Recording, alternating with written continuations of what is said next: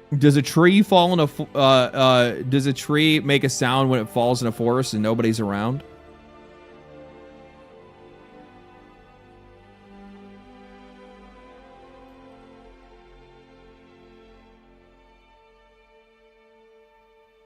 What? Okay, that sounds good. Good for you. You have anything else to say? Oh, okay. Yeah, that's all right. You want something to eat? You're begging for food? Is that what this is?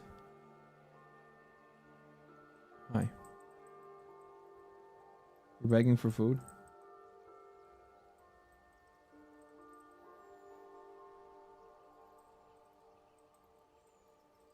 Would no rest for the wicked count? Absolutely not. No rest for the wicked wouldn't count. No, why would that game count? It's made by Moon Studios. They're known for Ori and the Blind Forest. That's not like an unknown quantity. And plus on top of that, like their game, like that's an early access game, right? And it's gotten like, and it's actually probably getting relatively close to its full release. It's Bender, thank you for the 5, by the way. Ori is goated for real, yeah. Legendary Drops just wanted to say enjoy your videos and popping into the streams. Currently playing Assassin's Creed Black Flag on my Steam Deck while listening to you on stream. Oh, that's awesome, man.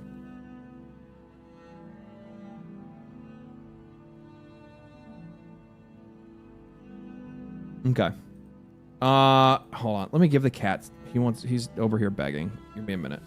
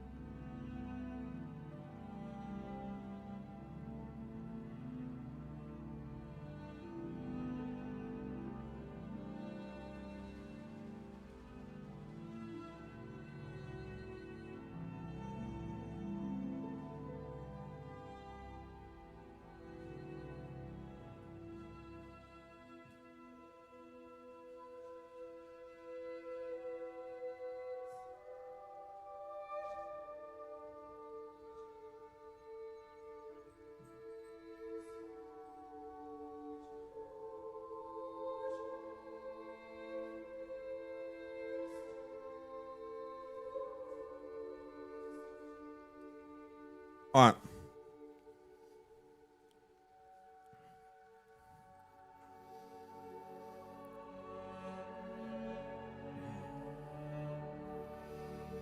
Would Kana, oh my god, fucking spitting. Would Kana or Sifu count? I wasn't aware of those studios before their game showed up. The idea, it's like these, the idea, I guess it's kind of hard to explain, but it's this idea of like a game that came out that was actually like really incredibly good and a like genuine banger, but somehow nobody ever found it until like years later. And then all of a sudden everybody recognized it for what it was. Satisfactory?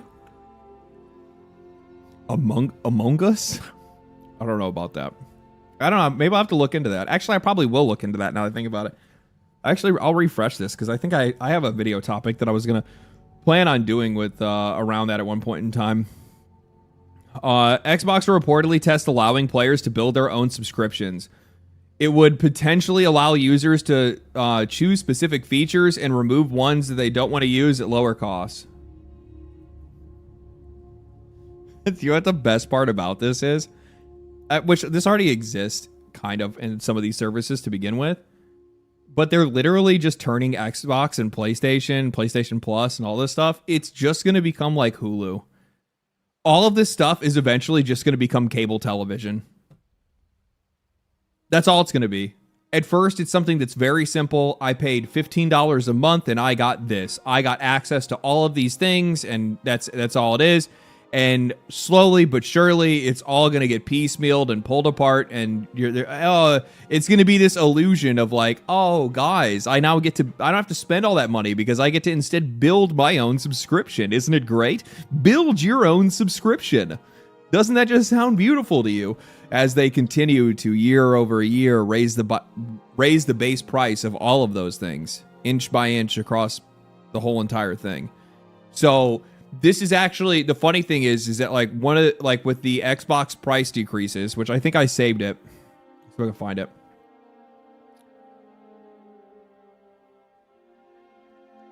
Yeah, right here.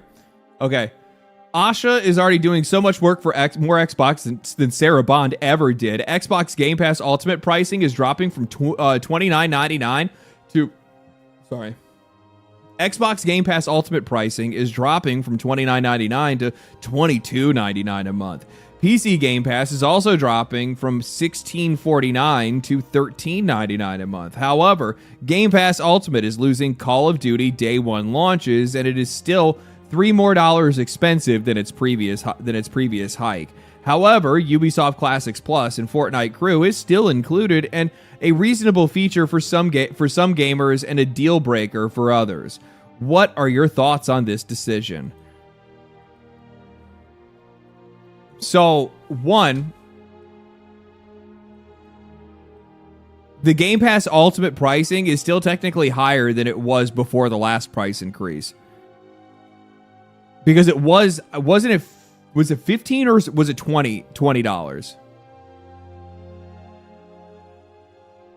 It's $19.99? Or are you saying it should be $19.99? Is it $20?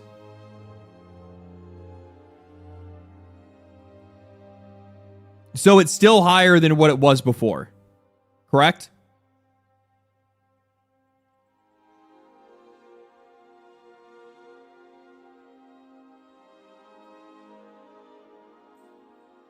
It was 20 before they hiked it to 30, and now they dropped it down to $3 higher than what it was before. So it's still price anchored higher than what it was before.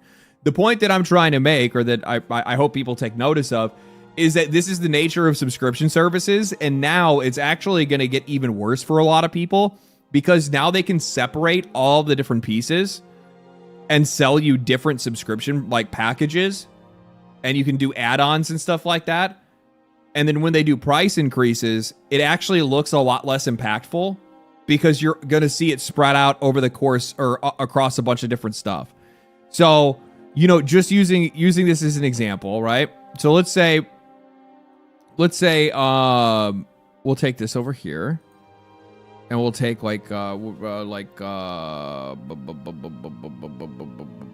paint. Okay, so look, we're gonna do it like this. I got it. Okay, there we go. Okay, so initially you would have had, you know, let's say, for now, right now, it's like, you know, $22, right? $22 is my actually it's like 23, but $22.99, right? $22.99. This is where we're at, right? This is where we're at right now. But what they're gonna do is that they're gonna give you the option to be able to break this up, right? And they're going to say, okay, well, Game Pass by itself, like Game Pass Core, is going to be like, you know, $14.99, right?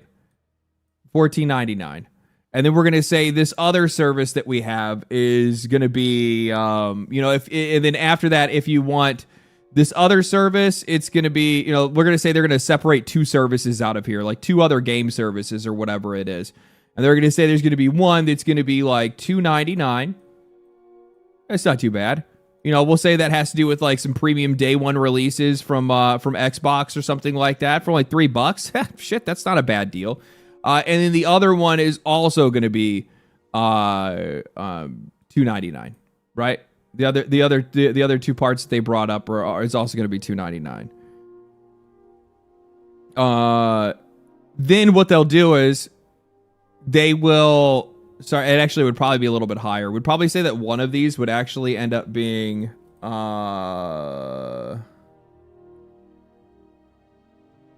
we'll say there's like a cheap part that nobody really gives too much of a shit about, but there's like, we'll say the $2.99 is like a cheap part that has like a bunch of stuff nobody really cares too much about. It's games that you're not all that interested in or anything like that. Maybe it's more like the slop games, but every once in a while there's a couple of good ones that are in there.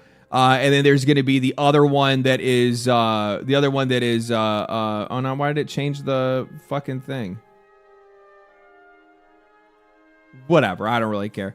So there's a $4.99. There's a $4.99 and then there's a $2.99. Give me back my fucking. Is this it right here? Yeah, this is it right here. Okay, cool.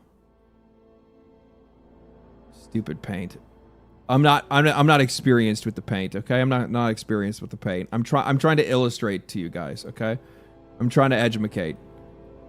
So there's the $4.99 package that you have on the side. You have your Game Pass core, and then you have your whatever this other thing is. Like I don't know. Maybe we'll say one's like sports games, and the other one is like day one Xbox exclusives. Okay, day one Xbox exclusives.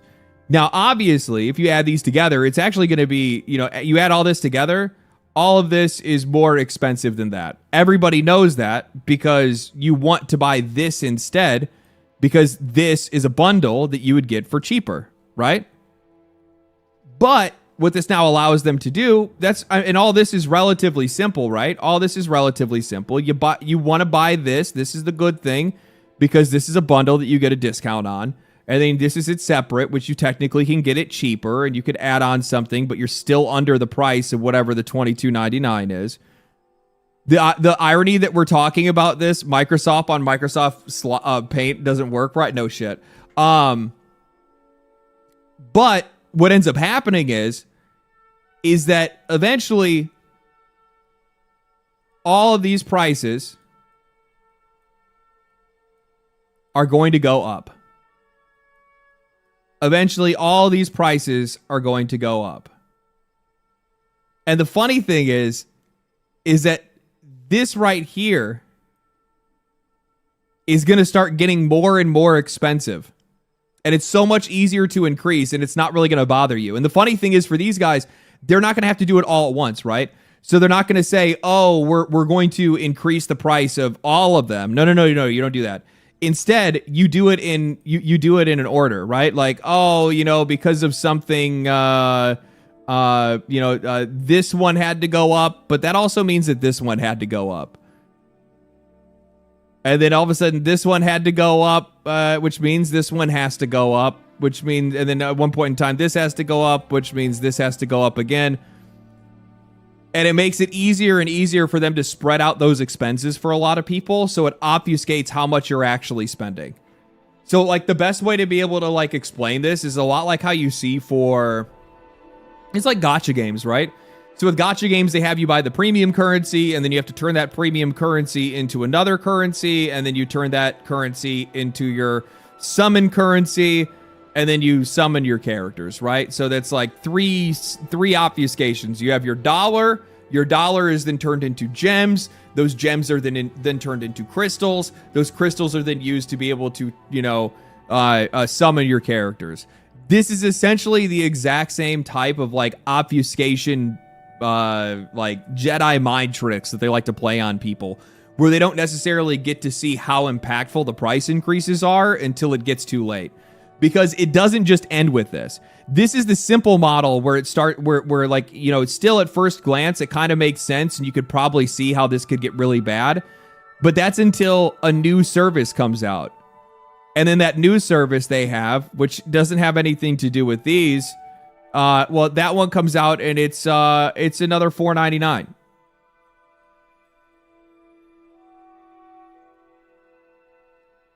But this new one, this new service, it's not included in this, and it's also not included in this. And then another one gets added. And then another one gets added. And it just keeps going. Until you're in essentially the exact same position you're in if you have like Hulu. And then with Hulu you have like, I have I don't have these. I don't actually subscribe to any of that shit. I have like Crunchyroll and Amazon, but Amazon's like, I guess no, I do pay for Amazon now because they changed it. You used to just get it for free. Notice how that worked? You get bought in, you get used to using it because it comes free with your Amazon Prime, and then all of a sudden they're like, yeah, no, you're going to pay monthly for that now.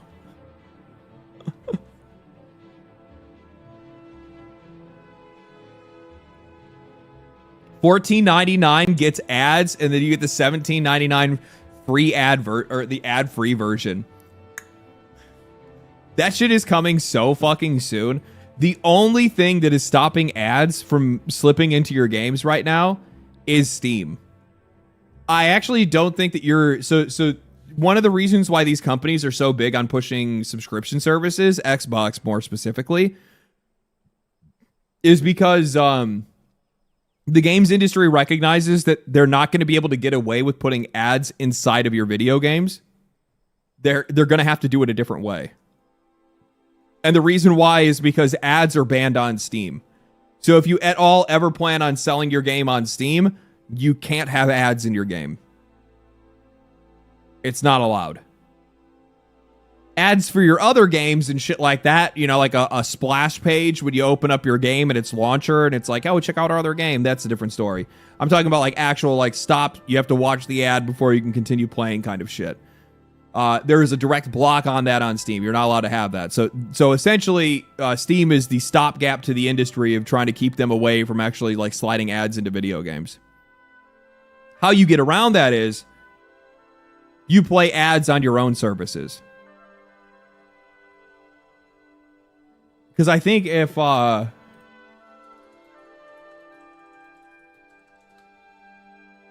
yes, Microsoft is developing a free ad-supported tier of xCloud gaming, allowing users to be able to stream select games by watching ads instead of paying a subscription fee.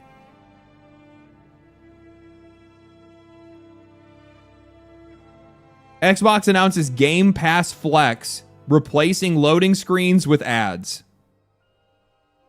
This was on April 1st, and I don't think that this is actually an April Fool's joke. Oh, no. This was a joke. You fucking assholes. I've never heard of this before. That's why. Is this real? The funny thing is that it's coming regardless. Like, people can make jokes about it, but in 2025, they were already talking about this.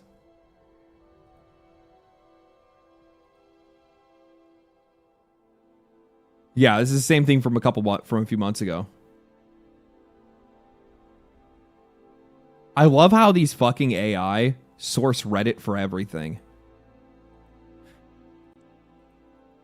So stupid.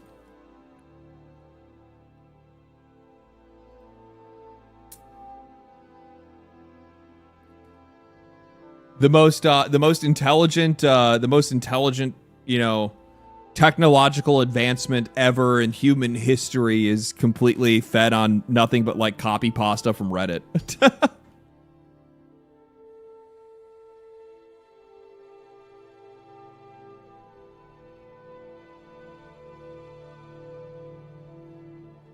But Reddit is pretty factual, of course. Yeah, because you have Reddit that's sourcing its information from Twitter, that's sourcing its information from Google, that's sourcing its information from a YouTube video, that sourced its information from Twitter, that sources information from Reddit, that sources information from Google. It's so stupid. Shuhei Yoshida has revealed that he was fired from PlayStation by Jim Ryan for not listening to him. Yoshida helped games like God of War and The Last of Us. Meanwhile, Jim Ryan's push to live service resulted in 8 canceled games, handicapping the PlayStation 5 generation. What a sad mess.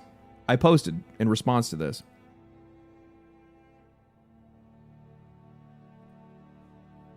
The start of Jim Ryan's plan 12... So, in response to... Shuhei Yoshida said he was fired by Jim Ryan in 2019. In 2019, that was the start of all of these games as a service games, all these live service games getting greenlit. And I said this was the start of Jim Ryan's plan 12 live service games over the year... Or, sorry. This is the start of Jim Ryan's plan 12 live service games over the course of the next years that followed. 8 canceled games since... My God. 8 canceled games, including Concord. Marathon struggled to hold water. Fair Games likely to fail. Hunter's Gathering likely to fail. Which means that Helldivers 2 is likely their only win. Generational throw. I don't think that we have ever seen a company so poorly managed outside of Ubisoft. The only reason that PlayStation has been able to keep its head above water with all the failures that they've been incurring is largely because, one, Xbox has floundered even harder than they have. So there hasn't been enough competition in the console space, at least in the like premium console space. We'll say that because Nintendo is kind of off doing their own thing in a lot of cases. But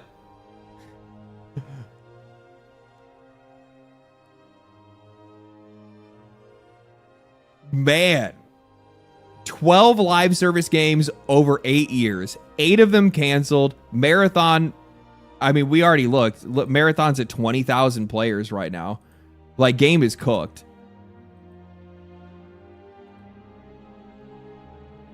Which means the next games that they're hoping on is going to be Fair Games and Hunter's Gathering.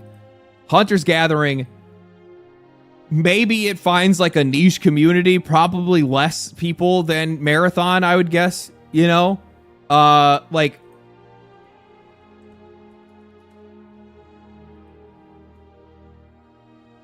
I mean, Dauntless never really did that good.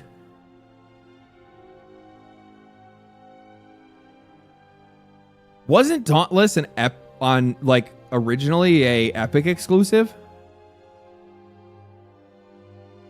Dream Corridor, thank you for the 2. Marathon is actually good though. I don't actually, the funny thing is I don't disagree with people. I don't think it's necessarily a bad game. It's just an incredibly niche game.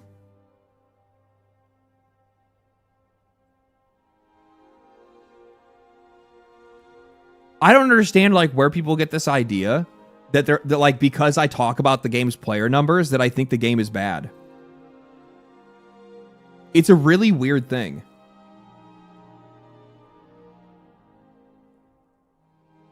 I'm not really like, it's a game that is just not going to have that wide of an audience. Niche game so employees get laid off. Yes, exactly. That's how it works. When you're making a game that is built around how many people are playing it constantly all the time and spending money on it, yes, you lose a lot of people, lose a lot of money, and lose a lot of shit because of the fact that that game is not holding people. Internet debate brain thinking, any criticism is 100% opposition. Yeah, I guess some people kind of get locked into that. I don't know. It's a weird thing. They conflate failure with bad. Well, a lot of normal people do as well, right? Because like even people in chat right now are like, quote unquote, Marathon is actually good, Lamau. Like, it is possible for games to have low player counts and also not be a bad game. I think a really good example of this, are you guys all going to say the exact same thing and dog on what the fuck was it? What was Embark's other game? I can't think of the name off the top of my head. The Finals. Most people have nothing bad to say about this game. Most people have nothing bad to say about this game. It's just not for them. Or they played it and had fun with it for a little while and then they walked away from it. But the Finals, good? Like, what are we talking about, man? Like, in some cases, some games, like, they can be good on their own, but just not for everybody. The issue is, with live service games, they kind of need to be built for as many people as you possibly can make them. That doesn't necessarily mean you have to make it for everybody, but you probably should be trying to aim for something that lands in the middle. Something that still has enough identity that it's able to create separation between itself and, like, who its audience is, and something that is widely acceptable enough that you can still cast a big enough net to be able to capture enough people.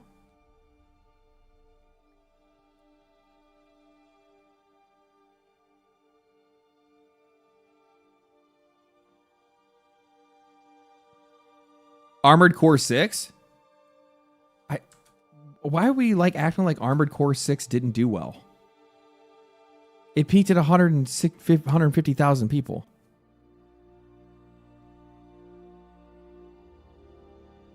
It's not a live service game.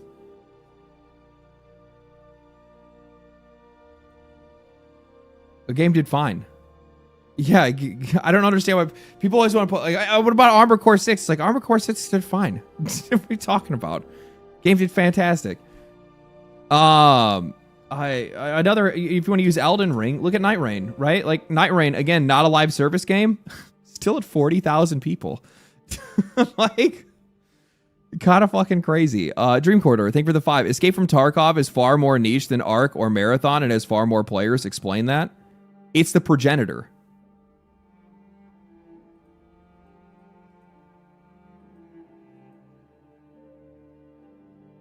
And actually, what are we saying? Has far more players. How? Where? Where do you have the numbers to back that up? Where can we actually see the current, the concurrent player numbers for Tarkov? Because in a lot of cases, people are going to use the exact same reasoning they do for like every single game that fails in the market, that for some odd reason, oh, no, you don't understand. Everybody is actually just playing it on the other launcher, which I'm sure there are a lot of people that are playing Tarkov on another launcher right now. Guarantee it. The other launcher's been out for the longest. But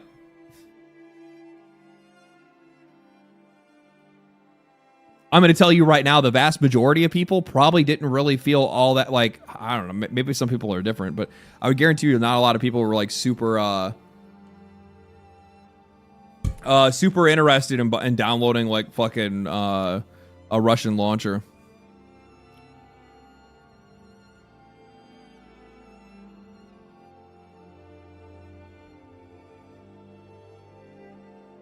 Tarkov is for hardcore, Ark is for the casual. Escape from Tarkov plays on their own launcher. I knew that you were going to say Escape from Tarkov plays on their own launcher.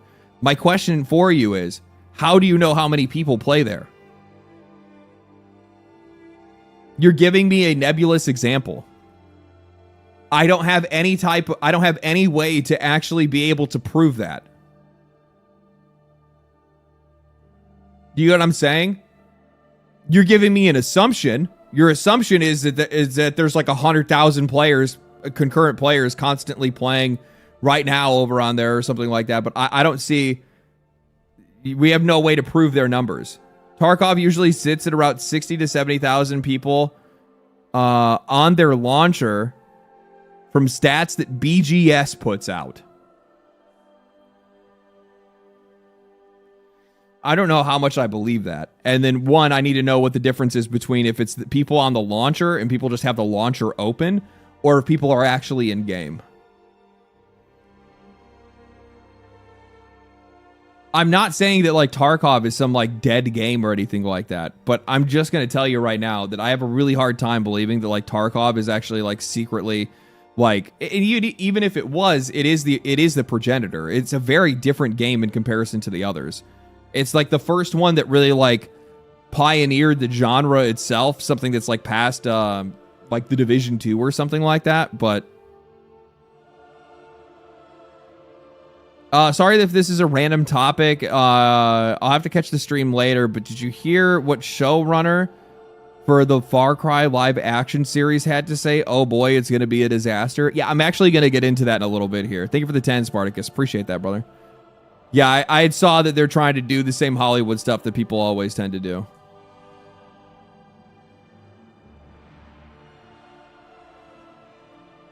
It pops off with a fresh wipe and then dies. Yeah, it's a lot like PoE. It essentially has like the same kind of cycle as PoE.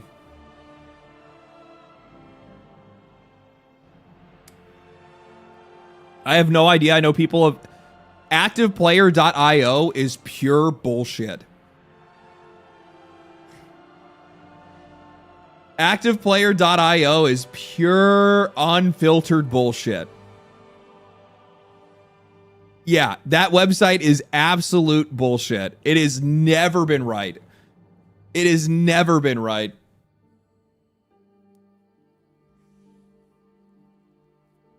How is SteamDB more verifiable than any other third-party analytical tool, realistically? Because SteamDB is connected directly to Steam's API. It's not a third party that's like, it's not like there's a single person that's sitting here setting up every single page for all of these games. It's directly connected to the Steam's API.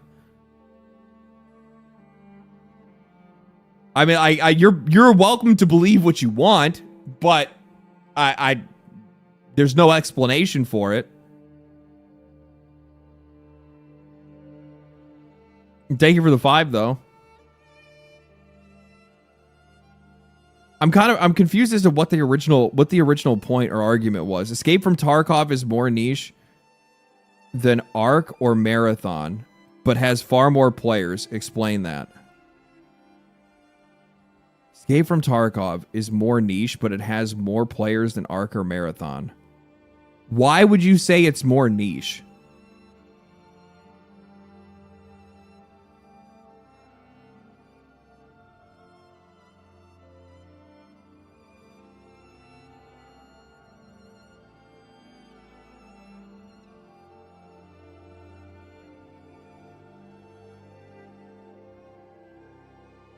Getting tired of saying what now every 20 minutes, yeah.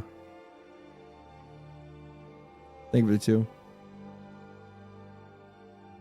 I mean, it's more hardcore. I don't know if I would necessarily say that, like, Tarkov is more niche.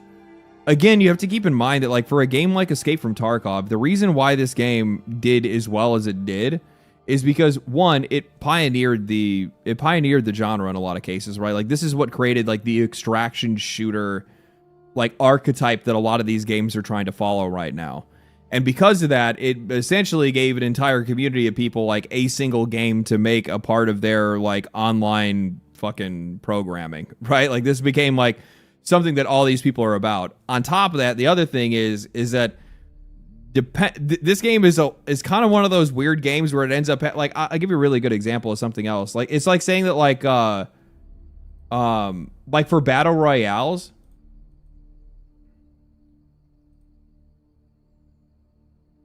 I'm going to flip this on you. Why is PUBG Battlegrounds more popular than Warzone?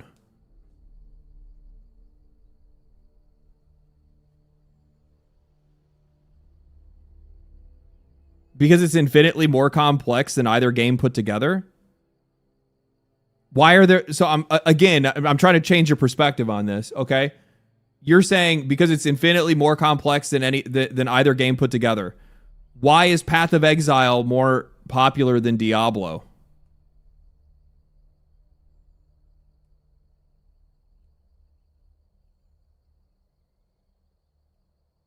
PUBG more popular? Ain't no way. PUBG is consistently one of the most played games on Steam. Its 24-hour peak is damn near 1 million people.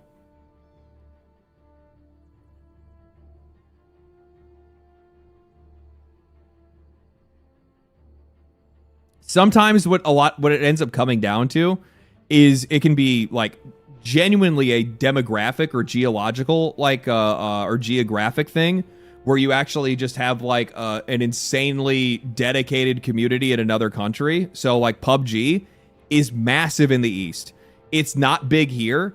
Not a lot of people play PUBG here anymore. Like you'll still see some people that still play it every once in a while or whatever. But if you notice on the off hours, which these are usually the hours that American players are playing, the game dies. Like the Western world is not big on this game at all. This game is massive in like Korea and Russia and China and a few other places.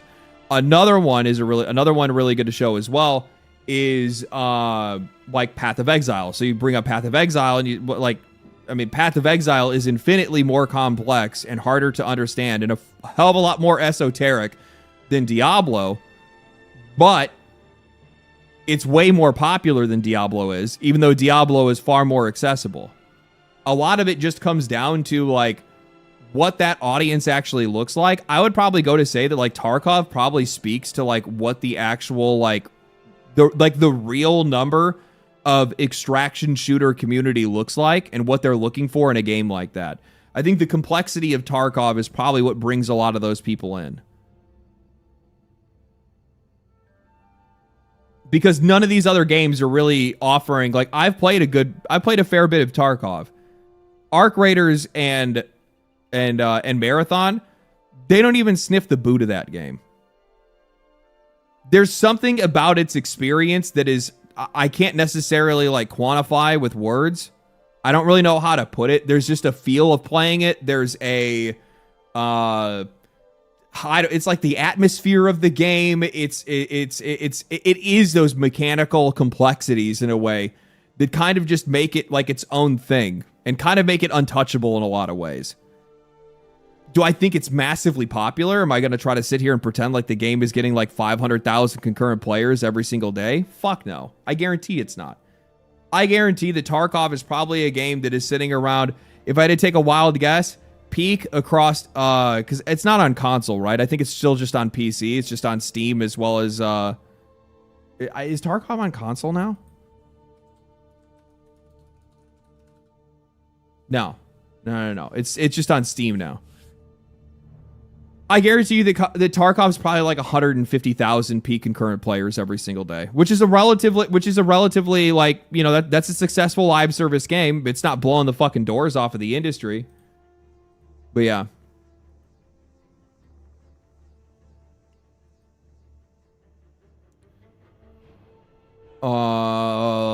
Let's see here. What was there anything else that I responded to this week that was really good? Bro, was that all from before stream last week? This whole fucking shit that went on. Was this before stream or after stream? This is before stream, so we probably covered all that stuff. That whole fucking drama with this game was just like actually fucking nutty, dude. They kept going. This is what it was. So then you have the game. So Pragmata was really a problem for a lot of these people, man. They were not a fan of this game. It's so weird to see people get so twisted out of shape over a little girl in a video game, over a positive like father-daughter like bond in a video game. It's crazy. So the Gamer posted an article, gaming cannot allow Pragmata's Diane fan club to flourish. And it got fucking community noted. The author of the article hasn't even played the game, per the article. I feel like 90% of these gaming discussions can be solved and tend to revolve around that issue right there. The people talking shit haven't played the game. They don't know anything about it, but man, do they have something to say about the people playing it. Man, do they have a lot of opinions about that game. You know, I gotta figure something out. So this is somebody that has not played this game, okay? They have not played this game. I just want to see something really quick.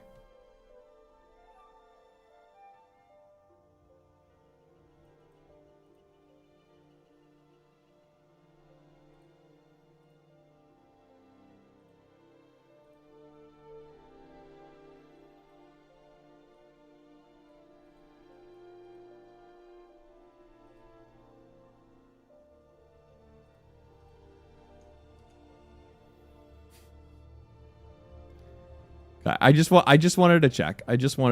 Okay. Yeah. 1,300 words. So this is somebody that has not played this game, but had 1,300 words of an article to write about it.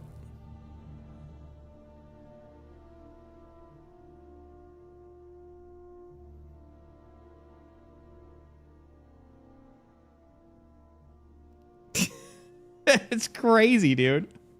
That's crazy.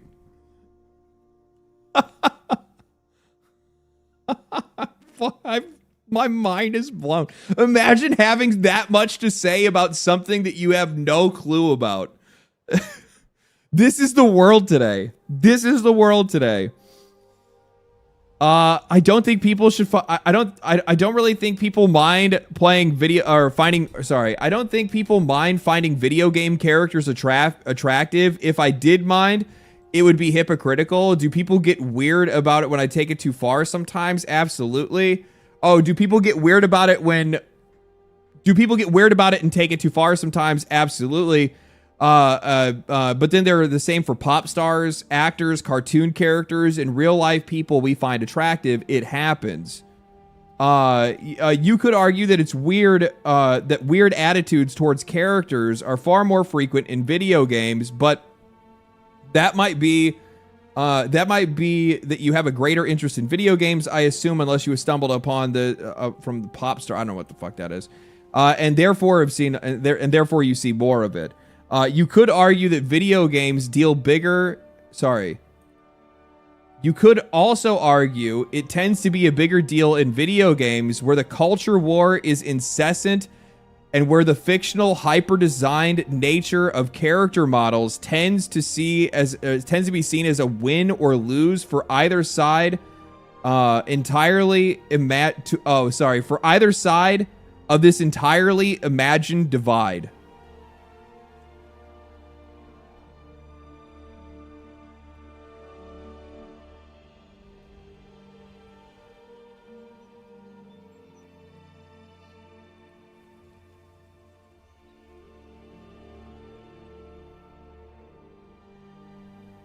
You need to be writing more. This is you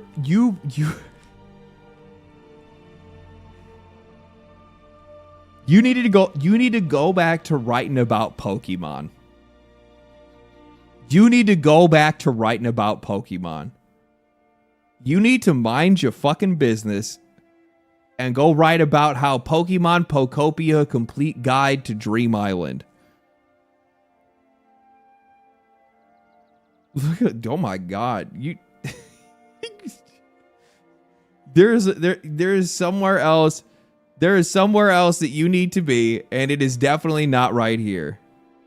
It is definitely not right here. So if Highguard is good, now what? What is this? 1348 ex voto lesbian knight is the shakeup the medieval genre needs?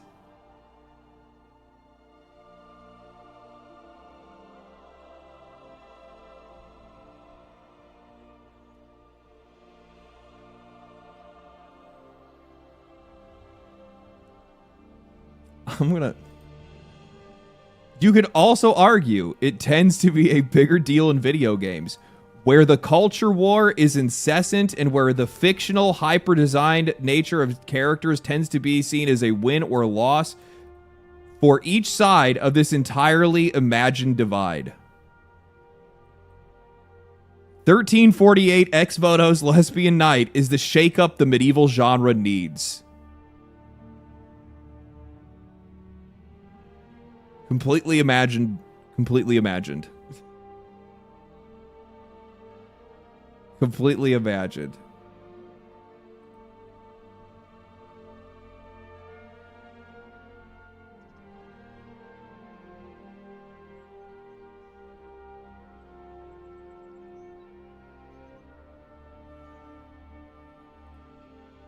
I don't know what we do. I don't know what we're gonna do about this.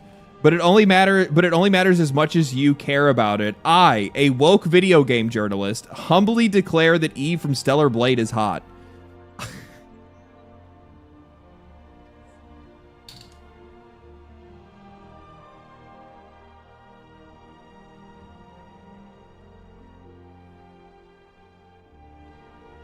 Oh my god. It's Okay. I just think there's just something really ironic about being like a win or lose for each side of this entirely imagined divide. But then they like identify themselves as a woke game journalist. It's such a weird thing to say. This is a commonly agreed upon but often fought over, and I'm not sure why. Well, it's because there were multiple writers.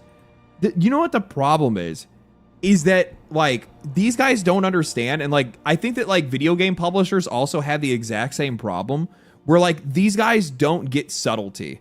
They don't, or not subtlety, like nuance. They don't understand nuance. So like what ends up happening is that you'll see these situations where like if I say something along the lines of these AAA companies, does that mean I am talking about all AAA companies, or do you think I'm talking about very specific ones? If I say something like these games journalist, do you think I'm talking about all games journalists or specific ones?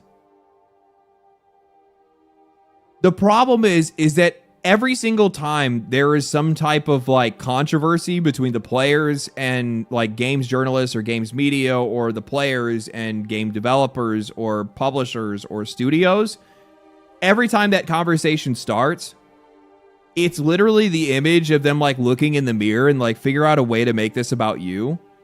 You're not a part of the conversation. If you weren't somebody that took part in whatever that weird consensus opinion that popped up in a group of like people on the internet, or sorry, a group of people either in the media or in game development that were doing something, you're not a part of that. You're not the one being pointed at. You're not the one being debated or discussed or whatever it might be. If you thought Eve from Stellar Blade was hot, cool. You saw the obvious. Good for you. I appreciate it. You weren't my problem. The ones that I had the problem with were like Screen Rant.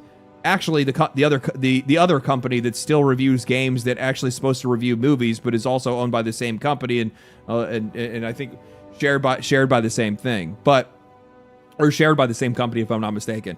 But it was like Screen Rant or Gamer Rant were the ones that actually like were posting about how they gave Stellar Blade like a 3 or a 2 because it didn't. Because of like how over-sexualized Eve was and how bad that is for video games and a bunch of other shit or whatever. There's a couple other ones that I'd pointed out. Usually when I have a problem with somebody with like an article that I see or like a narrative that's kicking up, I will bring up that specific article. Sorry, I'll bring up that specific article and I will point that out and I will debate whatever they're discussing. You weren't included in that, but you feel like, oh, it's all games journalists that thought that they were ugly. No. We're not doing that shit. The issue becomes this when this primary reason for playing, which is quickly becomes a toxic tar pit, wherein then you start to convince yourself and are convinced by your immediately like-minded surroundings. Okay, so everybody's in an echo chamber except for me. That this is the only reason that games should exist.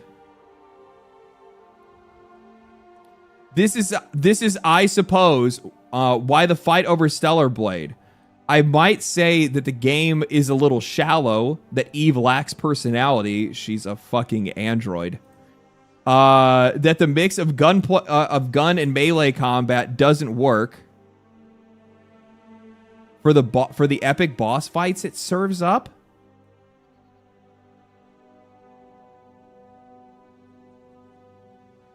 Do you actually play these games?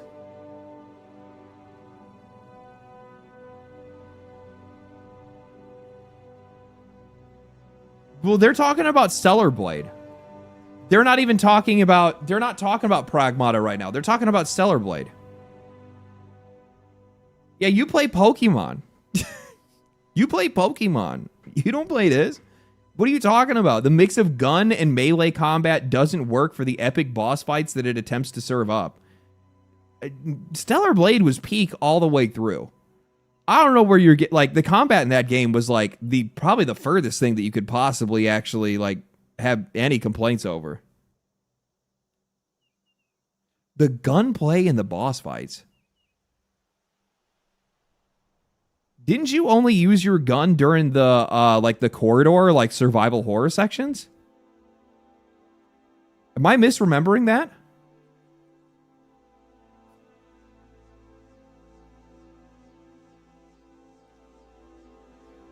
I don't remember using the gun outside of those sections.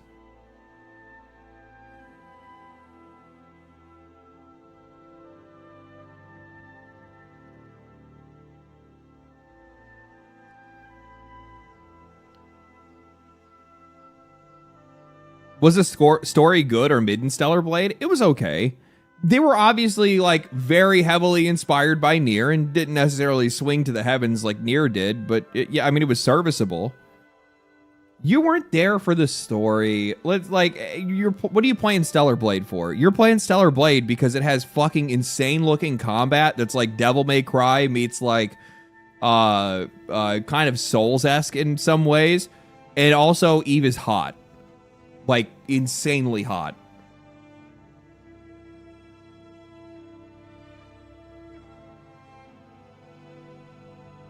So like that's what you're watching for hot, and you're watching for hot, and you're playing for good combat.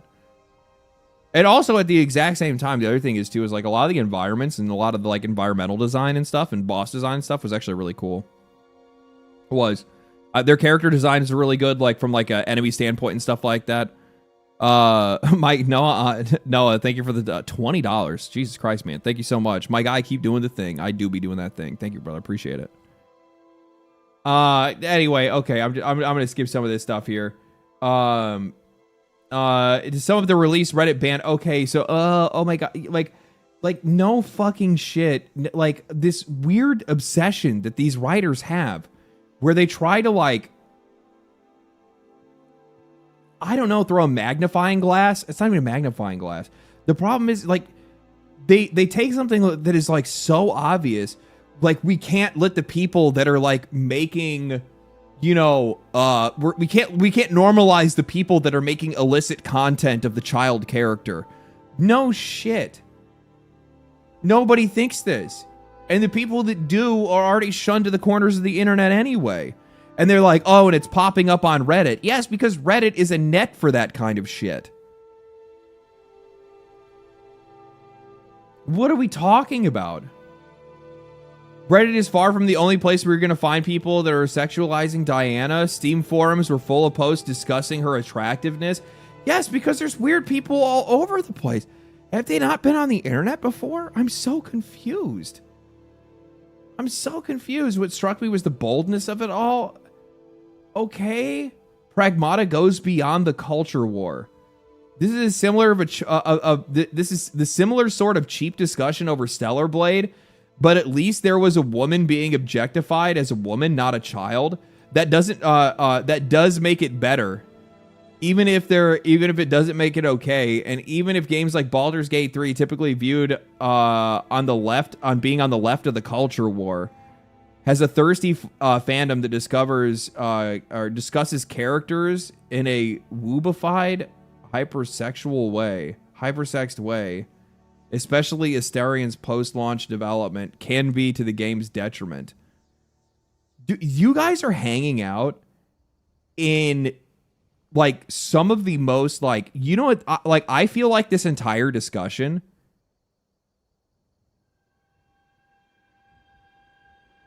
this is all a self-report. All of this is a self-report. How are you coming across this?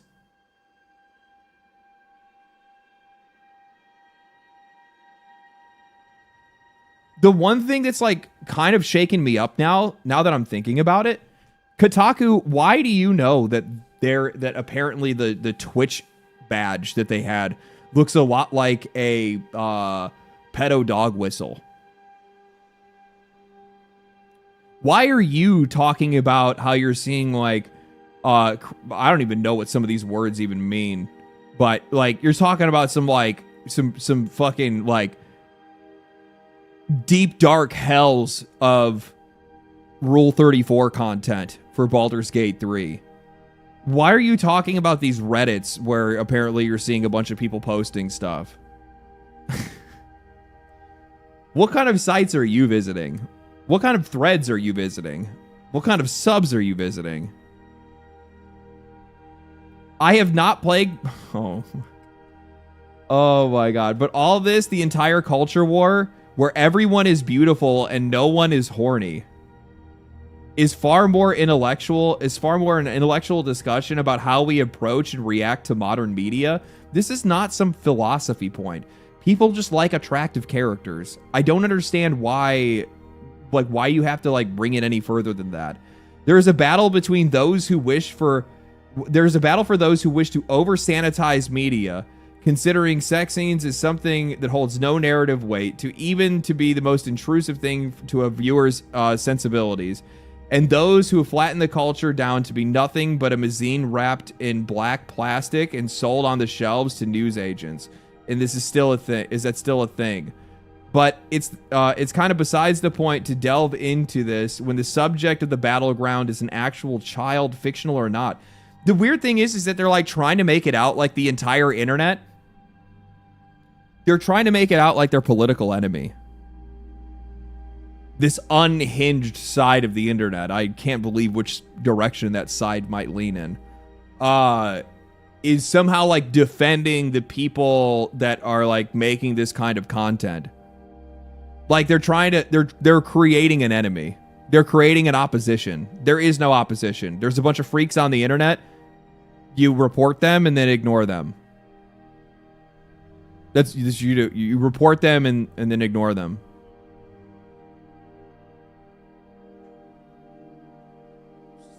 It's not that complicated. I have not yet played Pragmata. And that's because I'm a little tapped out on stories where men adopt daughter-like figures and prove their masculinity by protecting them.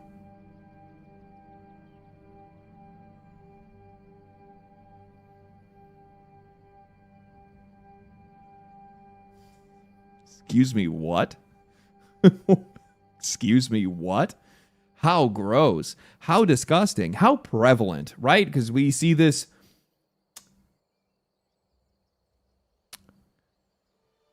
When do we see this? I suppose it's marginally better. I suppose it's a marginally better power fantasy than killing somebody with your awesome strength. It's a marginally better power fantasy, but then The Last of Us makes room for both anyway.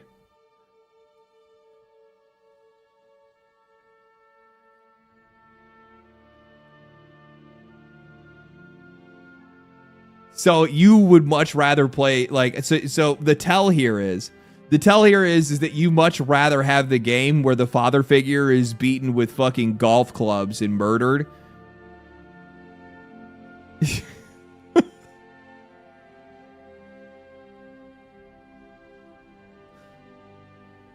Unreal, dude. I'm blown away. I'm blown away. I really am.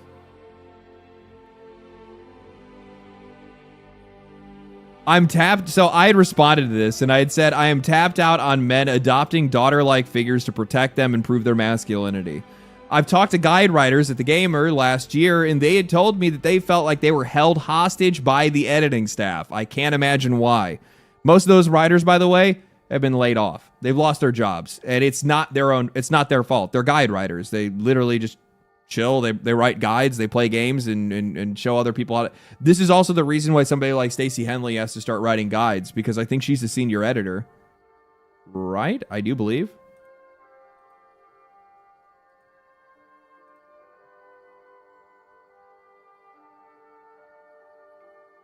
Editor-in-chief. Yeah. Higher position. So this is the reason why their management staff has effectively had to start writing some of the guide material themselves, because they don't have the other writers. Most of those guys have been laid off. And while some of that has to do with the industry itself, a lot of it also has to do with a lot of these guys have talked to me. I think I said right here, I've talked a lot about it. I have to talk about it at some point, but the guide writers work severely underpaid with insane demands of like 200 mandatory guides per week. All the while, they watch as the demands grow because their senior editing staff drags the outlet's relevance by masking personal trauma as news. That's what it ends up being. It ends up being this entire thing where it's like these guys, like, they have to write more and more guides to try to drag up the relevance of the company, because their senior editing staff goes out and they write these opinion pieces that are just like so painfully. It's not a problem to have an opinion. It is a problem when you have a bad opinion. Like, I'm just going to tell you, on the internet, it's a problem when you have a bad opinion. When you just have something that is just like so wrong and so far off, people just don't want to have anything to do with it. It's really as simple as that. People just don't want to have anything to do with it. That's just not how the internet works. The internet, like, you can be rage baited. Rage baiting is not good for your long-term health. It's not good for the long-term health of your business. It really isn't. You have to diversify that business in some way if that's the path that you're going to take. I look at somebody like who's like an S tier class rage baiter, where like everybody hates them, but they just make so much money that it's fucking ridiculous. Probably somebody like Asmon? No. Shut up. Baldy makes all the money in the world because people are not rage baited into watching him. People are genuinely like organically supporting him. Same thing goes for Hassan. Jake Paul. They absolutely are. If I go to an Asmongold video, any Asmongold video, I'm going to tell you right now that the like to dislike ratio is probably over 90% likes. So like, let's look at like, we'll look at something with actually like a lot of views on it, right? This one right here. 29K to 191 dislikes.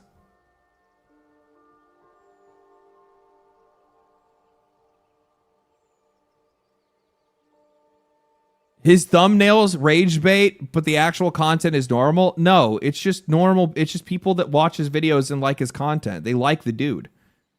They like the guy. It really is as simple as that. People like the guy. That's not even 1%. Yes, I know. Bro is top of the game. Yes, no, Asmongold is like pretty much somebody that is like totally organic. Like, are there people that hate him? Absolutely. But those people are not the ones that are, he's not supported by the people that hate him. He's supported by the people that agree with him. Or the people, it's either people that agree with him or people like me who just find him entertaining. I don't agree with everything the guy says. In video games, pretty much for the most part. Everything else, yeah, it's kind of hit or miss. But yeah, like, it's just entertaining. Like, sometimes you find somebody entertaining, right?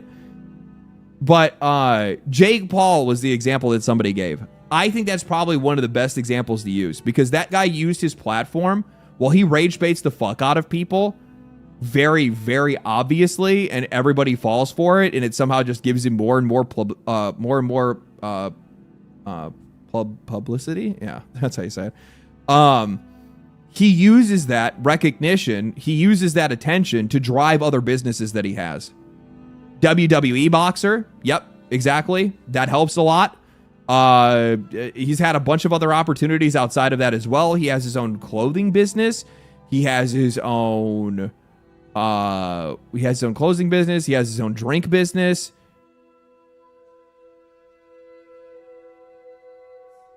Jake Paul mastered the WWE heel dynamic. Yeah, and he just continues to play that out in his content creator like persona as well, right? His own NFT crypto. Yeah, don't you remember the eggs, whatever it was called? I forgot what it was. Yeah. Are you talking about Jake Paul or Logan Paul? Fucking both. Both. Do people like either one of them?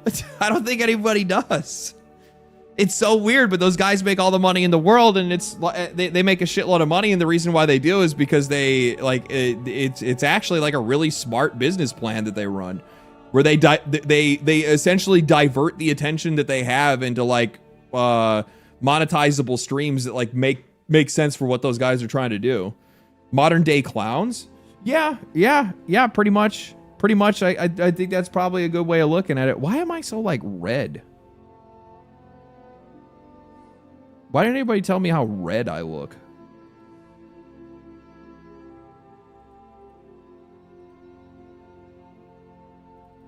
Why are my lights all fucked up? Going dark. What the fuck is going on? Correct. Color lighting. What is happening? I'm so confused. I never saw this. What if I change the color? There, now it's correcting. We're purple today, apparently. We'll do this. It's so fucking weird.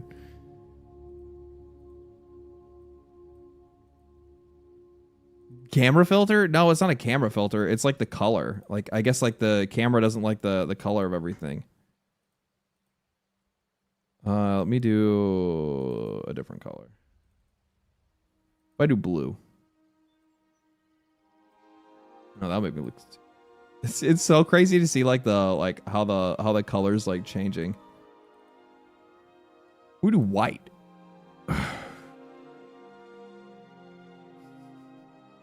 Sure. It's better than nothing, I guess. I don't fucking know. Whatever. I'm over it. Figure it out a different day. We're red today. Become crab? I guess I am. Getting worked up? I guess. I don't know.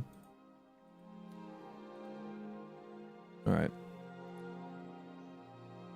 Oh, I also saw this. Allow me to further elaborate on the problem.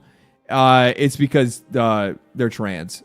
And I like and I've always said this. You guys know this. I've talked about it a million times. I am of the mind that I'm not here to debate people's identities. I could give a fuck less about what's between your legs. The more I care about what you say more than anything else. I care about way more about the ideas and whatever else is going on. So.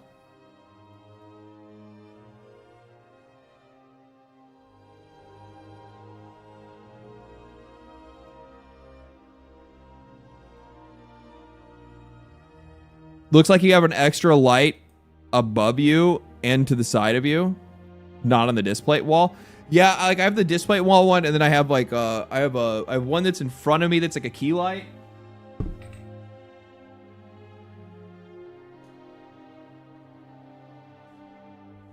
Oh, maybe it's the one behind me that's like triggered. I'm not really too sure. It's weird. It's weird. It was also probably that like thing that I had on screen too that's like adding to it, but whatever. Whatever. Let's see here. Is there anything else that I'm missing? We got that already. We got this already. All that stuff was just crazy. Oh, I saw this. So Vampire Crawlers came out recently. I've been absolutely addicted to this game. I've had so much fun with it. It's been such a blast to play. I think these dudes did a really good job at like including the like basically all of the like knowledge that you have from the first game has been essentially transported back into the game that you have right now. So like everything that you already know about Vampire Survivors works in Vampire Crawlers. So the minute you fire up the game, you already have a pretty strong understanding of how it works and how it's going to play. But it's a deck builder roguelike like old school like 90s dungeon crawler, like what did they used to call them? I forgot what the name of it was. It's like how old school RPGs used to be, where it's just like a panel and you move forward and then you fight an enemy and you move forward. It's really cool how it plays out. Very old school DRPG. Is that what it's called? Elder Scrolls 1. Yeah, it does kind of remind me of Elder Scrolls 1. Yeah, that's probably the best one to use. Grid-based CRPG? I don't think it'd be CRPG. But anyway.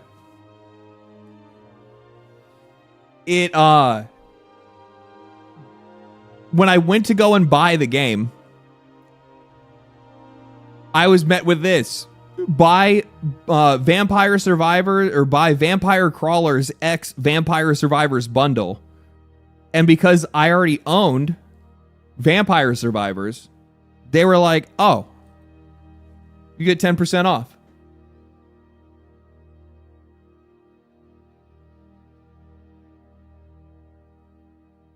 Here you go. Here's 10% off. I love that, man. Indie games. It's like every single time with these indie games.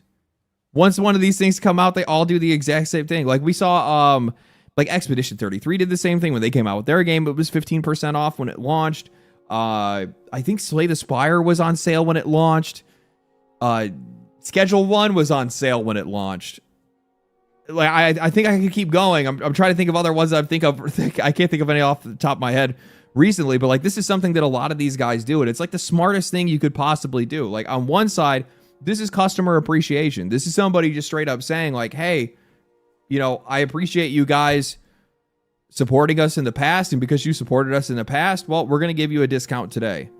And then also for new players, it's a great opportunity for these guys to be able to get in at a lower ground price and take a gamble on something that they haven't played before, right? It's so fucking cool. It is really cool, man. Okay, I don't like the cool light. It's like bothering me.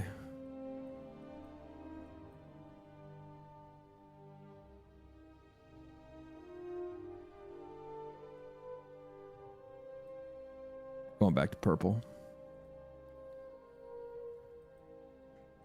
We're feeling blue. It's actually, the funny thing is, I actually think what it ends up being, like the reason why like the lighting is odd is because I'm wearing a blue shirt. Try dark blue. No, if I do for whatever reason, it makes me look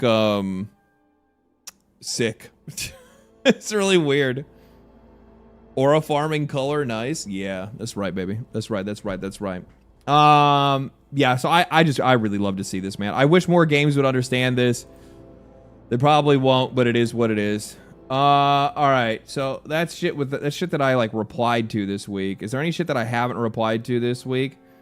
Dude, the amount of like Pragmata memes and like collabs and stuff like that. I saw this.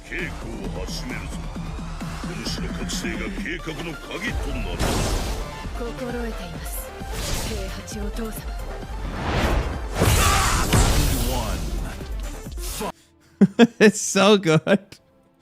It's so good, dude. I fucking love it. So Pragmata sold 1 million copies in 2 days. I love to see that. I'm so happy the game is doing so well. I'm happy that everybody's like so positive about it as well. I saw this right here and I thought this was really interesting. So somebody pointed out, notice how a lot of games promote and advertise the fact that they are now available on Steam Deck.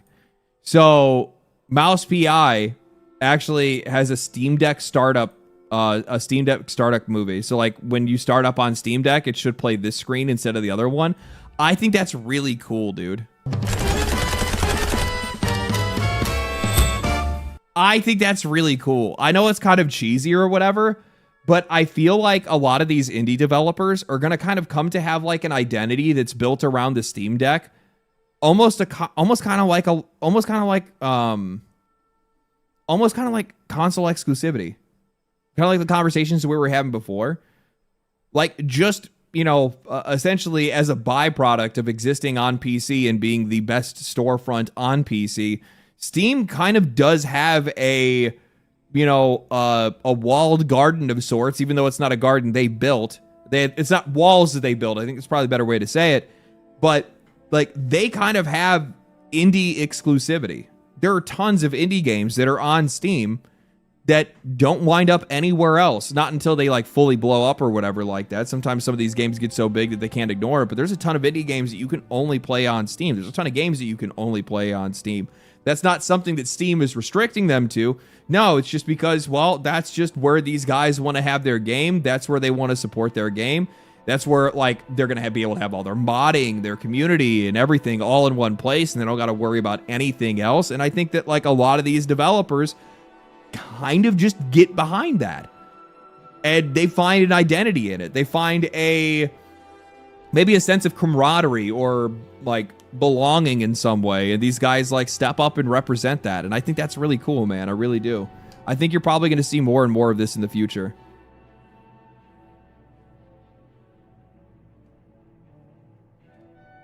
What did LD say a long time ago? 3 on IGN must be good. Oh yeah, I saw that the writer that did the did I save that somewhere?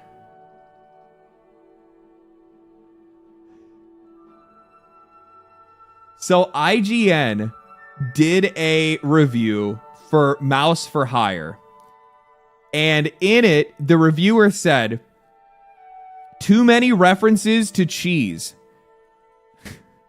in a game that is quite literally about mice. You kill too many people in a first-person boomer shooter. There's not enough noir inspired by a 1930s Mickey Mouse cartoon. Too many references to old movies in a game explicitly inspired by 1930s cinema. There are too many arenas where you have to kill all the enemies in a shooter. The game's story isn't serious enough to be true noir. When did this game ever fucking claim that it wanted to be true noir? It's a fucking cartoon. So IGN gave it a 6, and like they wrote quite literally the most like, I'm a connoisseur. You don't understand. I'm a high class gamer. I don't even belong this. I should probably be, I don't know, maybe reviewing some type of high-class books or something like that. I should be a literary critic, not a video game critic. But if I do have to review them, well, then this game has too much cheese. It's the dumbest shit I have ever seen. Really funny development.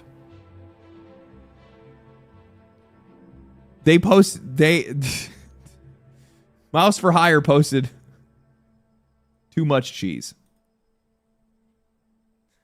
Too much cheese. I love when these guys are good sports, man. I love when these guys are good sports. It makes it so much funnier, and it also, makes you want to like support them a little bit more. Also, at the same time, when you're some of these like indie studios and stuff, man, like with the media, you're in a really tough spot where you can't really defend yourself, and you also like they have much more of an impact, and they can really drag your game down really, really quickly, or not drag your game down quickly. Like, I think the media has an outsized impact on indie in a negative way, or can have an outsized impact is probably the better way for me to say it. The problem is that like the players tend to be the ones that kind of like step in and defend these games, content creators and people like that as well, but mostly it's just the players. It's the players that go out and like shit all over IGN for a garbage review rather than just letting that shit stay.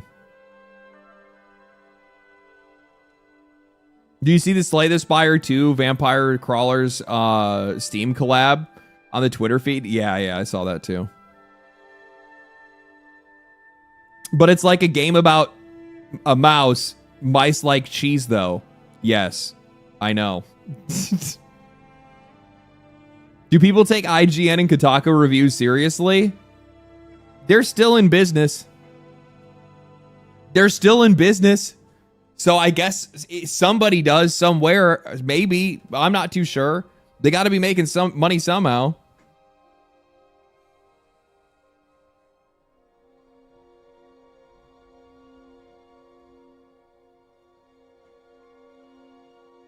How though?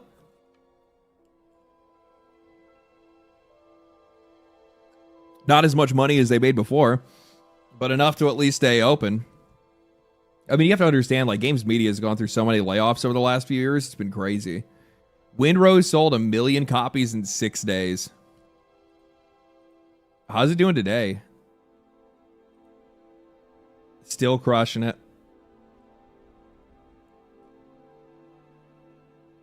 Does it peak on Sundays? 180. So it's lower. It might not. I was wondering if it's gonna end up beating its peak again this week, but I guess it's not going to. It still could. Who knows? Sunday it might pop off out of nowhere. Hopefully people watch my video and go and want to support it too. That'd be great. Valve has just rolled out the first beta of Proton 11.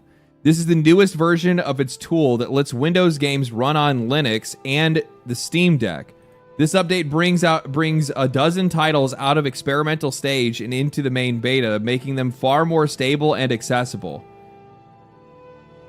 Now playable games previously worked on with Proton Experimental, Universes Generator, Resident Evil 2, Dino Crisis. Oh, this is for like a lot of old games, right?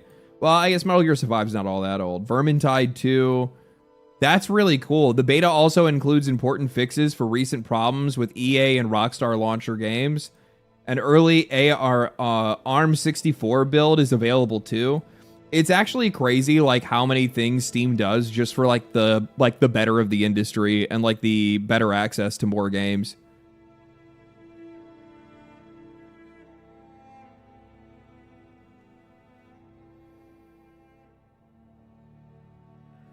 Oh, I saw this. So apparently, like, they actually, I didn't know this, but Project Hail Mary contains not a single green or blue screen shot. Director Christopher Miller says, the whole ship was built on a set from inside. Not a single green screen or blue screen was used. I feel like this is like the old way that people used to make movies, and like we just don't like see this kind of thing happen anymore. And like a lot of movies got more inauthentic as a result of that. And it's crazy to see that, like, when people go back to making movies the old way, they somehow work out and end up being better. It's a lost art these days. It is. And you also have to keep in mind is that, like, I would guarantee that building a set like this probably employs a hell of a lot more people than using a green screen or something like that. It does make the game, it can sometimes make them more expensive, but I think it makes it better. You could also see that on Adam Savage's tested YouTube. Oh, I should check that out maybe. That's like how old Star Wars was made. Yeah. Yeah. True. True. New IPs in 2026 alone: Pragmata, Dustbloods, Phantom Blade Zero, Sorrows, South of Midnight, Mouse PI, Detective 8020 or Directive 8020. I've never heard of that one. Crimson Desert, Reanimal. 2026 is a breath of fresh air. 2026 is a breath of fresh air for gaming. That's very true, man. I don't know if I'd necessarily call Sorrows a new IP though. Like, Sorrows is quite, it's Returnal. It's just Returnal with a new story, right? Like, it's still mechanically and thematically very much still Returnal. But I'm interested to see how Dustbloods end up doing. I can't believe we're still going to get Phantom Blade Zero this year as well. Crimson Desert was an absolute banger. South of Midnight came out last year. And also, that wasn't very good. So I don't know why. This is somebody that's like Googling. You literally asked Google AI what are the new IP that were released this year, and fucking Google AI will slip that shit in there.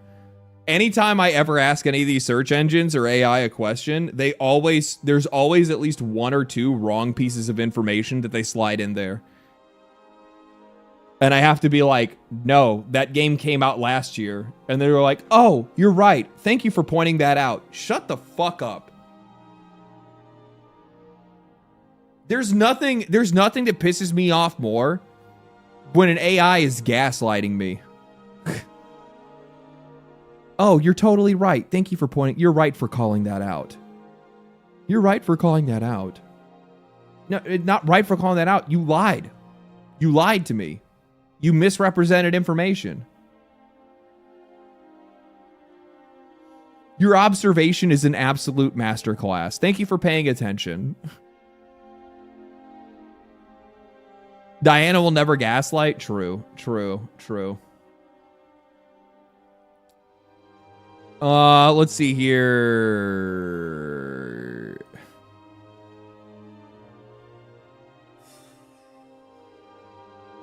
Okay. Give me a second. I gotta use the bathroom before I'm gonna.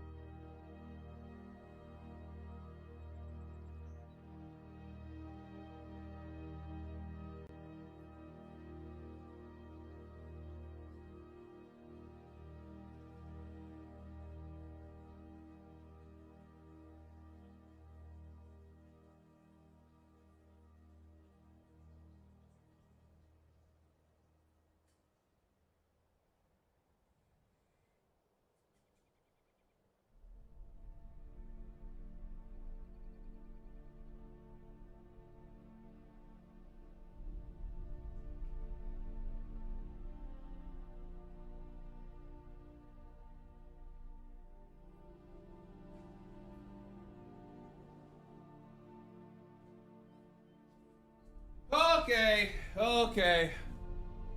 All right, here we go. So, ladies and gentlemen, this right here is Mark Dara. Mark Dara is formerly of BioWare, and he is somebody that was a I think he used to work on Dragon Age. He was a consultant on Dragon Age: The Veilguard. He was also the author of one of my favorite videos. What was it? $70 doesn't buy you cruelty? Yes. After the backlash of after the backlash of Dragon Age the Veilguard, he authored a video about how $70 doesn't allow you to criticize the developers. Yeah, he's that guy. And I'd held this position where like some of these developers, some of these guys, they genuinely are of the mind that like they do think that they are an intellectual level, an intellectual step above you. And the funny thing is, I'm looking at the comments and like some of these people were actually agreeing with this,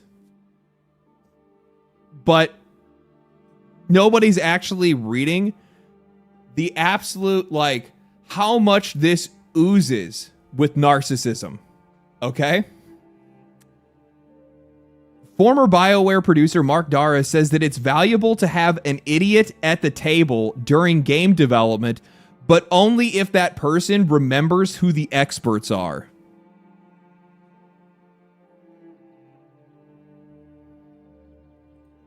The idea is to include someone who asks simple, obvious questions that the veteran developers can stop noticing after working on something after a long period of time. The critical part is that they must respect the actual experts and never override them on specialized matters. This combination of fresh perspective and real expertise helps keep games playable, enjoyable, and human instead of turning into something overly complicated or self-indulgent. It's crazy that he has this kind of insight when he was somebody that was helping to put out Dragon Age the Veilguard. When Dragon Age the Veilguard has to be the most like self-indulgent game I think I've ever seen. That game was written inside of a box. It was written inside of an echo chamber. And for somebody like that to have the gall, especially to like describe the person as an idiot at the table that's asking simple questions, like I guarantee that you're not telling that person who they are, but in the background you're talking about it. Oh, that's Dale. Dale's the one that comes in and he asks why, like, this character isn't hot. Or that, like, certain players probably aren't going to like this one storyline because, you know, it's divisive.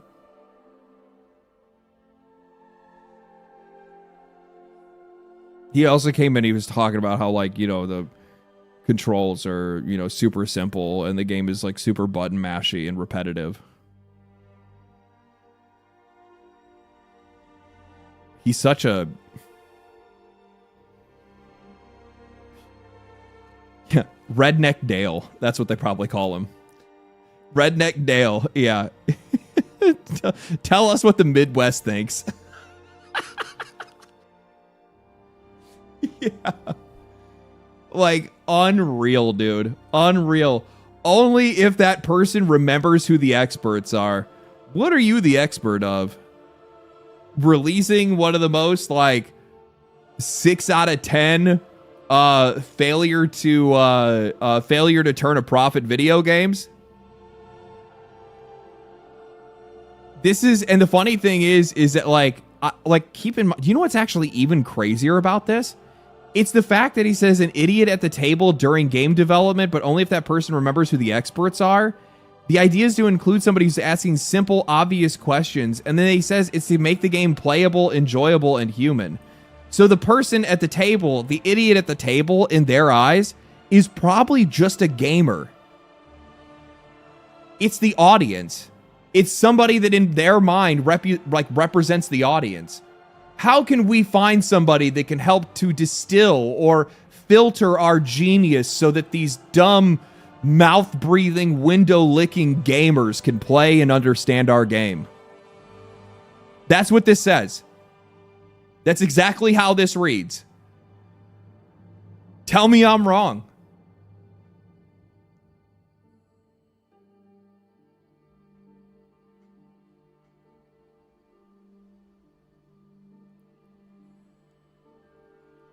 Yeah, if it's so obvious, then why do you need somebody to sit in on development? True.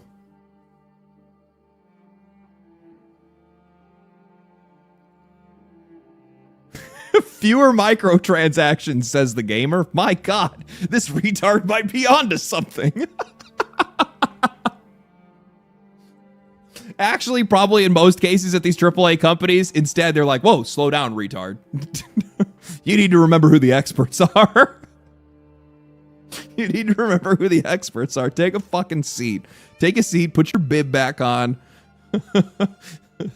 Don't make us strap you into the high chair.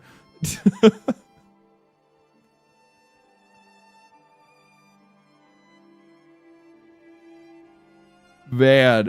LD, you playing Deadlock tonight? I don't know what I'm going to play. I haven't figured it out yet. I've actually been on a solid run of Deadlock over the past couple of days, to be honest. I think I'm finally going to get out of Initiate. I'm Initiate 5 right now.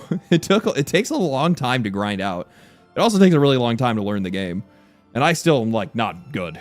I'm still not good. I'm actually nervous about, like ranking up because I'm afraid of, like, lobbies getting more difficult.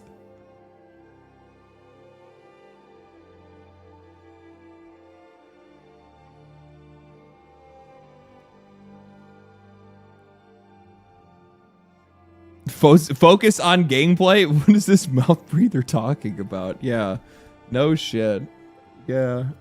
I saw this and I'm like, I was so surprised. Like, somebody did call it out at the very least, where they're like, isn't this the guy that had a bitch meltdown on YouTube about people that aren't allowed to criticize bad games because the developers put forth even the most minimum of effort to make them? Fuck this guy. True. Dunning-Kruger effect. The devs are all morons who think that they're smart and creative when in fact they're all just code monkeys that copy good games. Also true.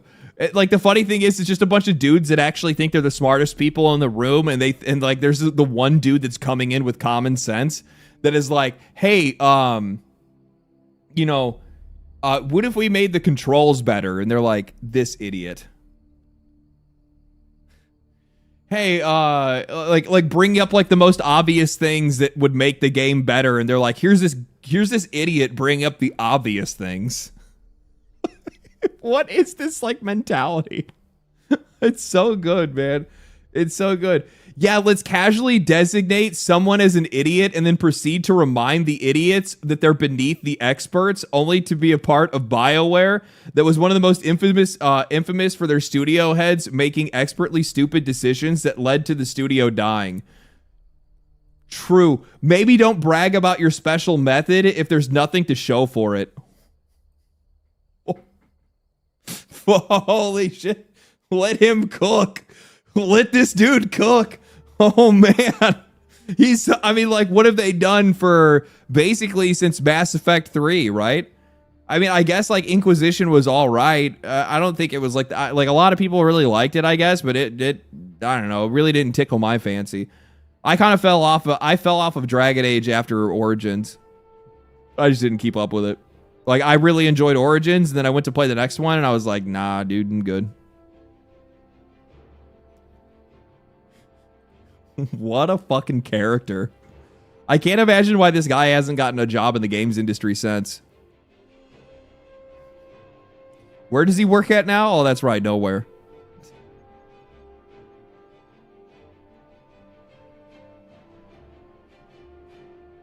What is this? Australia's e-safety commissioner has sent an official notice to Valve's Steam platform along with Roblox, Minecraft, and Fortnite. For Steam in particular, the commission highlights media reports that describe it as a gathering place for certain extreme right communities.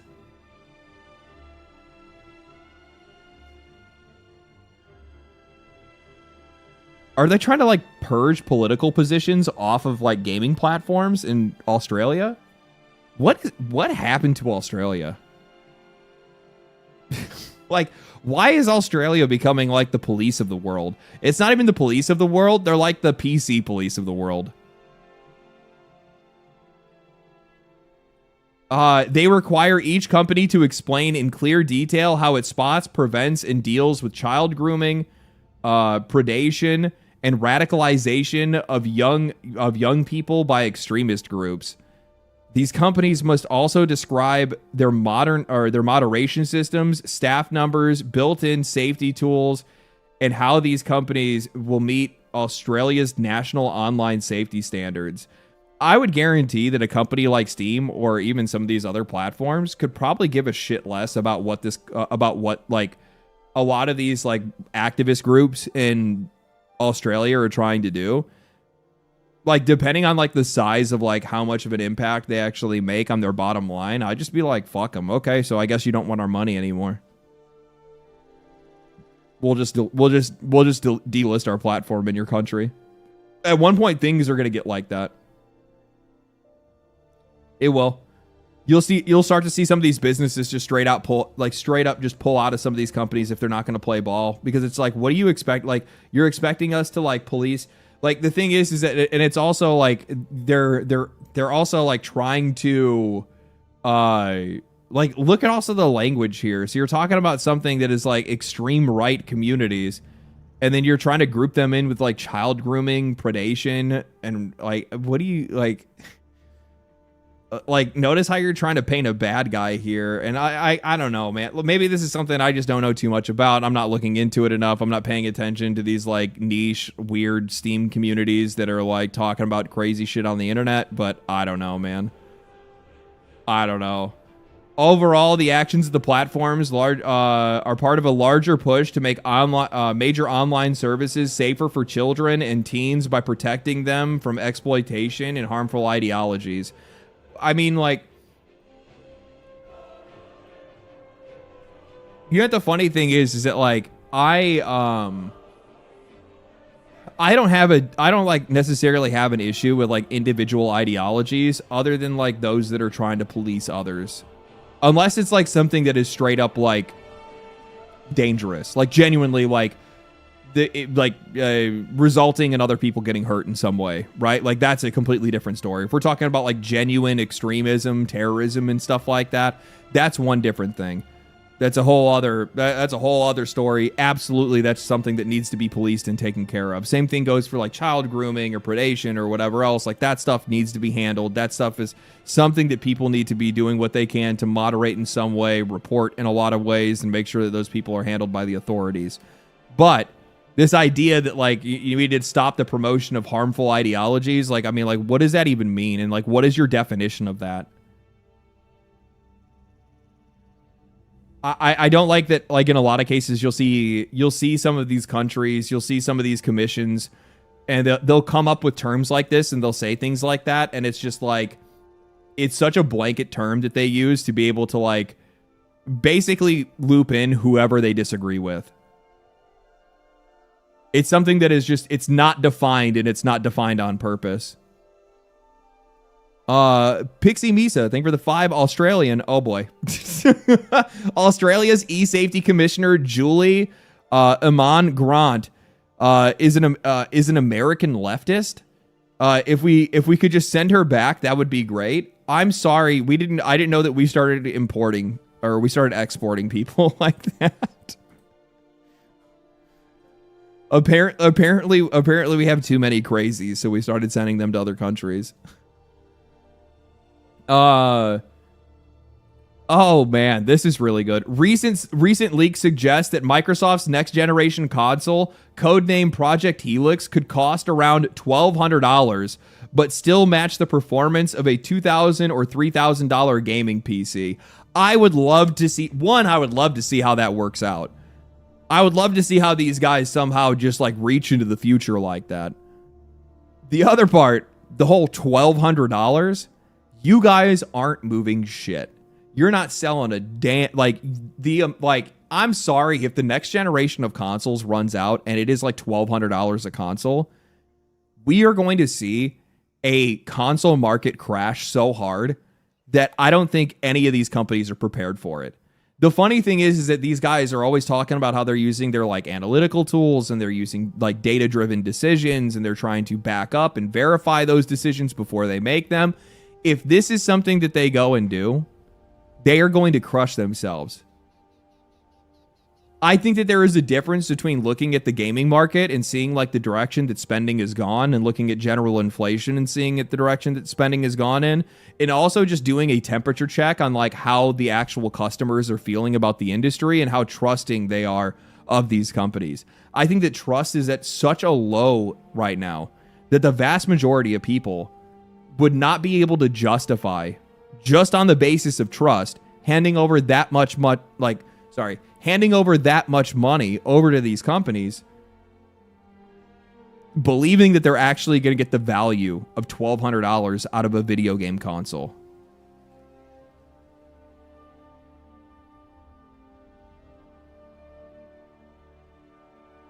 If you're going to start charging $1,200 for a console, I'm going to tell you right now, every game that I buy needs to plug into the back of my brain, make me disappear into that universe.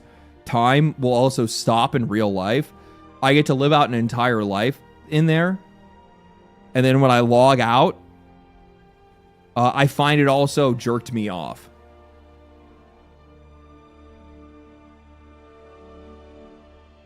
And cooked me breakfast. And paid my bills.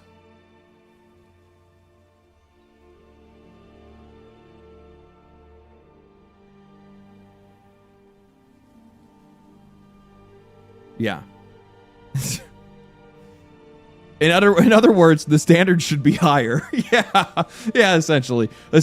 Now, the funny thing is, like, people would be like, oh, well, but you can justify spending that money on a PC.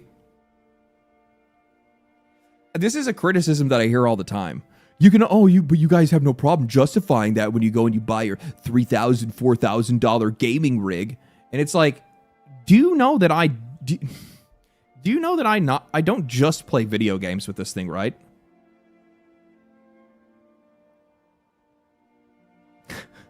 Like, this is my business here, okay? This piece of hardware right here is how I run my business. This thing makes me more money than I ever spent on it, I'll tell you that right now. And plus, on top of that, the other thing is that even if it didn't, even if it wasn't part of my business, the amount of other things that a computer does for you, the amount of other tasks that it allows you to do beyond just playing a video game is a hell of a lot more than any gaming console is going to be used for. A PC has vastly more utility than a console. It's not even close, right? It's not even close. There's so many, like, people. Well, what else are you gonna do on a gaming PC? Anything I want to. Anything I want to. Shouldn't that justify spending $1,200 just to play video games? Then the math is there, I guess. Maybe for some people. It is expected to use a standard AMD RDNA 5 graphics chips inside of the largest APU ever put into a console. The chip will be built on a 3 nanometer process. The new system is designed as a true hybrid. It would play native Xbox titles and full Windows PC games. I'm going to have a really hard time where they're like, oh, it's going to compete with a $2,000 to $3,000 gaming rig. Maybe comparatively. Like right now, like if you were to build your own PC, the price of building your own PC is like really inflated right now due to like RAM prices and just general hardware prices. So maybe like that's where they're coming out with that. I'm not really too sure. Microsoft has already confirmed that they're working on a first-party console, and it's called an order of magnitude improvement over current hardware. Yeah, but notice that games haven't changed. Dude, I have a question about this. So I saw this recently. David is reportedly being held in a segregated cell with no TV, no visitors, and limited outside time. He also has no money in his jail account, according to TMZ. So David is like a musical artist that like was big in like, I think he was like kind of big in like the streaming scene, got big during like COVID or something like that. He was in Fortnite and stuff like that. This dude, 7 months ago, they discovered the body of his girlfriend in the trunk of his Tesla, cut up into pieces, if I remember correctly. Something like that. 14-year-old girl, underage. And it took them 7 months to arrest this guy.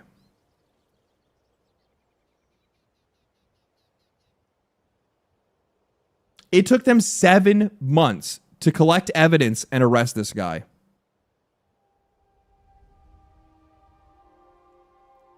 By the way, How do you spell it?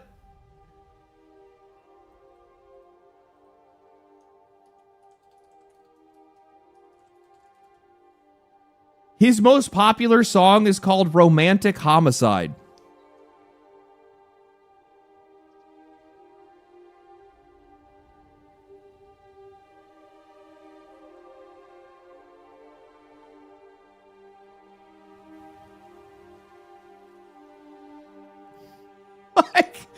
I'm really struggling I'm struggling to figure out what is going on with our justice system if it took 7 months to arrest this guy.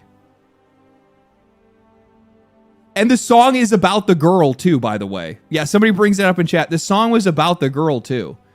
This entire thing reminds me of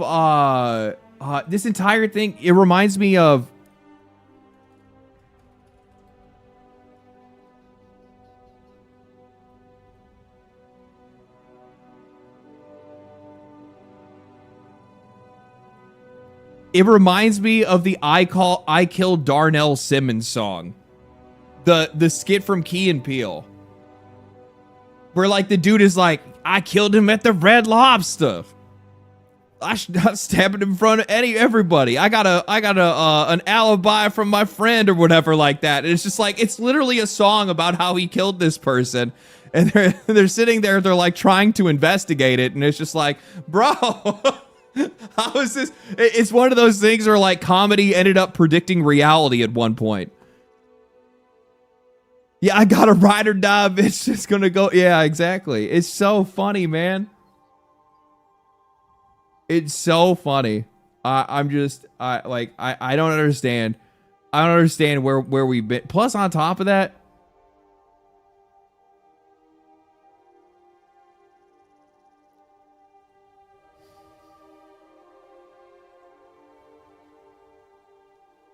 he looks crazy.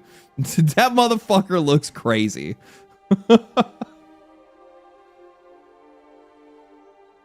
Let's see here. Xbox reportedly, yeah, we already saw that already. We're talking about the Valve designer thing. We saw that already. We saw this already. Oh, Expedition 33 sold 8 million copies. You know the crazy thing about this is that I would almost guarantee most people probably thought this game was a lot more popular than what it was. I mean, 8 million copies is like really good. I mean, this is what, a year later at this point now, or the game came out. Yeah, the game came out this month last year, if I remember correctly. Great for them. Imagine your very first game. Imagine your very, very first game is, what do you think of this? What are you sending me?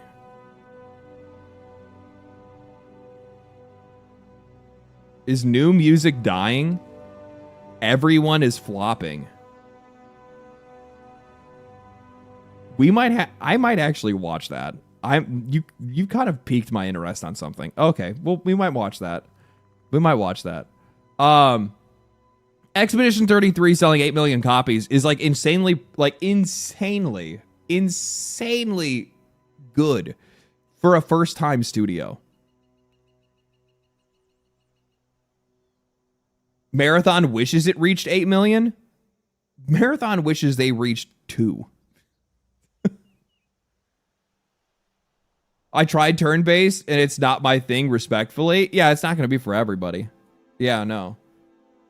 You know what? The other thing is that I'll say this as well. This also kind of goes to prove, at least from like the more like, maybe like the Japanese JRPG kind of like perspective. I think this also kind of sets a little bit more of a realistic precedent for like how many copies those games can sell. Like I think that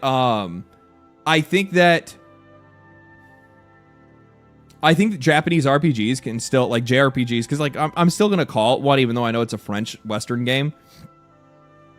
It's built to be a Japanese RPG, built like a Japanese RPG. These guys will tell you that themselves. That's what it was modeled after.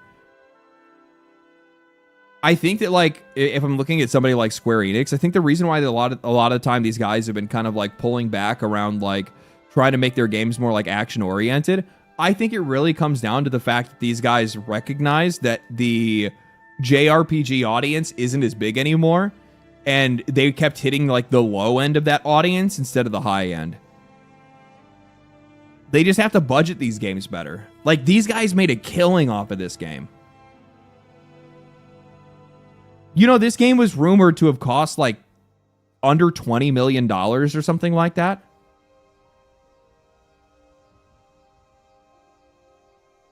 And if they sold 8 million copies, let's say they sold 8 million copies at like, I don't know, 8 million copies at probably an average of like 40, because they've had a couple of sales. So I'm going to say 8 million copies at an average of $40. I'm also doing this to kind of, because like I think the game sells for 55. So I'm also kind of attributing for like the 30%, this 30% price cut, or the 30% loss that they would get. Let me make sure this is right. 55 times 0.3.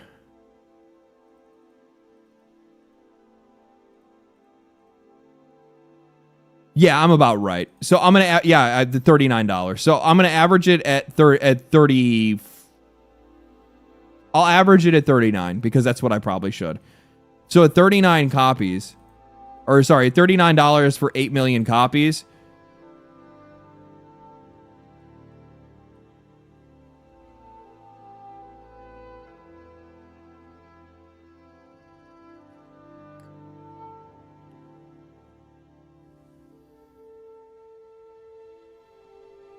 It's $50. Oh, it's not 55, it's 50.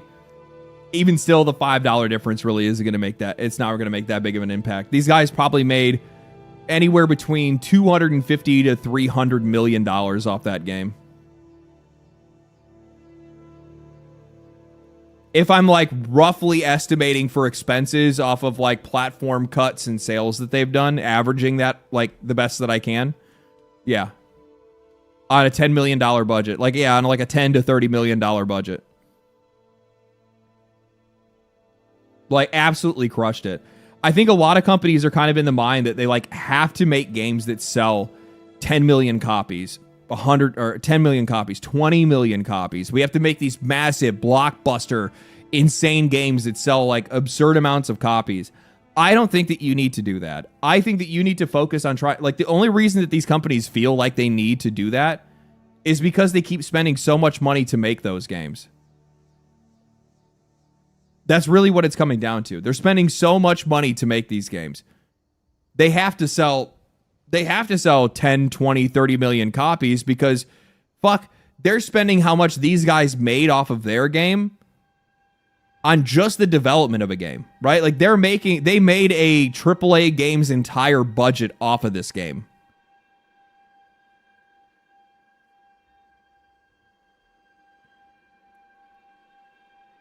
I'm like, I literally was just reading not that long ago, like the average for AAA game development has gone up to $300 million. If that's the case, you're fucking cooked. You're selling your game at $70. You have to sell fucking, you got to sell 10, you got to sell a lot, man. You got to sell a lot of copies to be able to get that money back. And especially try to make a profit on top of that. It's not realistic at all what these guys are trying to do. If you make a good game that sells well, it'll cover the cost to produce everything extra as cream. Yeah, and like most of these guys are like, you have to keep in mind, with $300 million, at the size that Sandfall is at right now, these guys have like all the time in the world now to kick back and just like slowly but surely work on their next game. This is basically the same thing that I've seen with other companies that have been like stayed really small and remained successful. I've always used like Relogic, the makers of Terraria, is a really good example of this. They have one of the best-selling games ever, right? Terraria has sold a ton of copies. Like, how many copies has Terraria sold by now?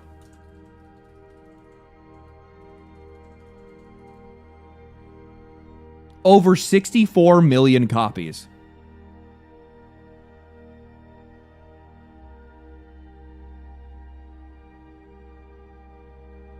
$64 million copies. At an average cost of what, $10? How much is Terraria? $10. Yeah, at an average cost of $10.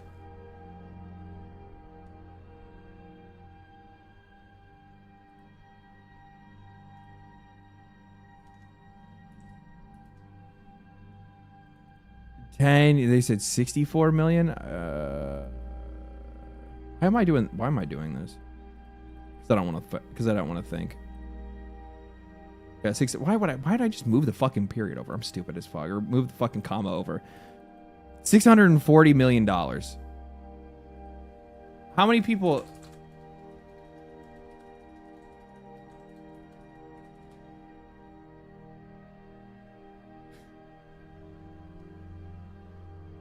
$11 or $20?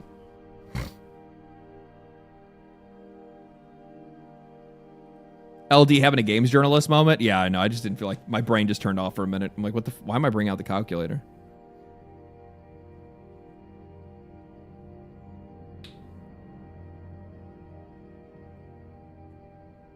And they're based in Indiana, where like the cost of living there is like fucking zilch where they're at. It's next to nothing. Cost of living is great over there.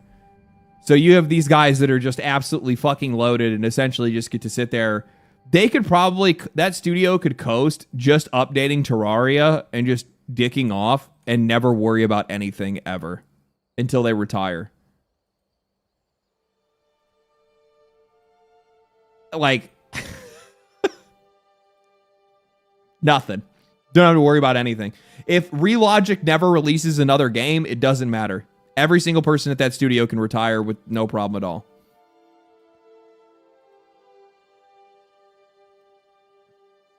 Depends on where in Indiana, but yes.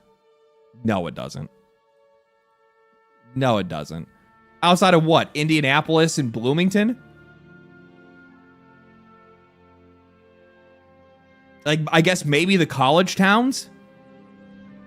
They're in Fort Wayne. They're in fucking Fort Wayne.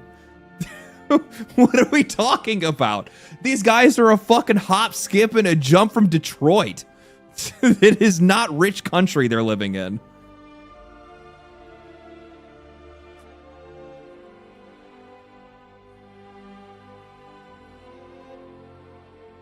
U.S. geography, no idea what LD is talking about.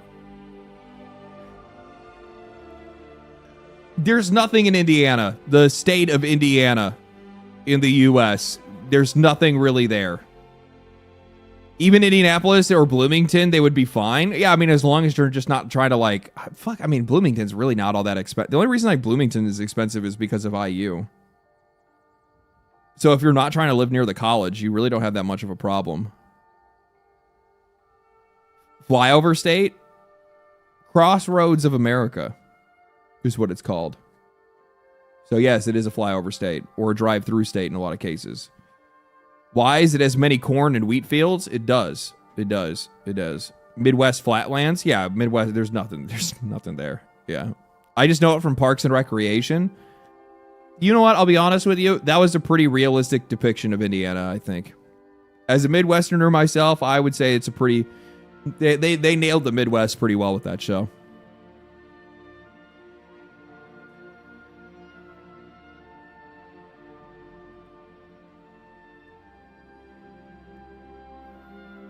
So I mean, these guys definitely live somewhere a little bit more expensive, but again, with, you know, I don't know if they're sitting on $250 or $300 million and they're a studio of like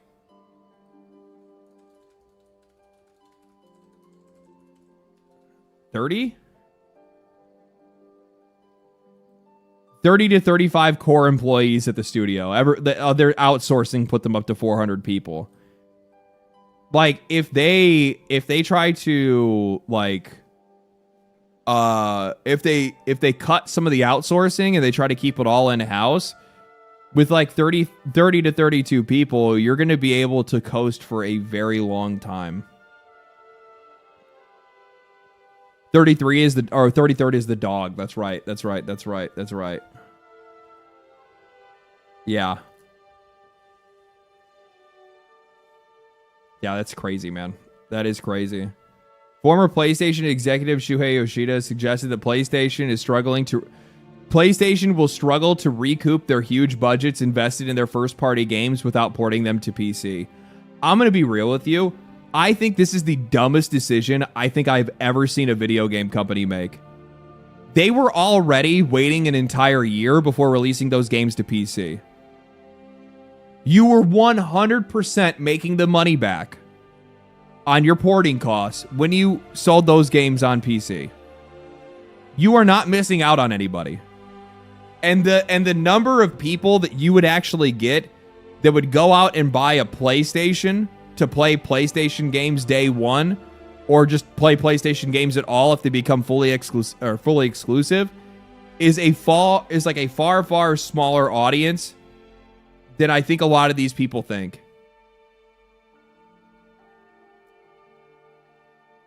GTA is the only game with that power. That's probably what they're banking on. They're thinking that like Grand Theft Auto 6 is going to make it where they're not going to have to worry about, like, they're basically going to steal back the PC audience.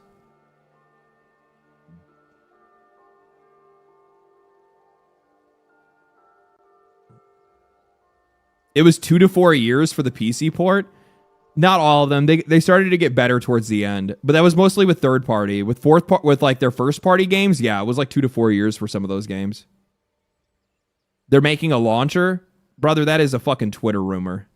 If that ends up being true, I mean, good for them. We'll see how it goes. It would actually be really fucking funny.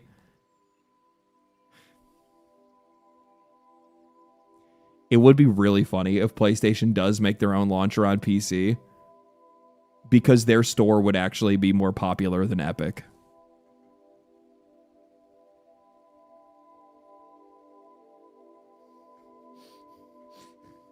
You know it would.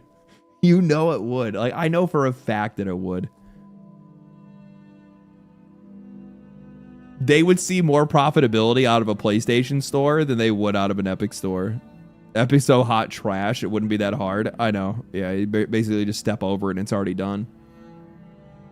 Resident Evil Requiem now has sold over 7 million copies. Fastest selling in the franchise history. Highest selling game of 2026 so far. It's also probably going to be the highest selling game in the Resident Evil franchise as well. Incredible. Awesome to see, man. I really like to see when AAA companies are rewarded for doing good work. These guys did good work. I think they did. I think they cooked with this game. I think I loved Requiem. I thought it was awesome. Let's see here. Dude, I saw this. This reminds me of something. So, a Florida woman accidentally drove her pickup truck onto a Lamborghini that she didn't see in the parking lot.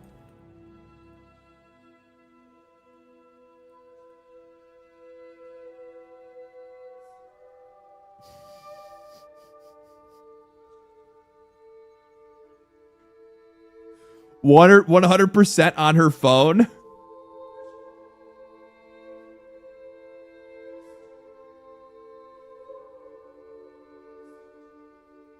Okay, so I'm going to tell you something right now. Look how much this truck is raised. Look how big this truck is. The amount of times, like, and this is something that I haven't seen a whole lot of until I got to California, and it's huge here. I see it all over here. This is Florida, which is basically just redneck California in my eyes.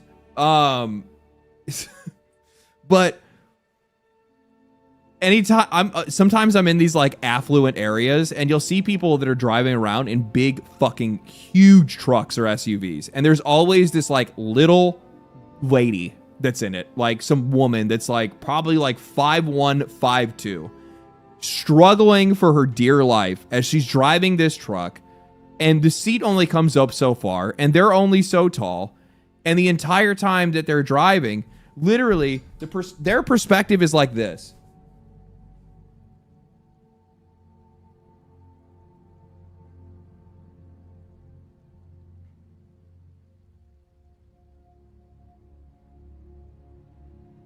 And I go into parking lots and you'll see them and they cannot park the car. They are fighting for their life trying to park this thing because they can't see anything. They can't see, like, they can't even barely see the rear view mirror or anything like that. They can't see anything out of it. They don't know how to navigate this thing whatsoever. They can barely see over the fucking steering wheel. And of course she didn't see this. The Lamborghini's way too fucking low to the ground. Like, I think that there needs to be a law that is similar to amusement park rides, where you have to be at least this tall to drive vehicles that are that big. Or you have to have some type of assisted seating installed. Because I see this all the time. I see this all the time, dude. It happens like literally all the time. It's like they're like driving around in boats that they don't have a license for. Like, it turns every single parking lot into an absolute like death trap and a hazard. Like, in most cases, when I see these big vehicles being parked by these girls, like, they're parked sideways, crooked, upside down, and flipped around. Oh, hey, man, didn't know you did IRL reacts. Destin, you live in California. You know this is the case. How many times have you seen some, like, 5'1" chick driving a fucking dually that's, like, raised up and she can't see over the steering wheel and she's just, like, floating around the parking lot, nearly hitting just about everybody? I see it all the time out here. All the time.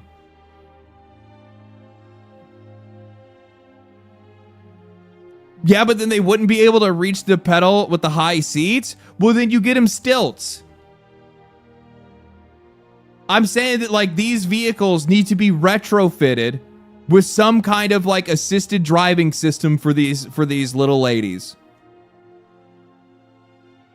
I'm not saying that they can't drive the truck, okay? I'm not saying that they can't drive these big old vehicles. That's fine. But what I am saying is, we need to have some regulation around this shit, okay? We need to have some regulation around this shit. This is getting out of control. Same here in South Carolina. Now the trend is to have HRE front lifted even more. Oh my god, dude. And I think that's even the funnier part, because, like, where is this at? Florida woman. It just says Florida woman, so I don't even know exactly, like, where this is from or whatever. Like, where they're at, but I guarantee this is, like, somewhere where you never, like, this thing right here, this truck, you can look at it, it's never been off-road. There's probably nothing more infuriating than me, like, driving around and seeing somebody, like, build their vehicle for off-roading, and it's never been off-road in its entire life. It's probably not even touched dirt once.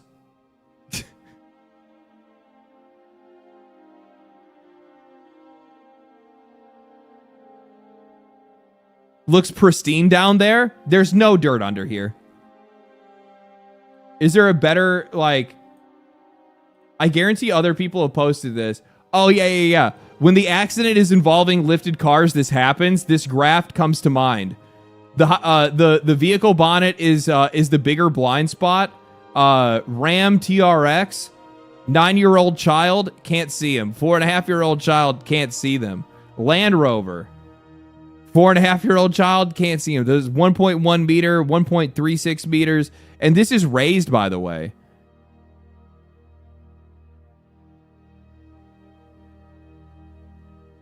VW golf cart. The insurance company right now. You what? You drove over a what? Women like this are why my husband won't let me use his power tools.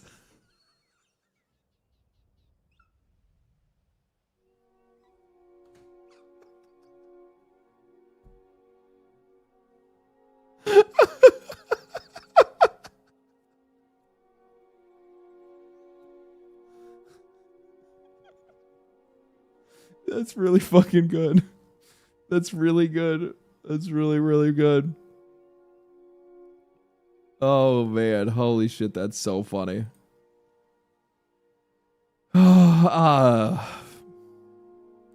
Hang in there. She'll be able to make it. She'll be able to make it. Toyota Corolla. Thank you for the $4.99. Thank you for thank you for the 5, man. Appreciate that. Dude, gas is like $500 a gallon in her state. How are these people affording these giant trucks? I'm already in pain trying to fuel my Corolla. Yeah, I can't fucking imagine, man. I have no idea. I really don't. Luckily, like, I drive a 4Runner, right? but I don't fucking go anywhere. So I fill up my car like once every month, maybe, because I just don't travel that much. I go to the gym, I go to play Magic, maybe I go out to dinner a couple of times, but outside of that, I am home. I am here, I am playing video games, I am writing, I'm doing something else. I ain't doing nothing else. Forerunner gang, baby. I love my Forerunner, but I'm definitely not one of those guys. Like the Forerunner subreddit guys, you know what I'm talking about? The ones that are like taking pictures of theirs all the time.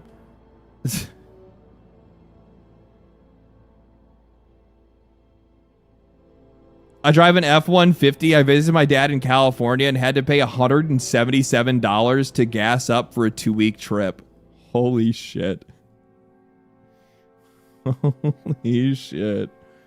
Oh, man.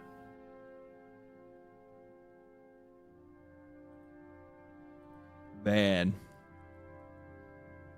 Oh, I saw this. So this somehow, this tweet with 54 likes turned it, I have to find it somewhere. But like, PC Gamer wrote an entire article about this. I don't even understand how, like, look at this.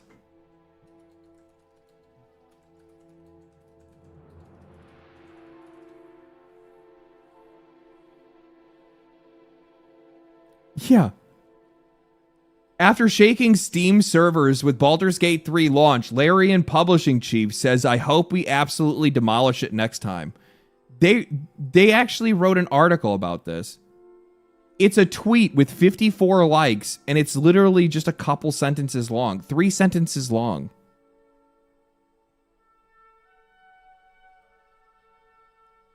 Absolutely farming.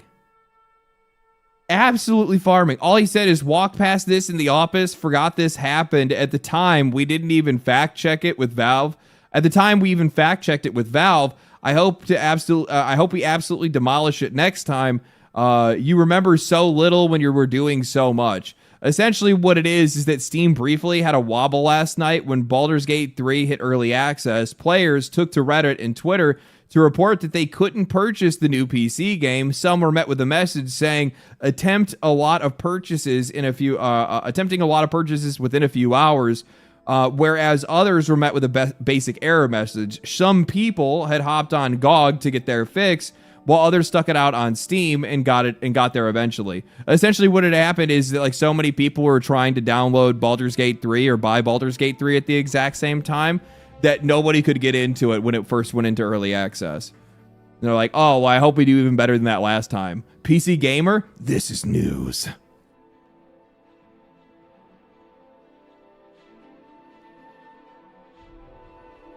I've actually Michael Dowse, which he's the publishing director for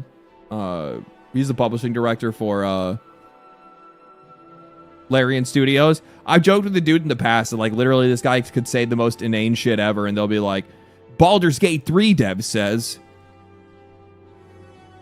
he could like, you know, the sky is blue. Baldur's Gate 3 dev says the sky is blue. Do the players actually agree? What does this mean about the future of Larian Studios? It's like, what the fuck are you guys doing, man?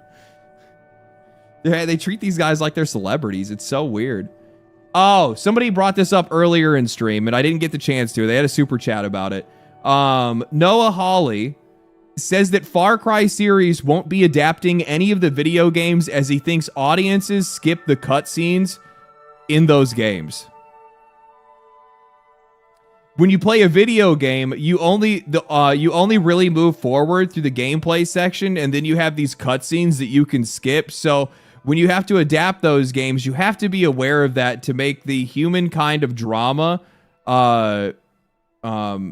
be aware that makes the human drama kind of irrelevant in the storyline.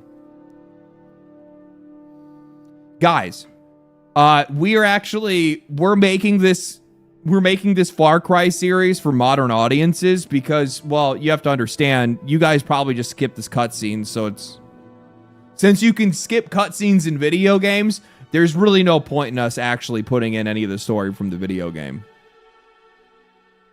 The amount of like bending over backwards to find justifications for how these guys want to essentially just like mutilate video game stories to be able to essentially just use the recognition of an IP to make whatever and talk about and create whatever kind of story they want to make, rather than follow or have anything to do with the original lore or any of these original stories, is just like, they reach further and further every single time.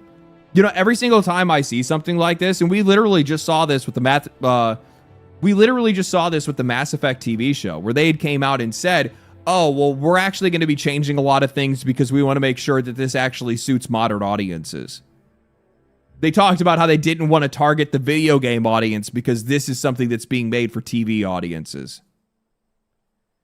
I'm trying to think, when has that ever actually worked?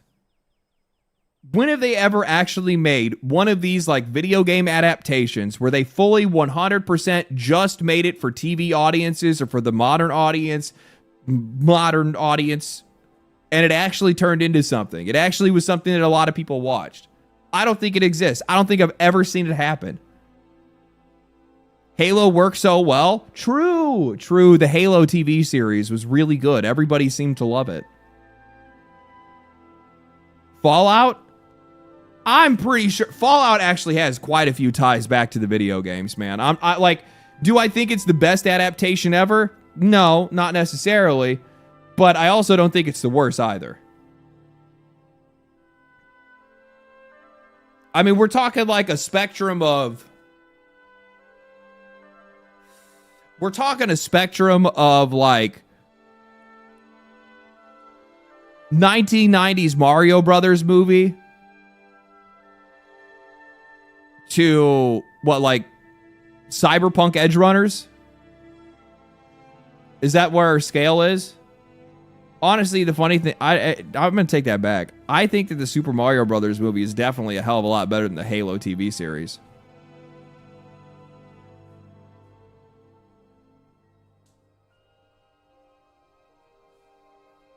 I'm just going to say that.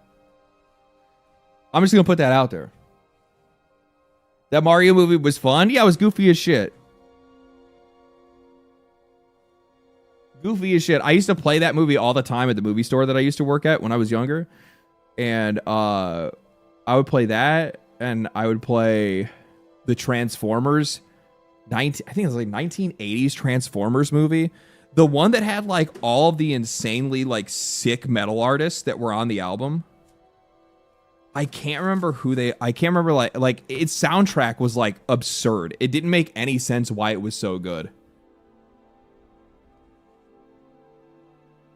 And then I also played what else was it? I would play I'd play Heavy Metal After Hours.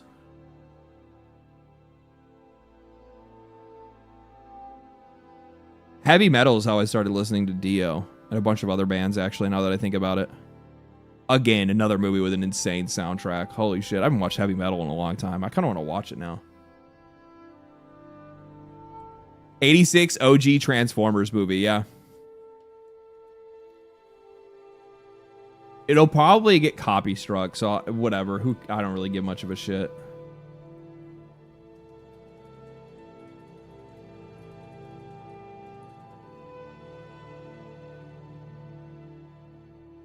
I think this is it right here.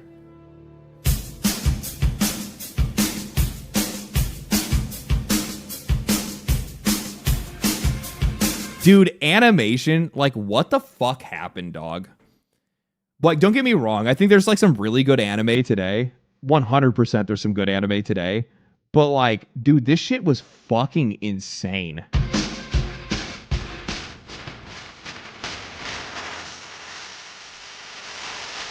It's so good, dude. It's so good.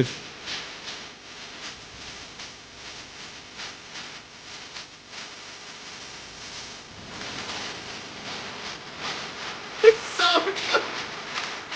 We have died as a society. What happened to us? We're so cooked. Look at what we used to be, dude.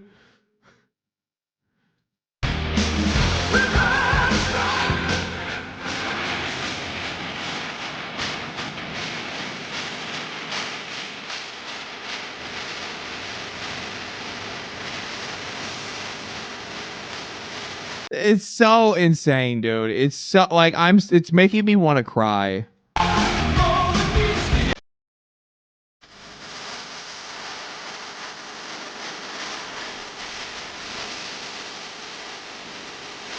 Okay, that's enough. I'm gonna start crying on stream. I can't be doing that shit. Fucking insane. Absolutely insane. Movie was so good too, by the way. So good. Final Fantasy 14 has their next expansion coming. I actually ended up watching this trailer already because I was really interested. I felt actually they got a new raid. Kefka looks really cool. I think that like pretty soon I'm gonna end up having to get back into Final Fantasy 14 at one point. I think I'm gonna do the thing that a lot of people usually do, which is just like wait like to just before, like just the months before the game actually comes out or like the new expansion comes out. And then I'll just like blast the shit out of like the old content, especially because then I can just go do all the fucking. I don't have to worry about progging raids. I can just go do the raids with Echo turned on and then just get all the gear. Fuck it. I don't have time to be a raider anymore, man. I just don't. Mr. Fadrius, thank you for the $20, brother. Appreciate that. Super generous. This is what the base effort used to look like to sell toys. What went wrong? That's actually so true.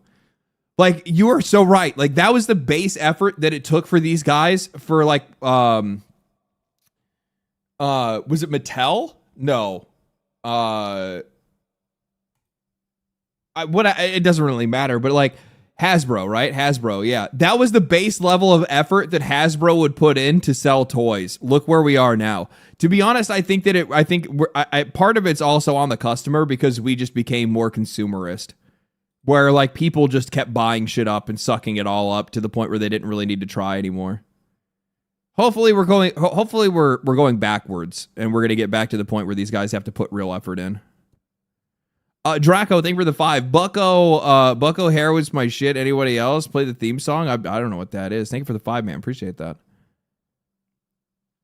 What went wrong? BlackRock? I'm pretty sure everything doesn't tie back to BlackRock. Not everything, at least.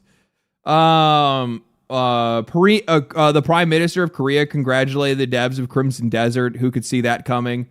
Like, I love to see that these games, when they break out and they see like wild success, they end up getting congratulated by their government. The government steps up and like supports it, because like you have to keep in mind that like, while some of these companies have made popular games in the past, they haven't really stepped onto the like global stage of console games or the global stage of like premium games, right? China, Korea, some of these other countries that are in the East really haven't been known like that. So now that they're seeing these, people in their country that are actually stepping up and they're making some like winning content in these spheres, it's huge. It's huge for their economy. It's huge for jobs in the area. It's huge for everything. So it's really cool to see these guys like, congratulate their people. The Korean president congratulated Koreans on winning championship games. That's cool. This is also like the same thing right here. The new, like, it's actually surprising. I like Ackman. He's a friend of mine. But at the same time, with this Xbox shit, like the fucking absolute uncut copium that guys are like just holy shit, just snorting up at any given second. Their marketing is working. Their PR is working. Everything that you are experiencing right now is orchestrated. You are not coming to any of these conclusions on your own. You are being led to these conclusions. This is one of the most, like, I will say this. This is one of the most well-executed PR campaigns that I have ever seen for a CEO before. What I don't think, and this is like one of the things I was going to bring up earlier in stream, and I kind of like lost track, and I just wasn't really thinking about it after we started talking about some of the other stuff. But the one thing that I'll say is this. With Asha Sharma, the CEO, notice how everything is being framed around how competent she looks. Look at everything that she's already done for Xbox. What has she actually done? Nothing. A lot of it is steam. A lot of it is just like hot air more than anything else. It's a lot of maybes and what ifs and what could be. It's our vision is the total players online or whatever else that they want to say. It's all of these like really like vague things that don't really mean anything. If you actually go and you read the letter to the employees, none of that actually means anything. You see the logo change. This is marketing. This is marketing. Like, you quite literally... God damn it. Why do companies change their logo? To modernize the brand image, reflect shifts in the company's strategy, or improve functionality across digital platforms. Common reasons to include adopting a minimalist design, is merging with other businesses, appealing to new demographics, or moving past negative publicity. A fresh logo ensures the brand remains relevant, recognized, and effective. It's a PR move. They do this kind of stuff to try to, like, they're trying to signal to the audience that, oh, hey, we're changing. We're changing. And the funny thing is that, like, the new Xbox logo is literally bringing color and life back into the brand. Brother, I'm going to have a talk with you.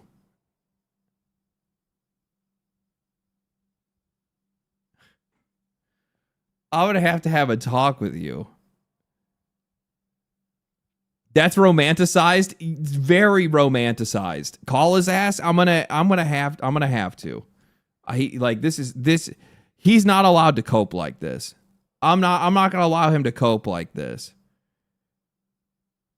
The mark is the same. That's just that's just one iteration of the logo. Yeah, like, I mean, it's, I don't know, whatever. I don't really care about the etymology of their logos or whatever, but like, this is literally just playing into corporate clutches. So one of the things that I don't think people realize is, notice how all the moves that they're making is to essentially put Asha Sharma on top of like a throne, to put her on a pedestal and make it look like everybody else that was working around her, or sorry, everybody else that was actually running Xbox before her was just incompetent. It's really weird because if you actually go and look and you see how people are talking about it,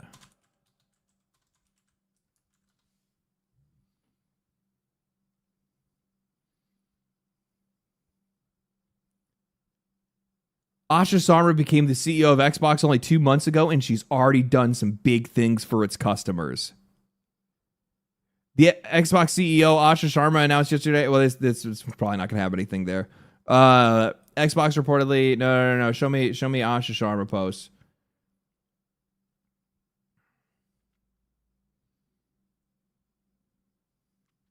Asha Sharma has never made a video game. Microsoft put her in charge of Xbox in February. Her mom worked at a department store for $7 an hour. The gaming press was skeptical. Phil Spencer, who she replaced, had been at Microsoft for 38 years. His deputy, Sarah Bond, was the obvious error. Satya Nadella, Microsoft CEO, picked Sharma instead. Sharma grew up, and he's like giving like her entire life story about how she's like just the best CEO ever. On April 21st, she cut Game Pass already down to $23 a month. She didn't cut shit. She got that shit green light by Big Daddy Microsoft.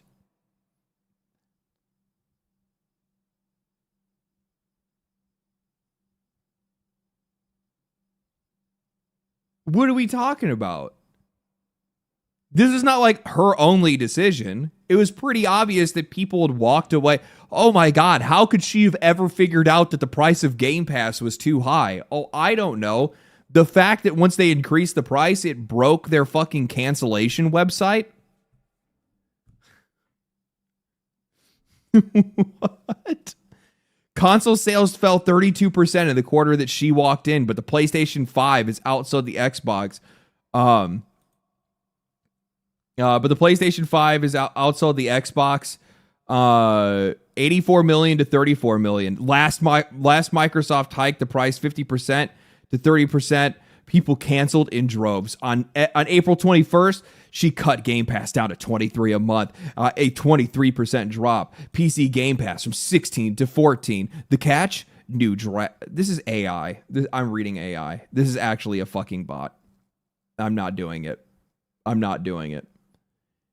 The entire thing has just been like, I have a really hard time, really hard time believing that any of this is organic. I'm going to back out of here.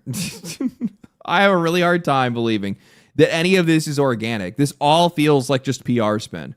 It feels like Phil Spencer is being made, like, don't get me wrong, I actually think that Sarah Bond was kind of fucking stupid, to be honest. Like, she had no business being in this industry at all whatsoever. I mean, she's never even been involved in tech. She was working in like sports or something like that. She worked in sports, and then I think she also worked for like a soap company or something like that. Zero business in this industry. You have no idea how to sell entertainment products. Asha at least has been in like the digital industry and social media for her entire career, right? Like she mostly worked on like Facebook stuff and things like that, and then came over to Microsoft and whatnot like that. So like she has some experience at least in like an adjacent field. So I'll give her that. But what are we doing trying to make it look like Phil Spencer wouldn't? Are we really trying to like send the message that they think that Phil Spencer wouldn't have wanted to cut the price of fucking Game Pass?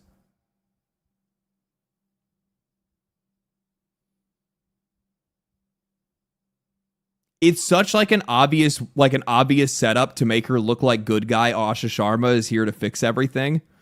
It's so crazy. What they're trying to do is they're trying to build confidence in the brand, right? Because they don't have anything else to give you. They don't have any good games to deliver. Like, you have to keep in mind, the best way for a game company to be successful is to sell good video games. What are the games that Xbox that is what games does Xbox have that are releasing soon?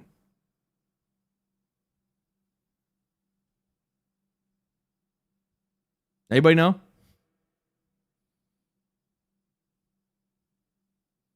Nothing. Correct.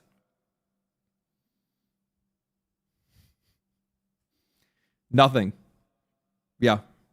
Starfield 2, true. Fable in 2029. Well, Fable was supposed to come out this year. They said that they were targeting the fall. I don't know, or fall or autumn. So, I mean, I guess we'll have to find out, but I'm not really too sure. But if that's probably going to be, it's probably going to be Fable if I'm going to say anything else. Yeah, exactly. Crickets. Exactly. That's what I'm saying. Like, they don't actually have anything to back any of this up. And on top of that, even if you're like changing direction to try to do something new with Fable or something like that, or not even Fable, like with your games, and you're going to try to change the direction of your games, what are you going to do in that short amount of time? That still means that all the like current games they have in development are still locked into like whatever trajectory they have.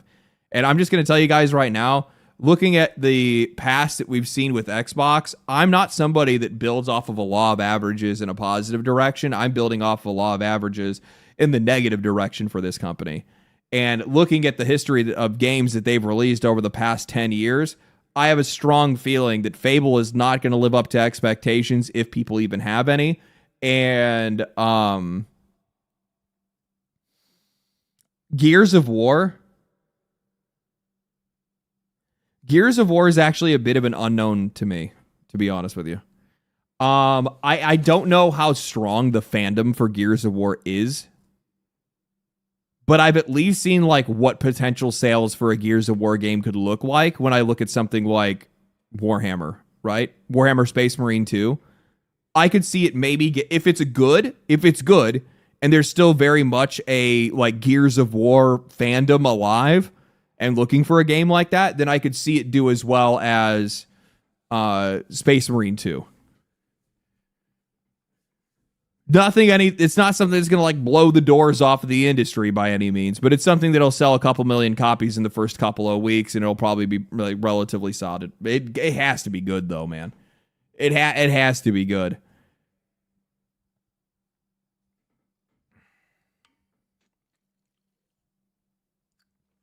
I disagree. They got more games coming out than Sony, who only put out garbage. John Bon Zombie, They both put out garbage. Let's not pretend like one is actually making better games than the other. They're both swimming in the same swill.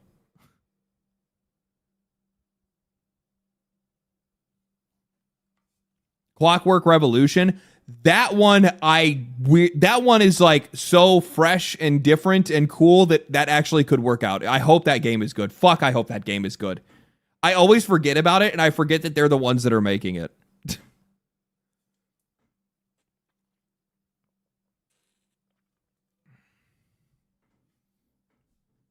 Years out, I feel like. Probably a ways out for Clockwork, yeah.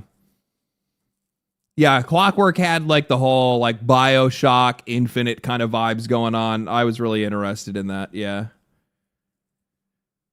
Okay. All right, so that's all that. Fuck, holy shit, I've been talking for 5 hours. We had that much news and shit to go over. I'm not going to be able to get through all this shit. We're going to have to pick or choose. I'm going to have to probably cut this. Oh, fuck. I really wanted to watch this. Okay. Do we watch the doorbell guy apparently now facing 19 years in prison?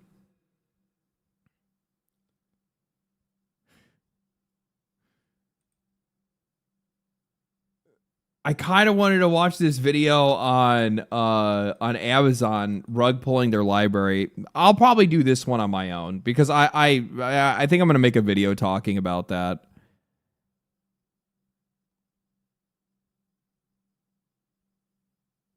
No, he's just a weirdo. I don't like criminals. I don't like criminals either.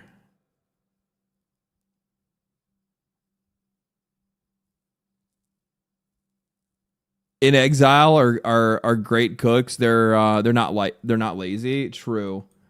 This is also interesting too. I might check this out a different time. We'll let this one cook. Maybe I'll watch that on a different day. God, Warframe trailer. I'm not even caught up in Warframe.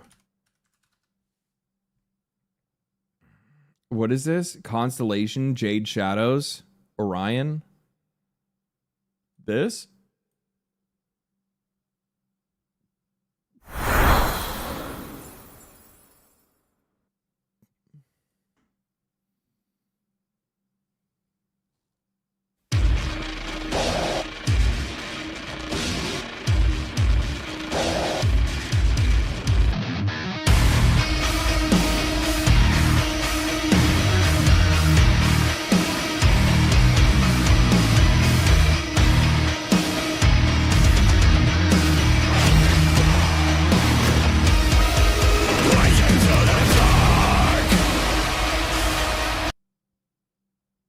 Is that Era?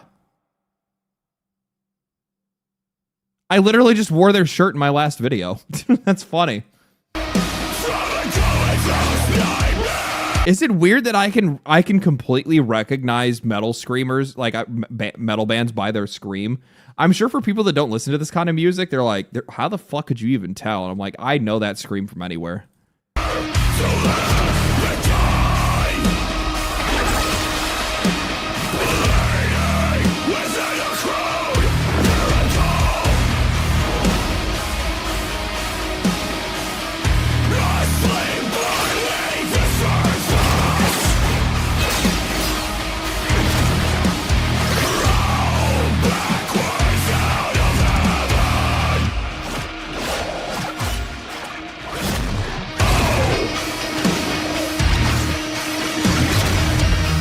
Looks sick.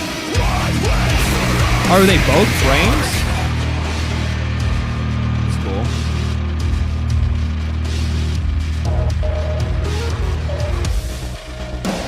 So it's a continuation of Jade Shadows? Is that what this is? Is there like another update that's coming that's going to be like a Jade Shadows continuation?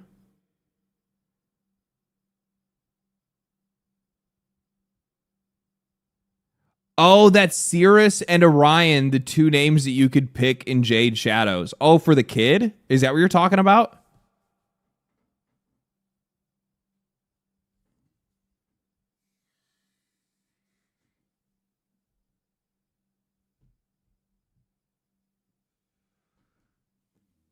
10 out of 10 music. Oh no, fucking Era's dope as shit.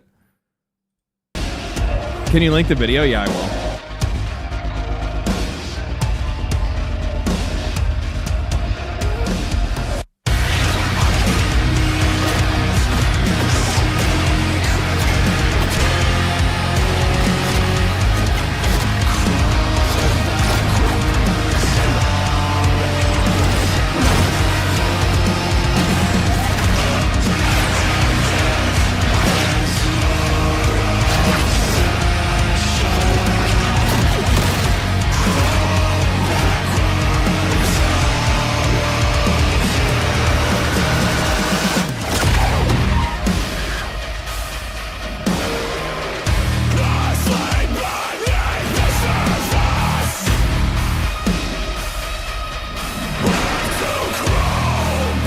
Yo.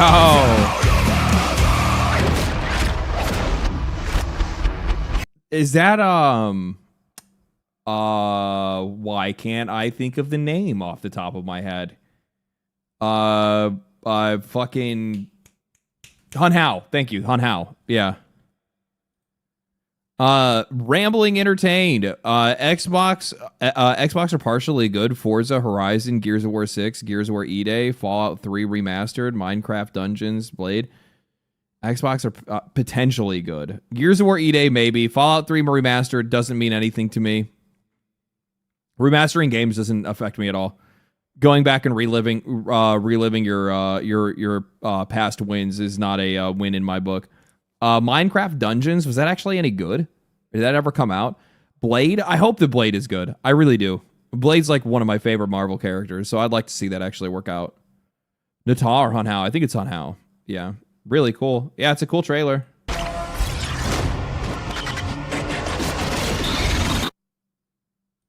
So this is a new update that's coming to Warframe. At one point in time, I just need to like lock in and play Warframe for like a week and just catch up. It wouldn't really take me all that long to do. The problem is like I'm just not I'm somebody that like at the very beginning when I played Warframe, I really enjoyed just running through the story and just doing like focusing on that and having that kind of goal for a while. I'm not really good with like the aimless like live service Warframe, like necessarily aimless live service Warframe. It's the aimless like live service nature of just games in general. Like when you get to that point where it's all about how just the grind, right? Like after like when I get into that, I'm just like I check out, man. I'm like I can't really stick with games like that much, right? Like so like I've been playing a lot of Deadlock, mostly because I want to become more familiar with it, right?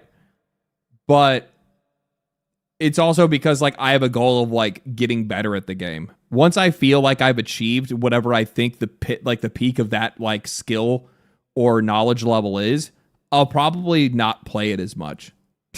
Like I'll probably fall off of it. That's how I am with like competitive games. That's how I am with a lot of live service games. They just don't hold me for very long. Base taste in music, base industry critiques. Man has it all. Take my money. Thank you, brother. Appreciate it for the tier 1 for 3 months in advance. Raul Caro, thank you for the tier 1 for 3 months, brother. Appreciate that. Thank you so much.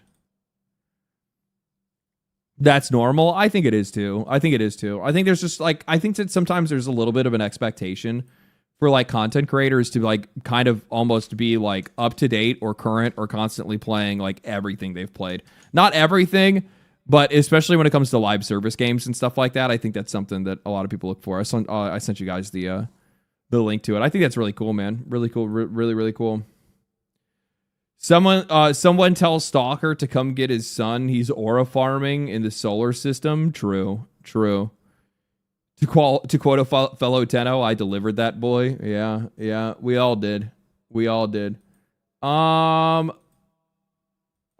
I don't even feel like fucking reacting to anything. I'm probably just gonna play a game instead.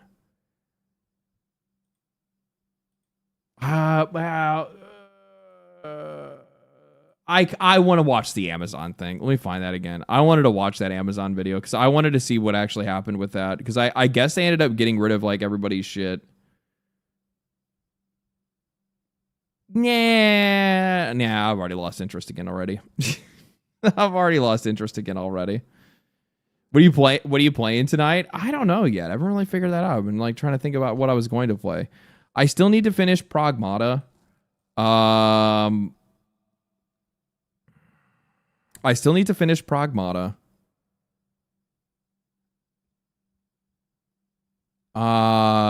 Crimson Desert is kind of like one of those like slow burn games. I'm not like trying to like one shot it. I kind of like pick it up and put it down, pick it up and put it down a little bit.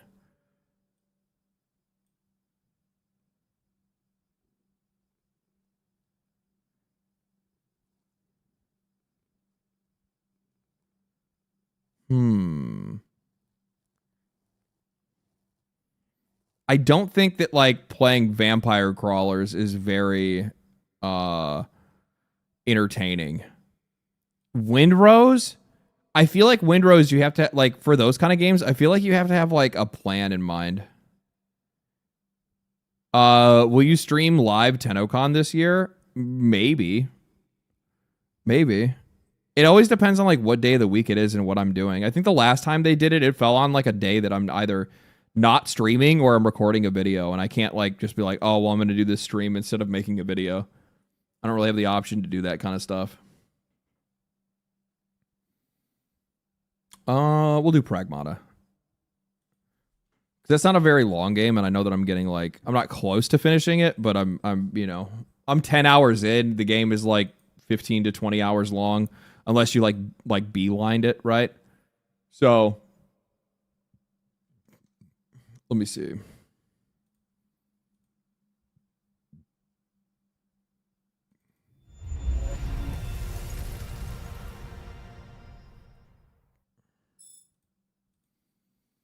I'm trying to get back into the habit of making sure that I finish games that I start. The problem is that like I get into these like modes. I don't know if you guys get into this too, where like, I know not everybody buys every single game. I buy a lot more games than a normal person does just because of the line of work that I'm in. But I don't know, do you guys ever get into this where like there's just like too much good shit that comes out all at once, and the next thing you know, you're just like locked into so many fucking games that you're not actually finishing any of them? Because that's what happens to me. Where I'm like, do I want to play Windrose? Do I want to play Crimson Desert? Do I want to play Pragmata? I still, at some point in time, would really, really, really fucking like to play Death Stranding 2. That's been on my list. I've been wanting to play that. Vampire Crawlers just came out, so now I'm like fucking around with that. I'm also playing, you know, Deadlock in the background and trying to learn, you know, and trying to learn and get better at that. So, you know, I kind of have like a little bit of, I've been playing Mouse PI at the same time. Like within just like the last 2 weeks, I have been like just shit on with nothing but like solid games to play. And I'm like, where is my attention supposed to go? Especially when you have an audience that also does have somewhat of an expectation that you're at least going to have like a little bit of a expectation that you're going to play some of these games.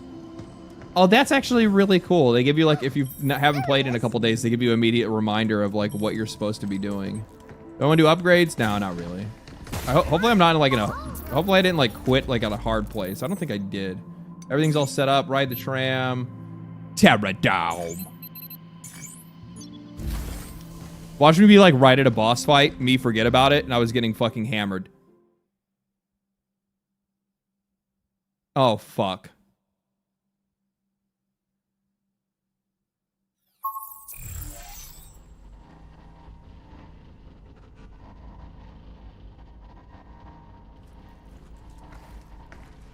That's what I did, didn't I?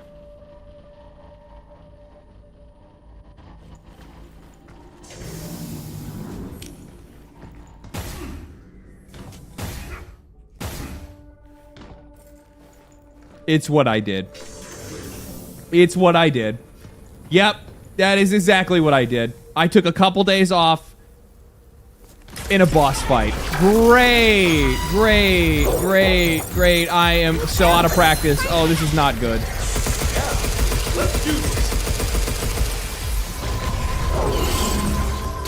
Oh, wrong button. Wrong button twice.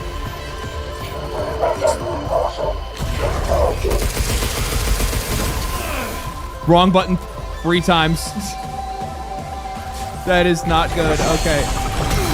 And I'm gonna die. Okay, cool. Okay. I'm like super clumsy. I'm trying to remember my controls. I've been playing way too many games lately. Okay, all right. DS speed. I'm getting DS speed right now. Guys, it's the game. The game changed. Oh, that's right. It's alt to do this. Okay. Oh, pick up weapons on the ground. That's right. There are weapons on the ground. Weapons on the ground. Actually, I'd rather use the shotgun. Okay. I'm dead. I just need to restart. I'm already going to be like out of health. Jeez, how did that actually hit me?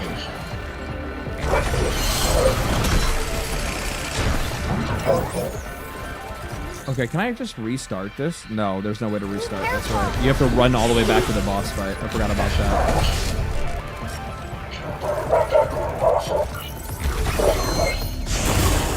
There we go. Now I'm dodging. Now we're dodging. Okay, we got sticky bombs. Lower this. Lower his shit down. Charge piercer.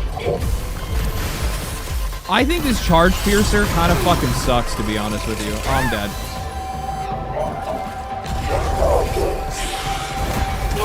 Yeah, I'm gonna restart. Play too many games, forgets the controls. That's exactly what happens to me. Yeah, that's exactly what happens to me. But I completely forgot that alt was to like open the fucking thing or to like lock in the actual like hacking thing, and then I forgot the control is dodge. I was like hitting shift to try to dodge every single time because I've been playing whatever else I've been fucking because I play fucking Deadlock. Let's see here. Okay, restart. Absolute cinema? Yeah, it ends up being like that. It's OP if you know how to use it. I mean, like, the laser, like, you just point it at a weak spot and shoot it, right? Is there, like, some special way to shoot it that I don't know about, apparently? I might actually go ahead and buy... let's take a... shockwave gun.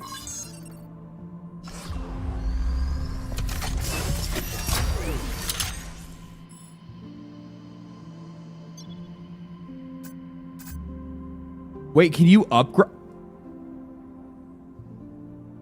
I didn't even know. I thought this was just to buy these things. And I've been ignoring this the entire game. I've been ignoring this the entire game. I thought this was just to buy these. Like, if you wanted, like, a disposable one to pick up at your base. And I was like, well, that's kind of fucking stupid. Why would I ever want to do that? Holy fucking shit. I'm so fucking dumb sometimes. I should have upgraded my fucking other shit too. Whatever, it is what it is. Now you know, the more you learn. Pro gamer, that's right. Hey man, you know what the thing is? I will say this.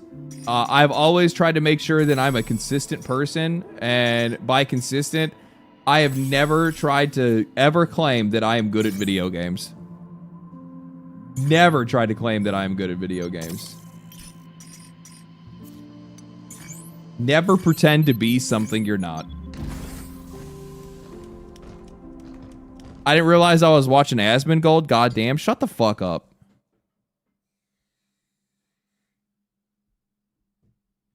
When the Garden Keeper drops down on us, it almost makes me forget how to hack. It got dark right when it scurried up the walls, and I couldn't keep track of it. All right. Next time that happens, we find it ASAP. Okay. Hacking. Okay. Dodge. Hacking. Dodge. All right. Here we go. We got this.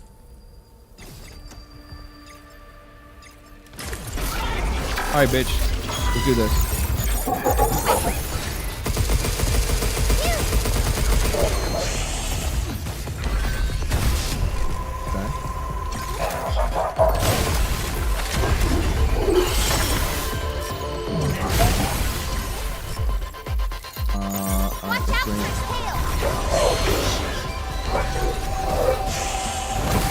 How do...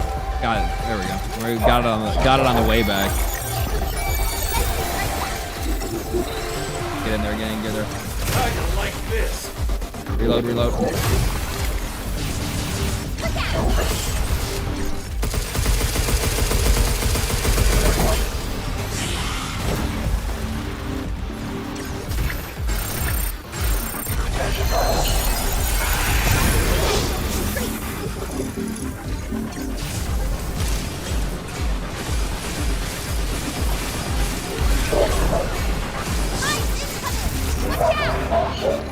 Can I actually, I remember when I was doing this fight before, I was thinking that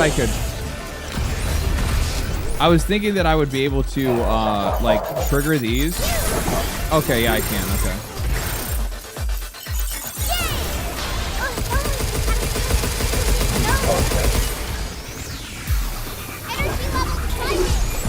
Yeah, I know, he's about to ult on me.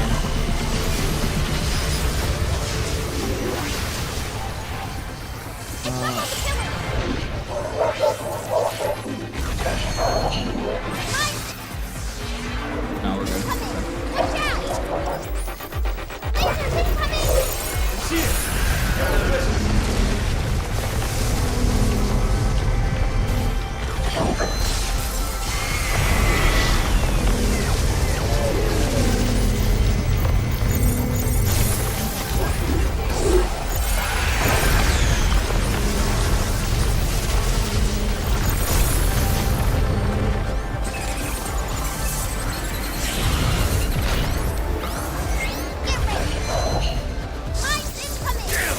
What?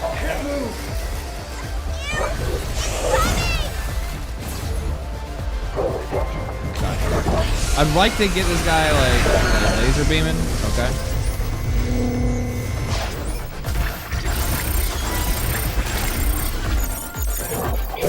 Oh, fuck me.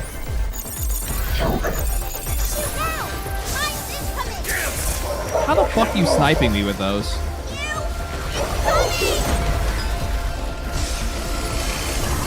Uh-oh, that's not good.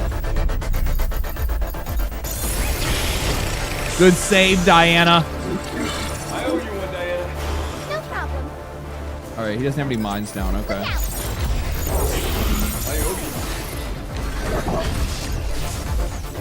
you. Okay.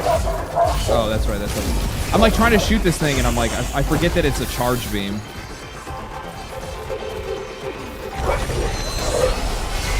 How do you? There we go. That's what I was trying to do.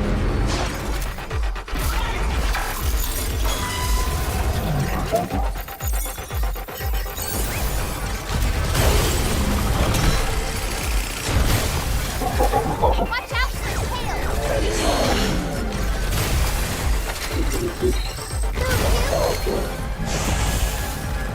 Did I not damage that? I suck. I actually suck. That's what's going on. Makes sense.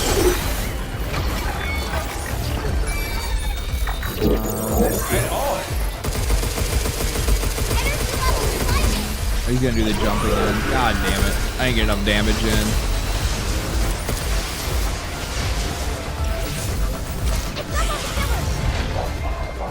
I did not get enough damage in there.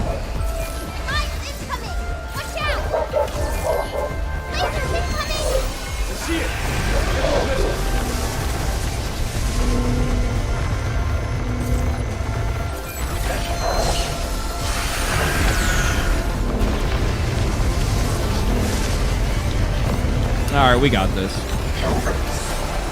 I should pick up another stasis net, though.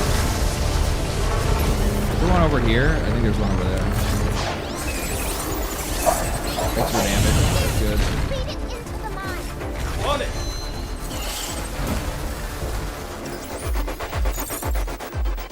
Come here.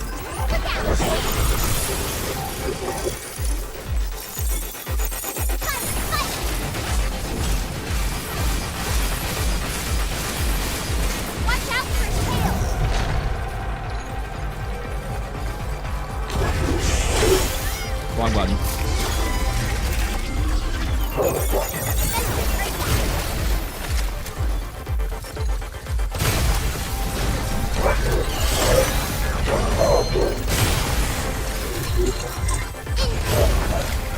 Oh, fuck me.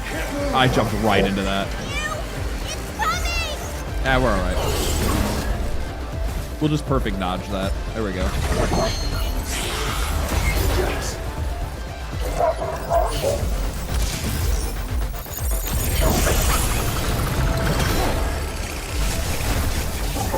Leave the shooting to me.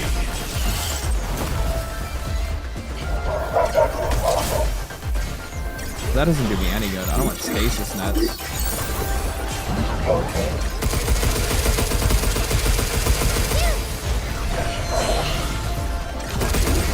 Come on.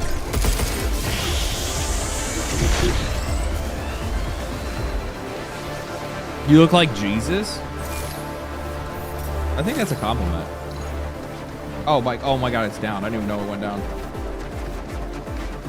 Take this.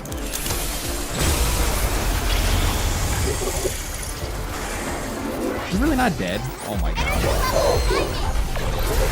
No. Absolutely not. There he goes.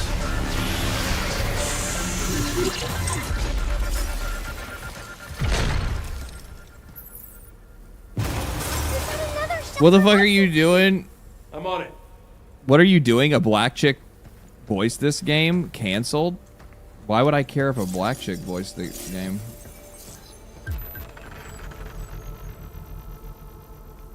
Oh, I saw like one of those like fucking weirdo now that you say that, I do remember coming across a post from one of those like weirdo fucking Twitter accounts that are like, fuck you.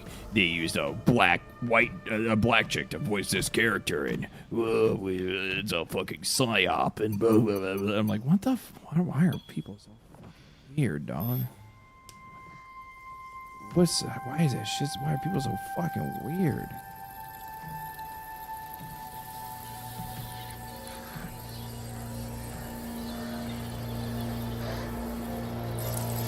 It's actually, LD, it's seriously impressive that you're doing this with no weapon upgrades. It seems like this fight is way more intense that way. me essentially playing the game on zero soul, essentially, right? Like, not even realizing that I'm making the game way more difficult for myself than I needed it to be. Especially since I only upgraded the shotgun, so then therefore none of the other weapons really did much of anything. Yeah, good point. Yeah. I can finally move again. Thank you. Are you okay? No. Well, not yet, anyway. And there really is no more time to spare. I must stop Edis. Hello, this is Edis. LD DSP this one? Yeah, a little bit. Material in this sector. I will be sealing this area indefinitely. Have a wonderful day. You gotta be kidding me. It's trying to trap us. We gotta get out of here. But 8! Diana, give me your hand. I entrust this memory to you. With it, you will learn how to stop Edis. Take it and finish the task I started. Hey, what are you doing? We gotta move. We can do this. We are ready. Time's up. We're leaving.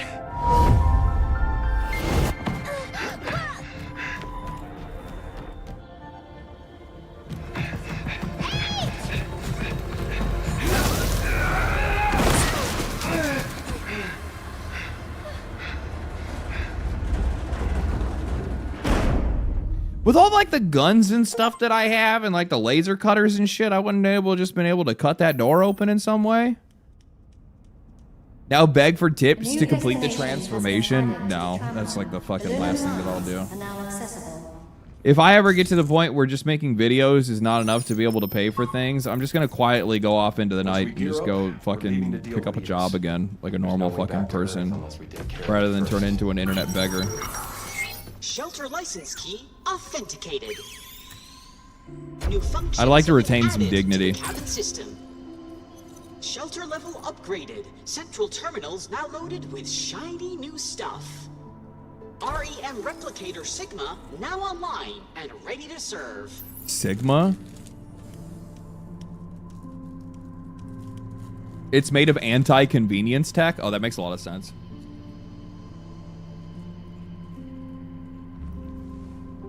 I love it when we can bring stuff back with us. We left 8 all by herself. We promised her that we'd put an end to Edis. No time to mope. We gotta get moving. Yeah. We'll stop Edis and rescue 8 no matter what. You getting along okay with that janky bot with the funny dad hat? They have a name, you know. It's Cabin. They're like Sassy. 2 keys in a pod. They're really nice. They Sassy. call me Little One. Little one? They don't even call you by your name? 8 said Edis's mainframe is at the mines, right? Yeah, I think so. Okay, well we'll earn some money and some skill points and stuff real soon here. Well, I can probably earn some from doing this shit, right? Selection has recently New training simulations are available. So I mastered these, except for I fucked up this one. I'll do some of these on my own. I'm not gonna worry about that right now. All right. About time we hit. Set up our hacking nodes. We'll use. I like using freeze, decode, and expose. I like trying to like maximize the damage. That's probably why I didn't really feel like the weapon issues until like I guess now or until that boss fight, because I was using all this stuff to like weaken them the most I possibly could, which is funny.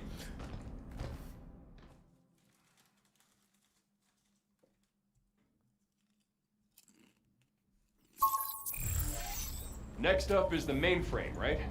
Yep. It should be in the Nexus Tower. Okay. Environmental optimization sequence in progress. Entry. Moon gravity. The distance and airtime of jumps and thrusters is extended, and the reduced gravity of space. Hugh's overall movement speed is also slightly slower. Okay. This is gonna take some getting used to. Everything feels kind of floaty. Hugh, I can see the Nexus Tower. So that's where Edis is. It's pretty far off. Wish we had a shuttle or something. Is that? Oh, okay. That's like where I came from. Okay.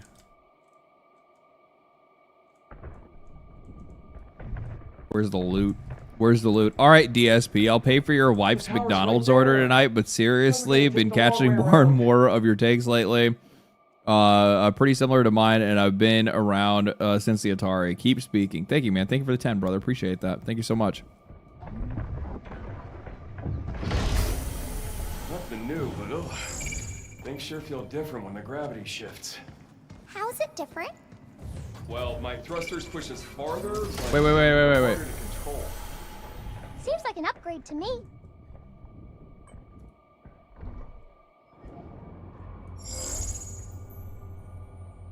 Oh, I skipped the fucking skill point, apparently. I bet we could use those platforms to get across. I bet we Use could. your thrusters and see if you can make it. No, I'm not going to. I'm looking for the skill point. Where's the skill point at? It's over there.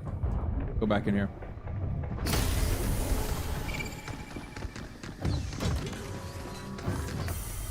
Oh my fucking god. How did I miss that? It's probably because I didn't see it because of the gold. The gold on the wall. Oh, this is where I saw, like, DSP, like, I had actually seen another clip of him as well, where he got stuck behind a glass window, and he, like, couldn't figure out how to get past it because he couldn't see through it. Or because it was too see-through or something like that, so he didn't realize it was a window.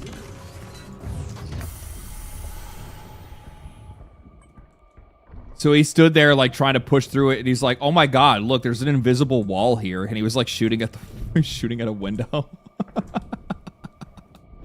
I don't understand how people could not be entertained by that guy. It is so fucking funny. Especially because none of it's played up and it is all like so insanely genuine. Like the dude genuinely just, like this, he is who he is. I think some people probably think it's acting. If it's acting, this dude is an acting genius, and he deserves way more money than what he has. Ooh, homing missile. That's kind of sick. Hell yeah. Charge that unit up, and it can hit multiple bots. Cool, cool, cool. It's down here.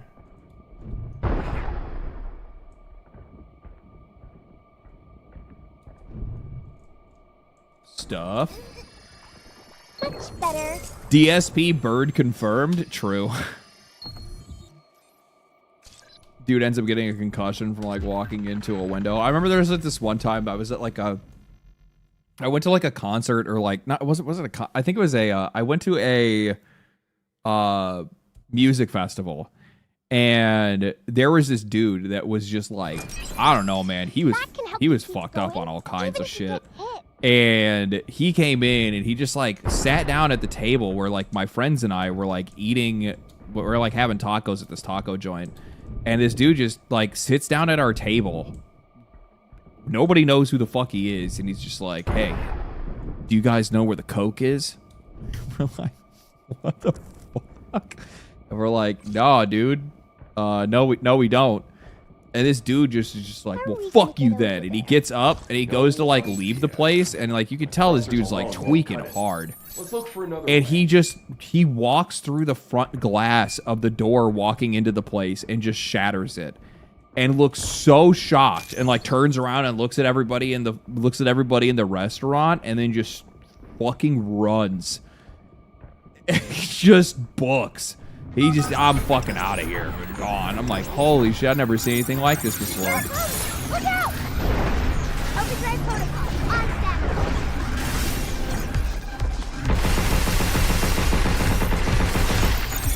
Splitting the height. What the fuck, bro? It was the funniest shit I'd ever seen. Dude, that music festival was so fucking cool. I was in Chicago, and I went to Riot Fest is what it was. And like it was such a community thing. Like the amount of like weird ass fucking people that you met, the amount of like how fucking crazy. Oh, how the fuck you hit me from that angle, you shithead? Just the amount of like people being absolute nutters, dude. Like absolutely losing their mind. But on top of that, it's just like hopping on the train, and people are like, oh, you know, you guys. Handing you fucking drinks and shit, people singing songs and whatnot. That stuff is always so much fun.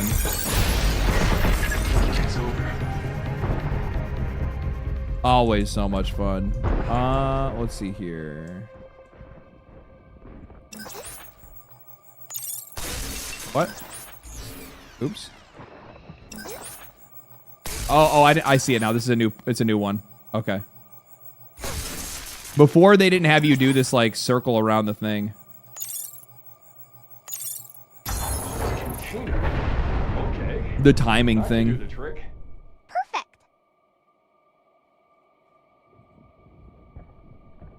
Tweakers are both terrifying and hilarious. Yeah, more times terrifying than they are hilarious, to be honest with you.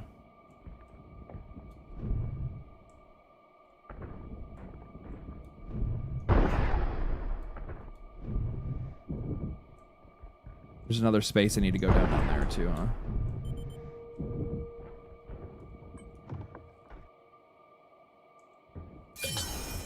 Nice.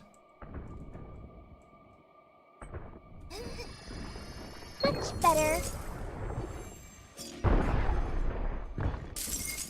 Nice.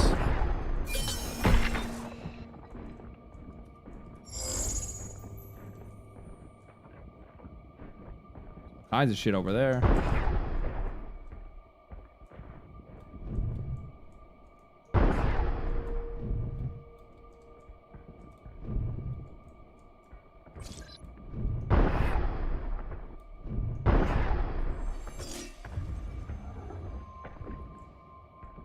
The soundtrack for this game just released on Spotify. Ooh, I might have to check that out. Some of the songs in this are actually really good. They definitely cooked for sure. Warning. Unauthorized presence detected in the mining zone. Luna Digger. Halt mining protocol and remove... Excuse me, what'd you say? Something's coming. What the?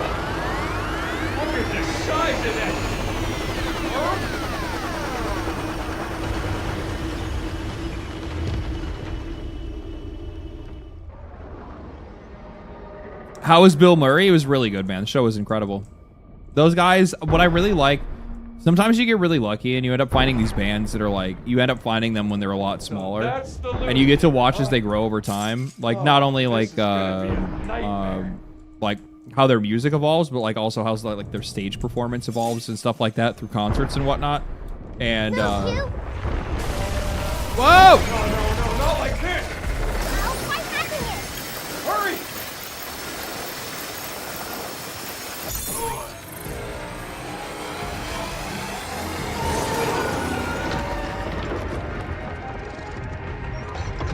Just in time. I did it! Can't we get rid of this stuff? No, at least not yet. Oh, she needs an upgrade. Okay.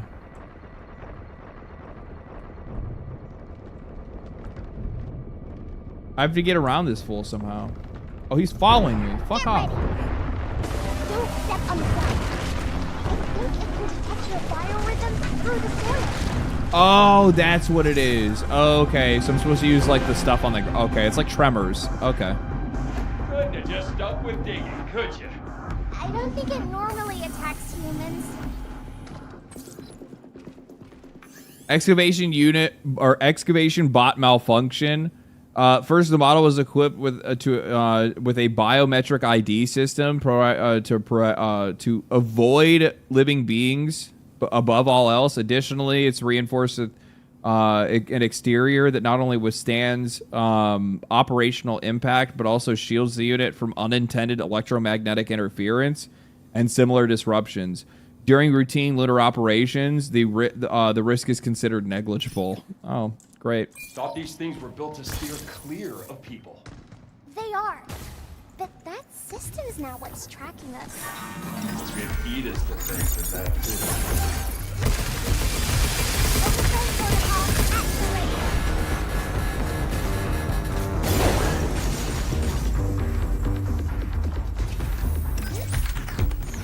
You're not the one I want. You're the one I want. Get the fuck out of here.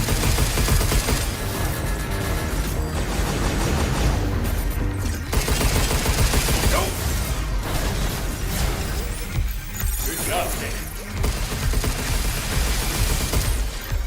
Done now, Tin Cannon. Take this.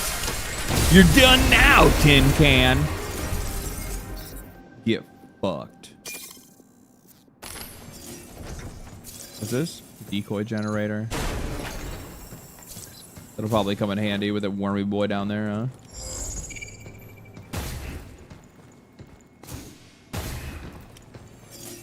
Hello. I didn't even have to seek you out. Okay, I'm just gonna fall all the way down. Totally thought I was gonna grab that ledge, but apparently not. Tremors, dune worms, etc. Yeah, yeah. W dad game, by the way. Super W dad game. Sounds like the worm drill in Armored Core. It sounds like the worm drill in like everything.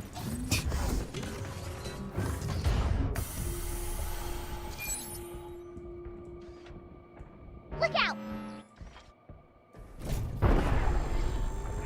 Missile spotted! Uh-oh.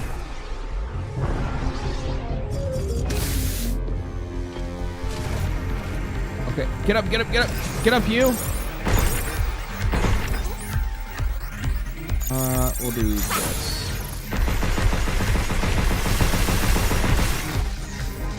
You know, fuck it. There you go. Now you're dead.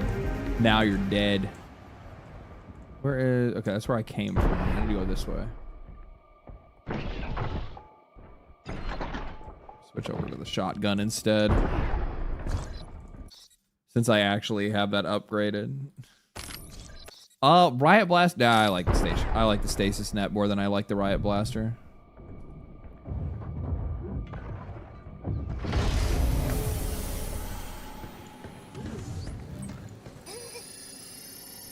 You want to go back to the center? Can you hack the missile and send it back to the drone? I don't know. Upgrading weapons? Shake my head. I know. I can't believe I would do that. Why would I ever upgrade weapons? I totally did that on purpose. I totally did that on purpose. You guys didn't. Oh my our god. way You through guys this actually thought I just we're didn't taking the upgrade long way something because I didn't know it was a thing and didn't pay attention to the menus? Excuse me? Twitter made this game relevant. Lost Soul Aside proves that. What?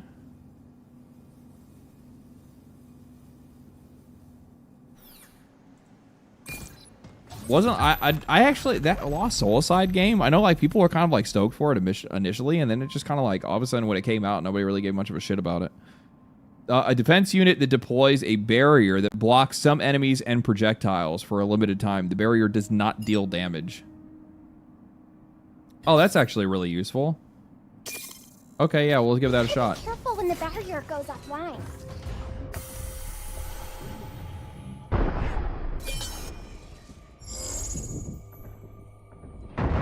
Wait, I missed one in here? Where's it at? It's back.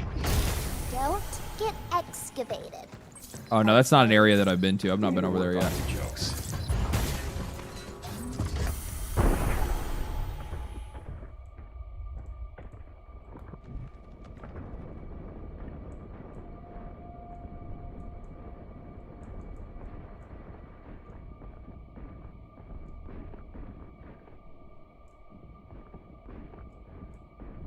Oh, here it comes.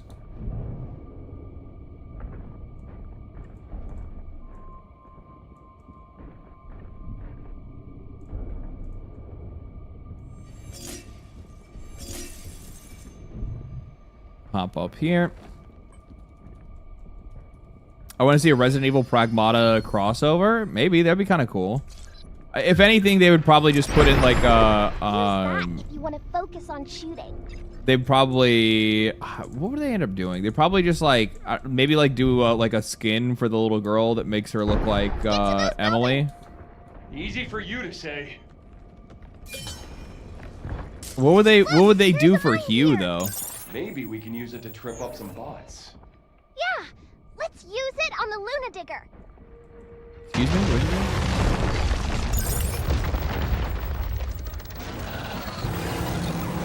Now we're ready to stack some bots in place.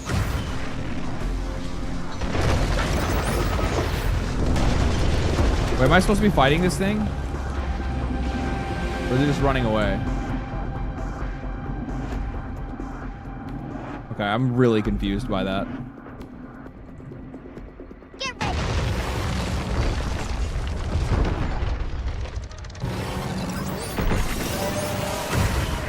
Bro, you ain't doing shit, dog. You ain't doing shit. I guess I can deal damage to it.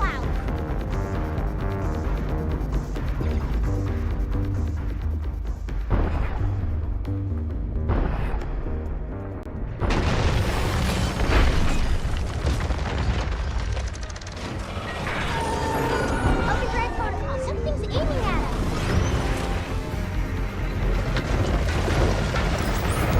Look out for targeting. Watch out! There's swords. Yay! Wait, how could she talk in space?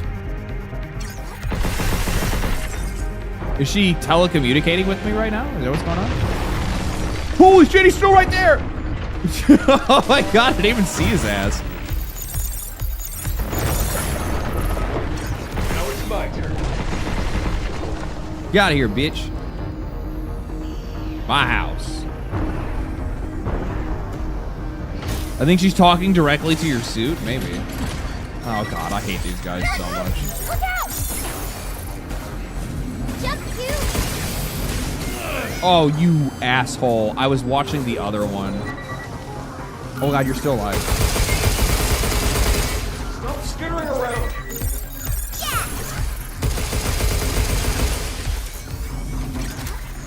Shit, take this. Game about robots and shit, and somebody has an issue with talking in space? Yeah. You don't? You don't think that, you don't find that a tad bit strange? How they're talking in the vacuum of, how he's talking to her in the vacuum of space? I mean, like him, yeah, I guess communicate, I guess telepathically or something.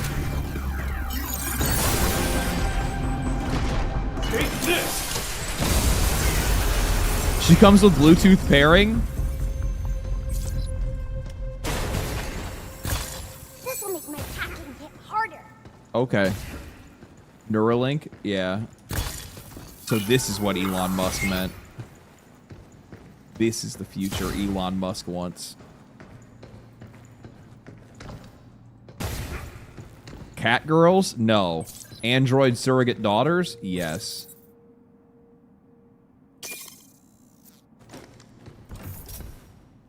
I'm gonna get attacked in here. Piece of candy.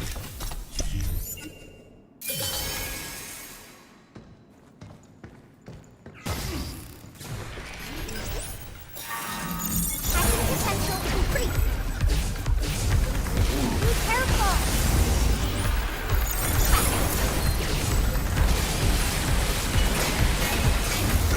Oh, wrong button.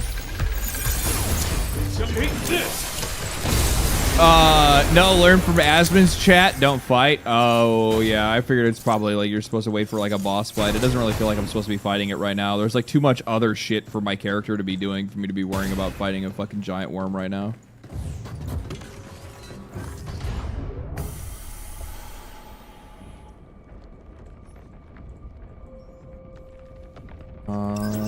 Okay. God damn it. I hear it. Where is it?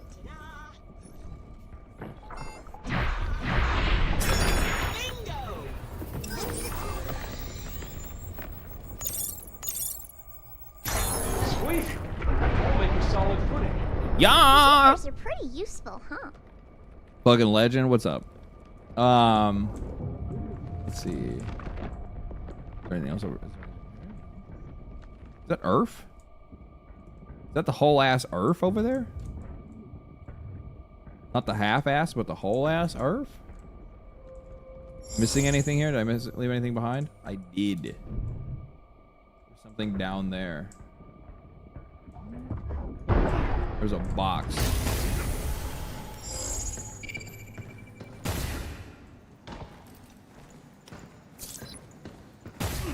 What? It's below this place?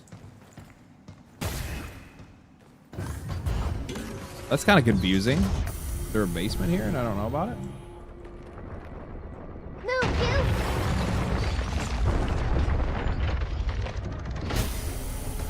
I've stuck with shotgun armor the whole game, really.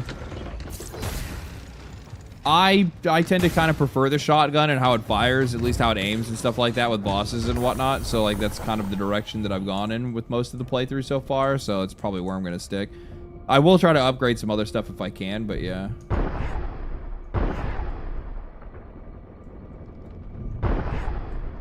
Oops.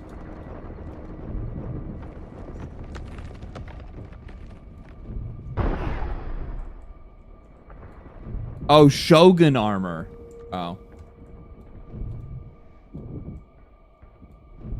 This is just the first armor that I got. I'm sure there's like DLC armor and shit people have, maybe from like a collector's edition or something.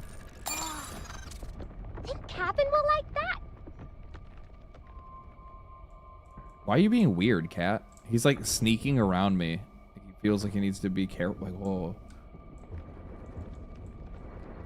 Don't let Dad see me walking over here. Did you really need to come this way out of all the ways you could have gone? This is the way that you chose?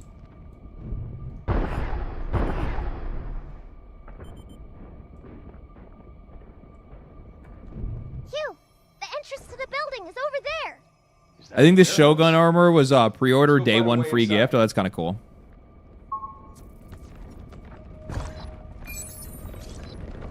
Decoy. Will that work here?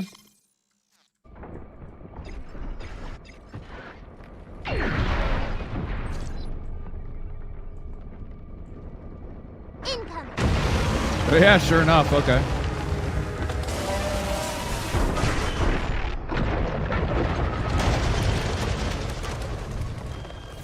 Stay away from those dust clouds. Missile spotted.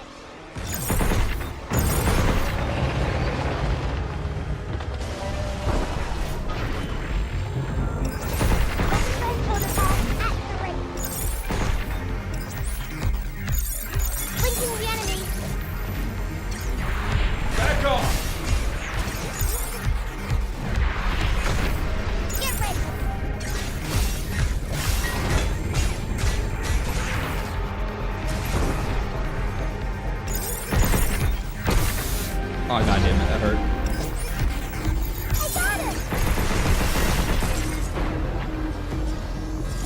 What? Another one? Oh no, he's a machine gun one. Okay.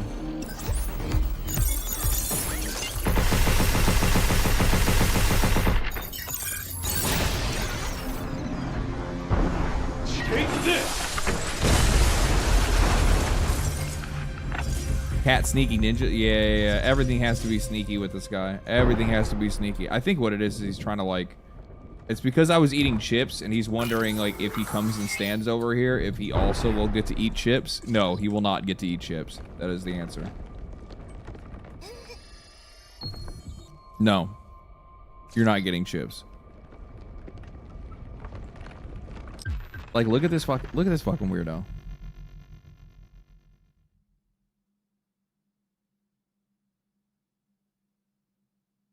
What are you doing?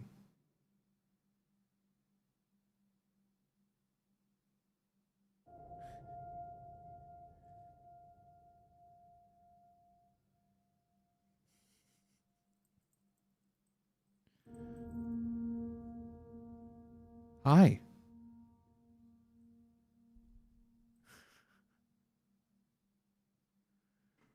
Hi.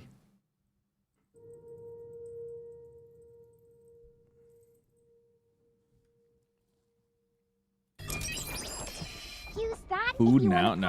He already ate. He ain't getting shit. He ain't getting shit.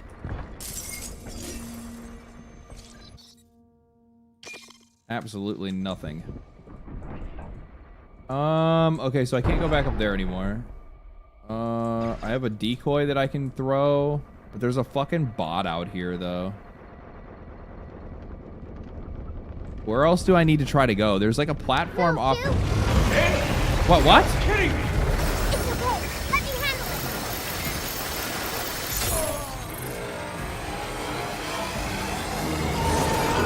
it. I'm standing on a platform and this thing just fucking... Oh, I guess thanks for bringing me over here. That's nice of you. So for now, I'm at like fucking negative health, so there's that. There's that whole thing that you did for me as well. Stay away from those dust clouds. So there's up there that I have to go, but it looks like I have to drop. No, like that thing will allow me to jump over there somehow.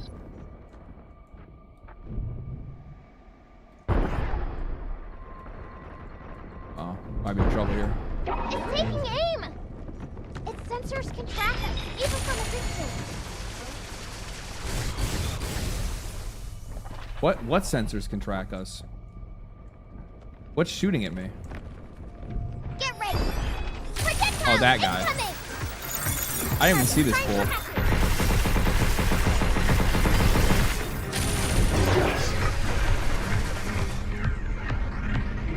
Get off!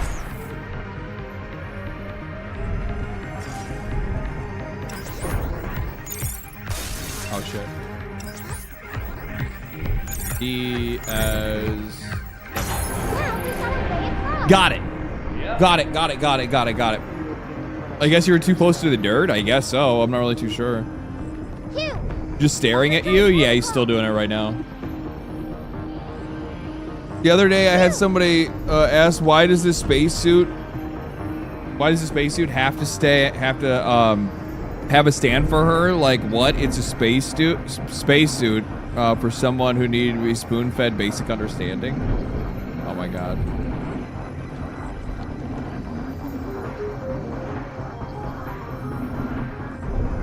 Actually, that's probably a really good question. It doesn't actually... I guess it does have pedals on the back for her to be able to stand on. Which likely tells me that, like, it's probably built in case, like... I don't know. I guess it kind of depends on what work they're doing. Leave it to me.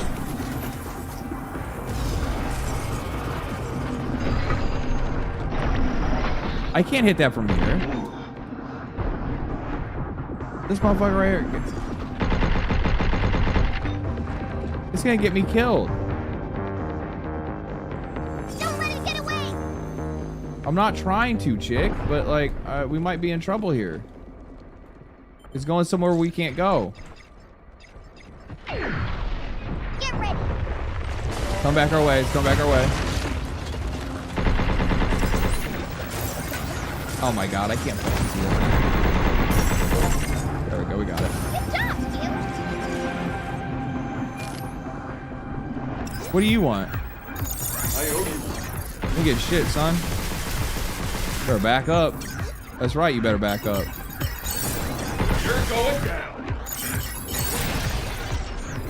That is Take this. hopefully this won't get me killed. Instantly throws me in a cutscene where I'm getting murdered. Yep. Yep. Diana, I don't think we're gonna make it out of this one, to be honest with you. We're really low health. Yeah. Hold on, I gotta use the bathroom real quick. Give me a second.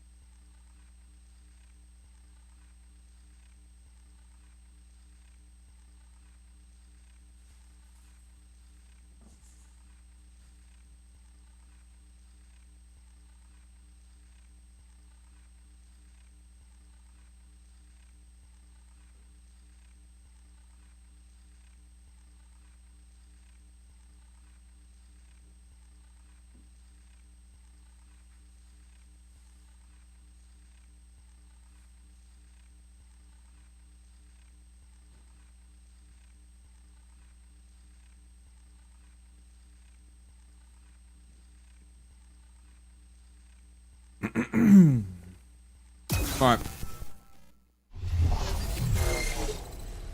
It's really funny. The cat was like following me around because he's like, food, food, food. I want food. We walk back. I walk into the kitchen to grab something else. He jumps up. He jumps up and like stands next to his food and then realizes that I literally just gave him food and looks down. He's like, oh fuck, there's food here.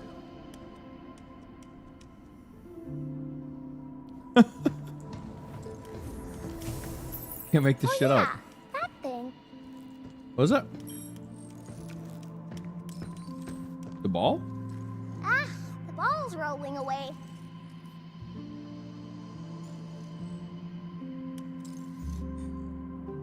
It hasn't moved.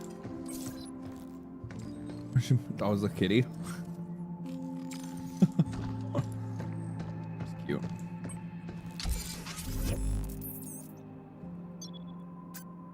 Okay, so what do I even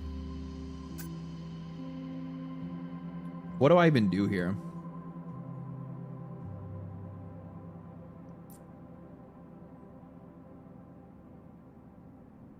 I don't want to put any more to shot, or I want to kind of like probably spread it out a little bit, maybe, because you're not always gonna have access to the same shit, right? So like I would say at least one into the damaging weapons.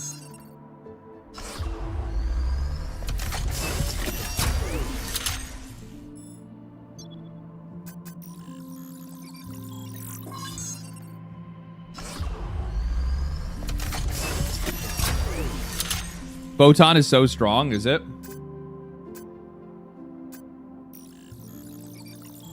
I'm essentially going to unlock all of them for this first round at the very least. So they all get like at least like 1 point of extra damage, right? Oh, level 1 can be equipped at the terminal. Level 2 is where they increase their damage. Okay.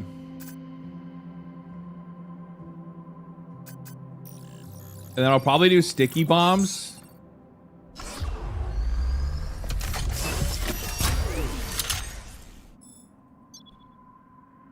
And decoy gun.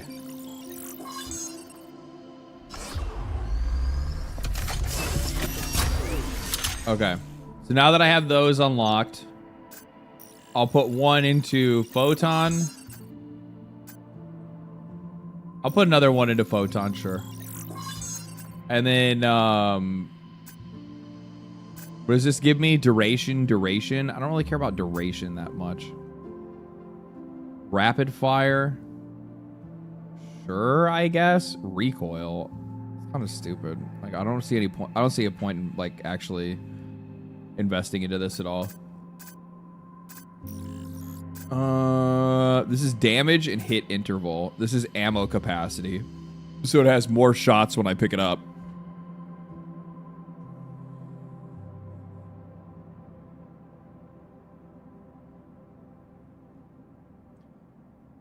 Yeah, I think I'm probably just gonna throw it in. I personally really like the shockwave. I'll give one more into the shockwave. Call it a day.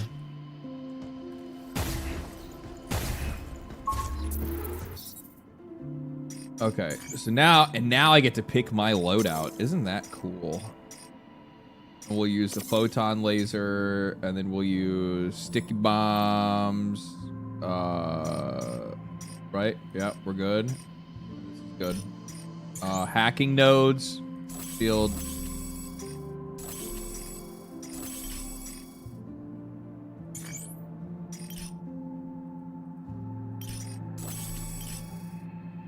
Oh, I haven't unlocked any more equipped mode chips. What do these do again? Passing through offensive nodes or gunfire will increase the damage of your next hack. Okay, so I'll have to unlock more of those soon.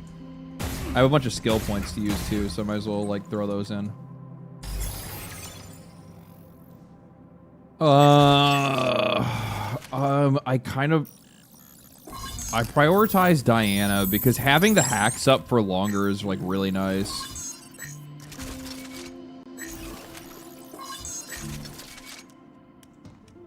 And then we're good. All right, we're chilling.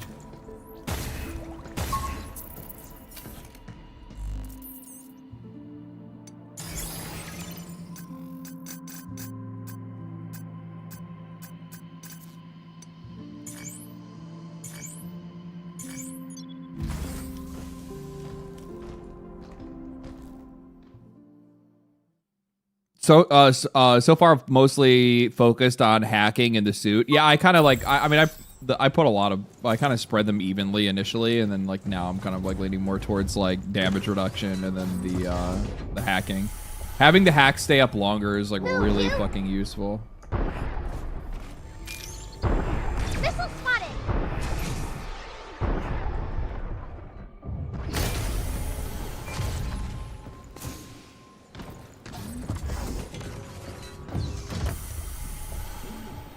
All right.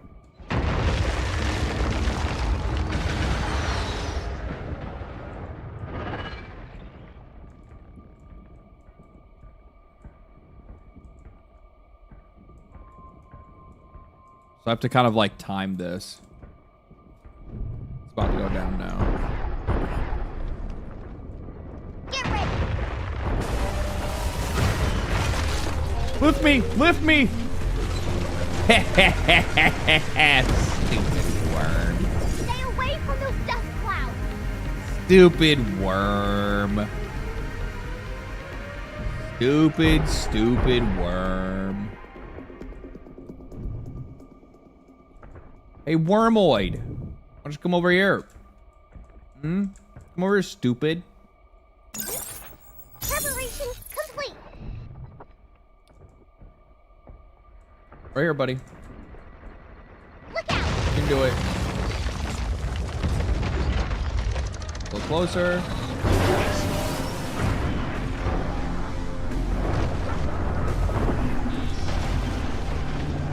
Something's aiming at us.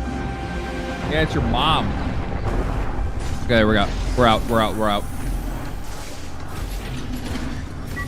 Oh fuck, it's these guys again. Look out. Jump Q.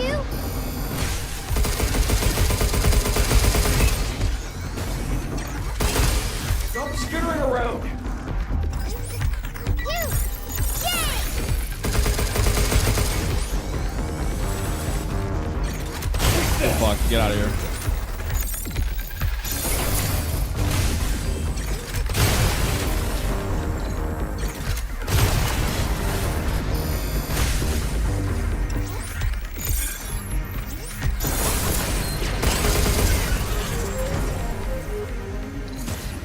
All right, we're getting back into it now. I think we're getting kind of a little bit back into it. I'm feeling the rhythm again at the very least. Funny how Stasis Net works on Big Boy too. Oh, does Stasis Net work as well? Really? Oh fuck, that's actually really useful. I didn't even fucking think about that. I didn't think it would work.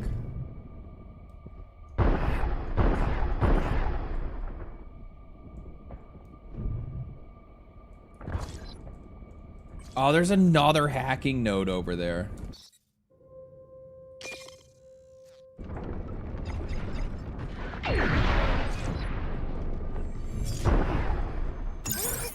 Preparation complete.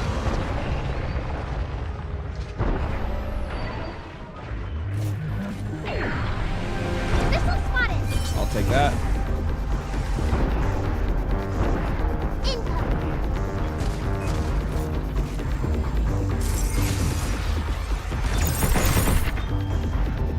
Well, I can't really do anything about those guys over there.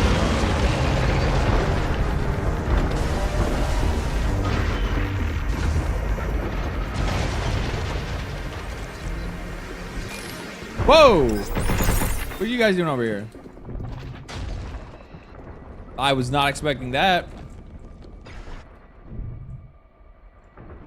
I probably need to hit that other mine. Hit that Away mine? from those dust clouds.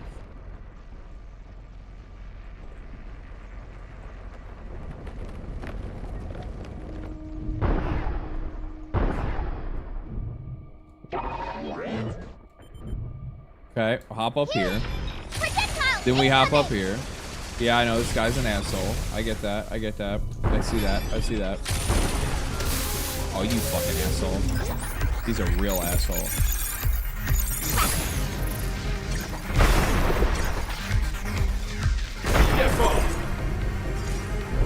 All right, that guy's cooked. We got the skill point from the other corner. Is there anything else I'm missing here? Another skill point down there, of course. Of course. Yeah, let's do this. Be careful.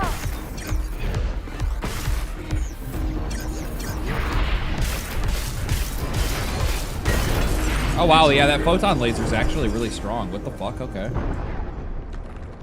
I feel bad for doubting now. I kind of doubted the original person that was like, oh yeah, photon laser is really strong, especially because like I've been using it in its base version against some of the most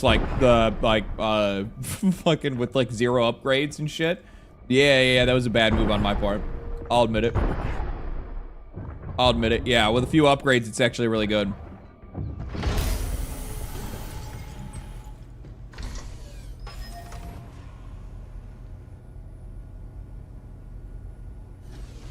They could make their games harder, is what I mean, I don't know. Like, okay. For Capcom, I really don't see like. Capcom's really good about like if you want to play their game, if you want to have like a hard, like an actual like challenging time playing their games, like they give you the opportunity to do that, but you got to choose to interact with that. It's not something that's like, oh, like built into the game like from the moment that you start. This area is extremely dangerous. Oh, I need a what? I don't have a red key for this place? That's crazy. Got it.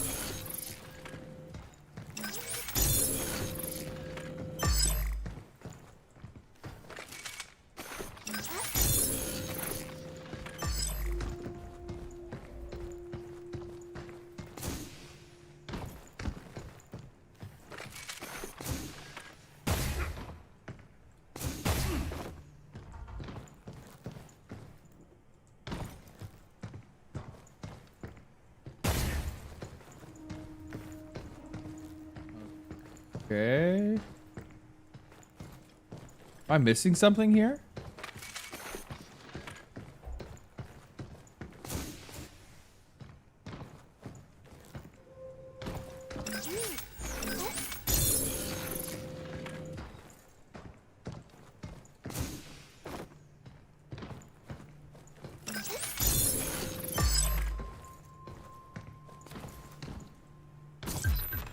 What is this? Bug net?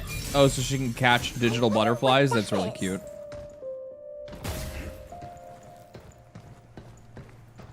Was this one? Overheat? Heat, a hacking node that makes enemies overheat more easily when active. Weapons build up the heat gauge faster. That's actually really good. It's actually really good, yeah. Up enough and they'll shut down. Oh, if only we had a unit that could delete nodes. Oh, wait. If we only had, we do have it. We're over here.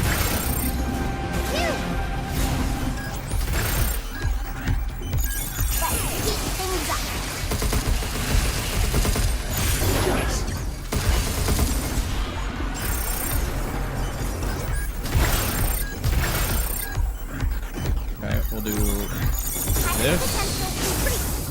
And then hit him with that photon. That'll heat him up real quick.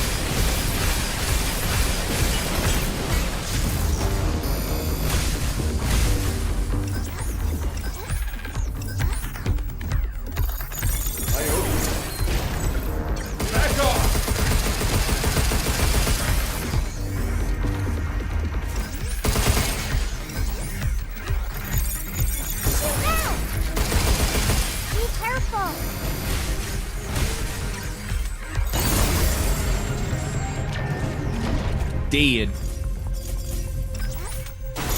Oh, mining site. Look at all these containers. I wonder if they're all filled with limb. The material inside seems fresh. Nothing refined like moon filament. Figures. More moon dirt. I was hoping we could take some back to the shelter.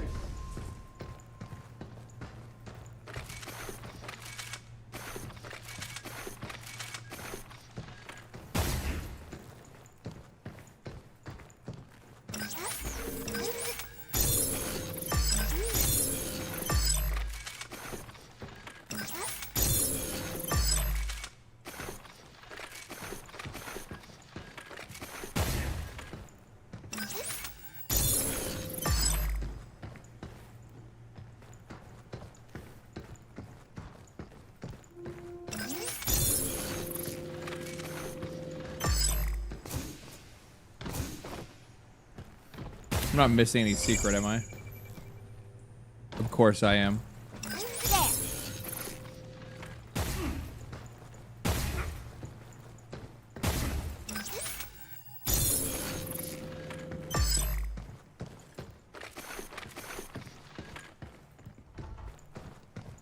Ah, fuck, I can't reach it now, can I?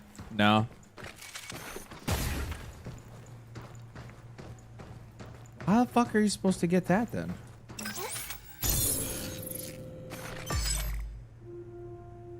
Because this is just going to push this back into this corner.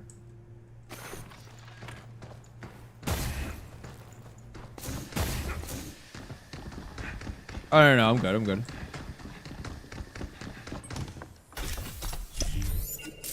Wow, more limb. Big money situation. Big money, big money, big money.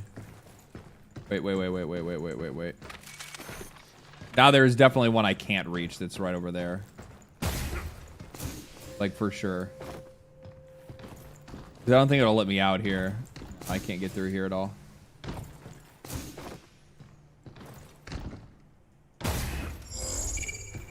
Sag. Looks like 2 skill points left behind. Oh, well. It is what it is. Nature of the game, baby. You win some, you lose some.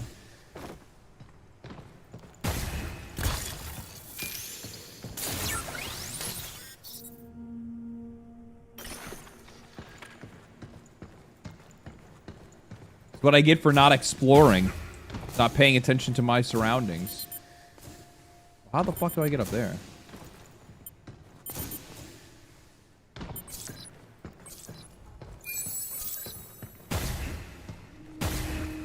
Probably around this way? Uh-oh. Oh no, here comes security. Access to this storage area is restricted to authorized personnel. Alright. Please remove. I like how these ones always dodge and juke like they're actually gonna fucking do something. They think, like, they act like they're actually, like, special in comparison to the other bots. You're just like the rest. Oh, shit.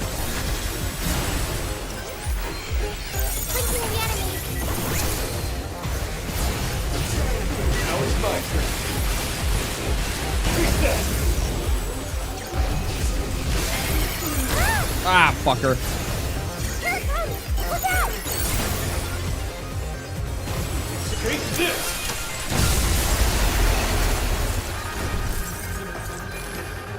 Oh, my beloved. Huge! Not gonna use it on this thing, though.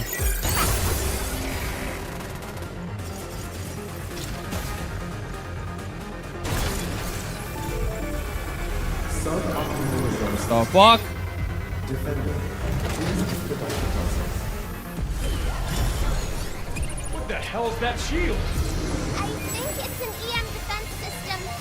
It's trying to protect the others.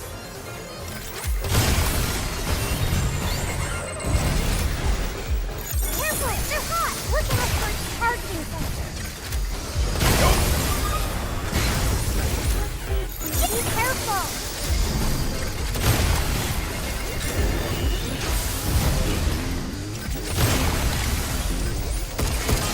Take this. Get fucked, son.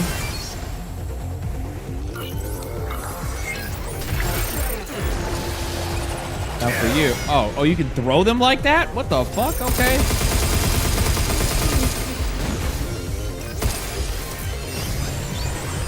Can I find another weapon on the ground? No.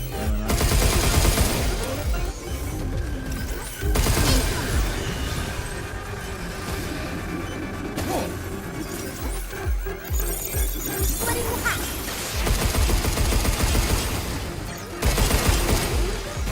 Oh, he's not looking my way.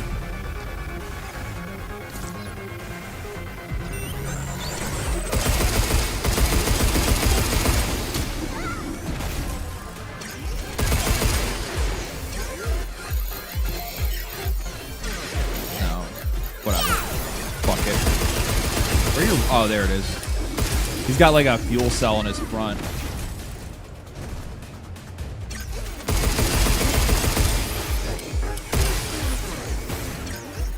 Move, you. Okay. I don't know why the timing or look of that is like throwing me off for whatever reason. This one is a bitch? Yeah, it's kind of weird. It's almost kind of like an optical illusion that kind of like looks further away than it actually is, and then it's right on top of you and you're like, oh fuck, okay. All right. That's on me, cuh. That's on me.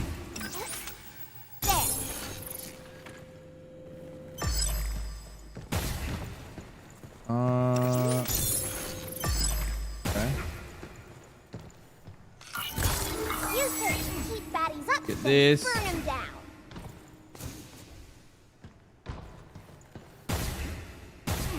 I like how she's like, you know, burn the baddies up. These are your people, girl. These are your people.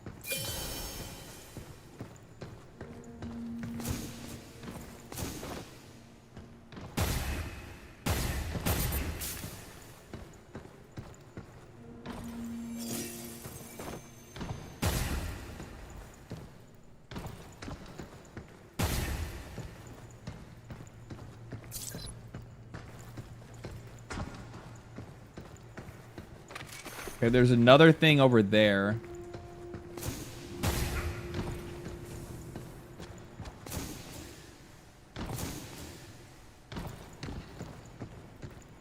How do I get to thing?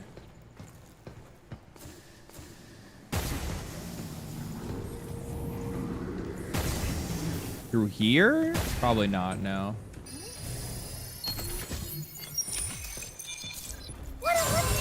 Here, Lumen.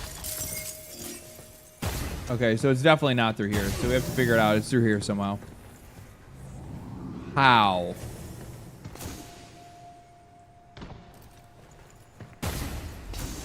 You would think it's right here. Right? We gotta try jump on top of these boxes and then do this. Nope.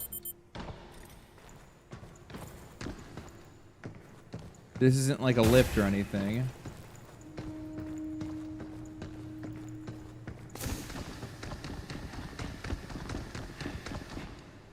Oops.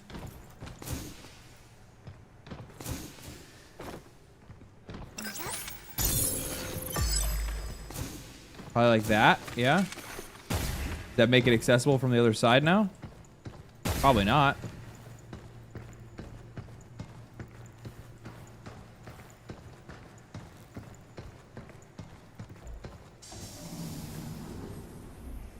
All that did was just move this over here.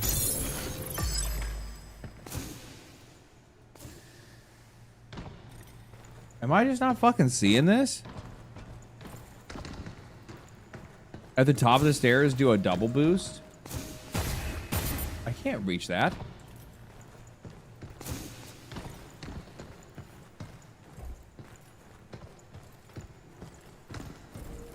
Unless you're trying to say from like this end here, I can't jump that either.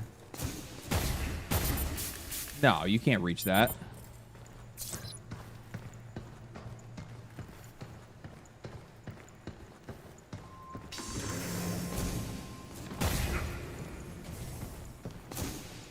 I thought it'd be like right here, if anything, right? Because I can totally hit this, but it won't climb over that.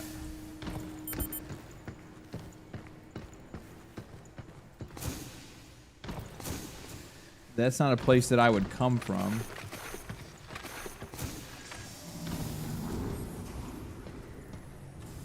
You definitely can. I did. Are you talking from the boxes or from the stairs? You can't get the fucking air there. I'm literally not high enough. You can see that from the character. From the character's perspective, you can't make that jump. Stairs? Stairs to the blue? Is that what you're saying?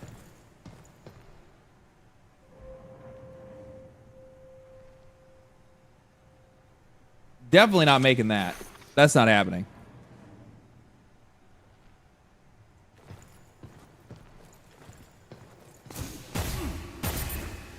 Yeah, I cannot make that. Like I don't know what the fuck.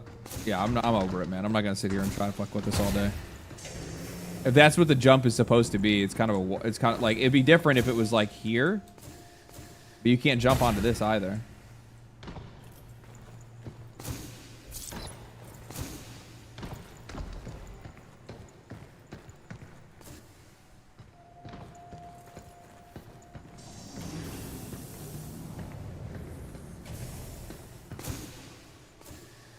Yeah, if I could jump off that rail there, then maybe. Oh, never mind. We're all fucking stupid. It's right here.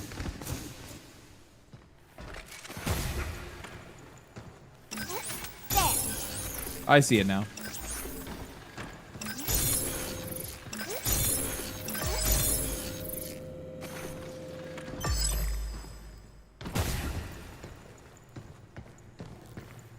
I got it.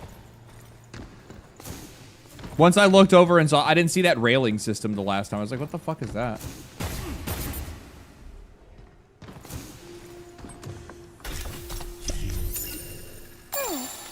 Wonder what we can get for that at the shelter.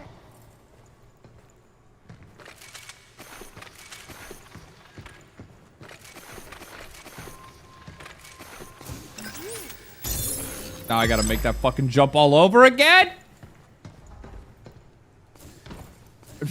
And I gotta make all the jumps all over again?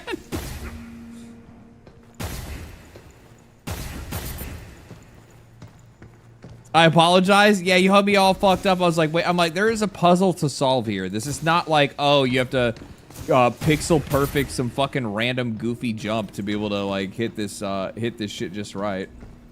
Like, there ain't no fucking way. Capcom made this game for babies. They ain't trying to do that shit.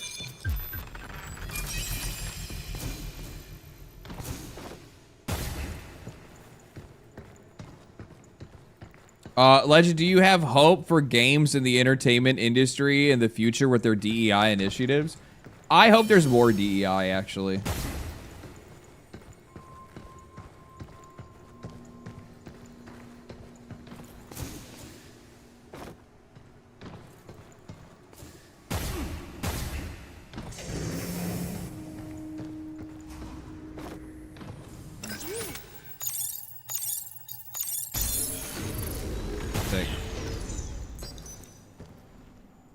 Why? Because it's the only way towards world peace.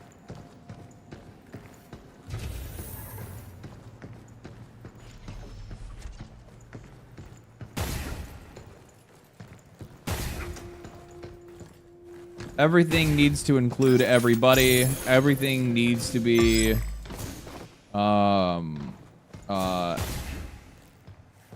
perfectly melded together. Otherwise, we will never we'll never learn to coexist as a race, as a human race.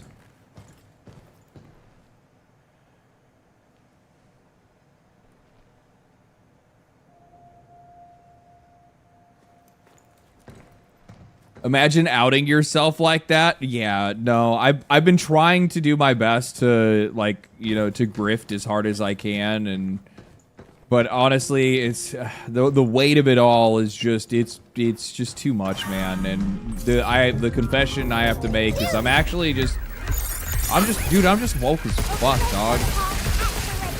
I am woke as fuck. It's on now. Take this.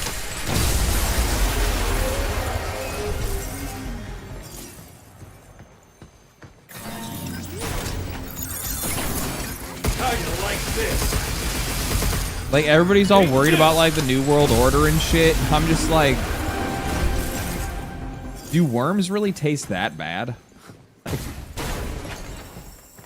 Have you tried it?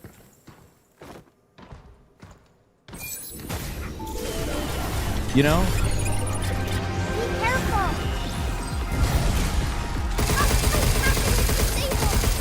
Try this again. No, it's jamming me with its shield. Ah! Fucking asshole. Did I use the laser? Probably.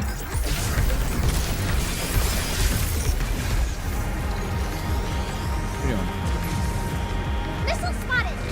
Do they wiggle on the way down? I don't know. I think you're supposed to eat them in like a mash. Like worm mash. Let's heat things up.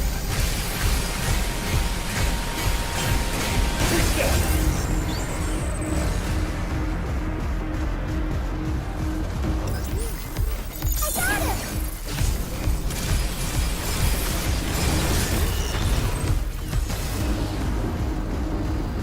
Worm powder? Oh, okay. Okay. I see what you're cooking. Back off.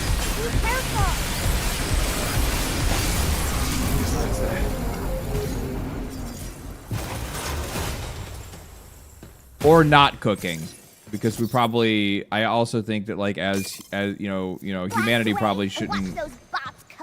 I don't think that we should have, like, access to fire anymore. Like, fire might be too dangerous, and it might lead people to, like, rebel or something. You know what I mean? Wonder if they taste like snails? Maybe.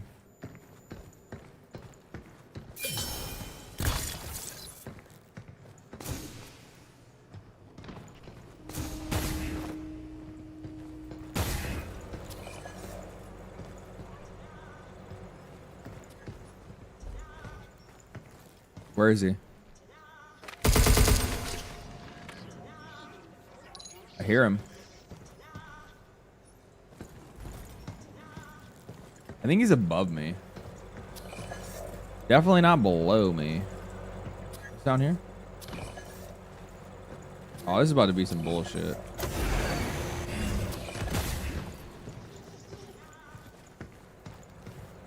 He's gonna be, like, stuck in these fucking boxes somewhere, isn't he? 100 fucking %.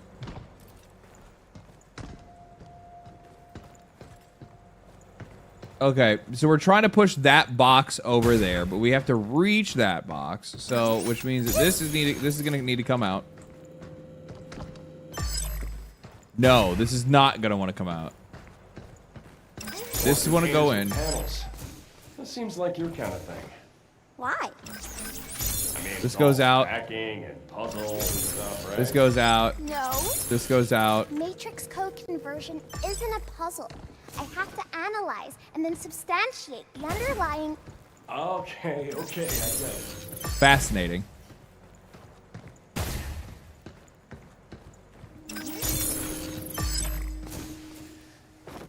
Wait, what?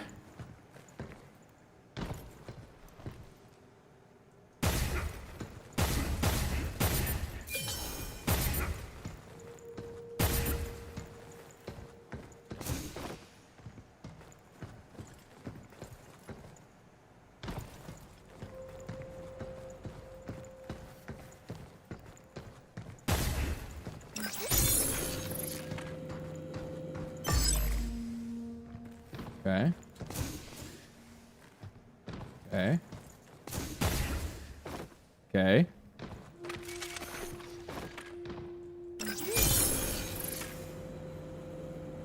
Capcom single-handedly bringing up birth rates around the world. True. True. Tell me about being woke, please. Honestly, dude, you know, the thing is that like most people largely just aren't sensitive enough to actually really understand like what it's like to be like me. You have to be an empath. I don't know if you know what that is, but like you have to basically feel somebody's emotions without even knowing the person or knowing anything about them. Maybe we can upgrade our And even then, like, you're probably still not gonna like fully understand like anything about me.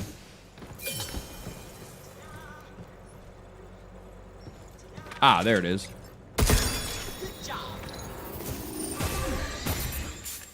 No! I got overzealous.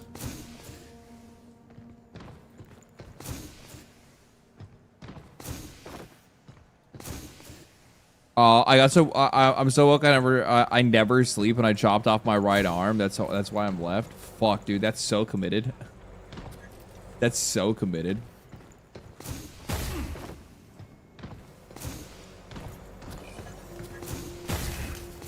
I love it. I really do. I totally respect that. Totally respect that.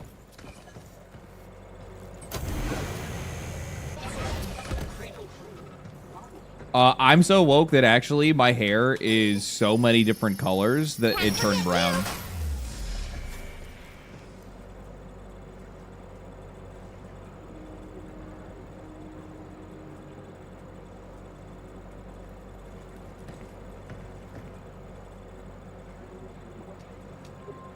What do you think about that?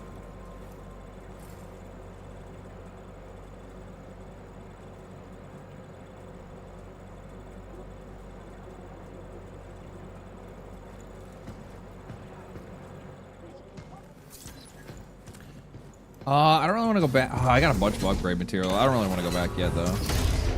I don't think I'm at a boss fight yet. No more boxes. Maybe we could use that mining rig to get across. I don't have any. I'm not gonna use the homing missile because like Thing's supposed to be a mining rig? multi-hack, decode.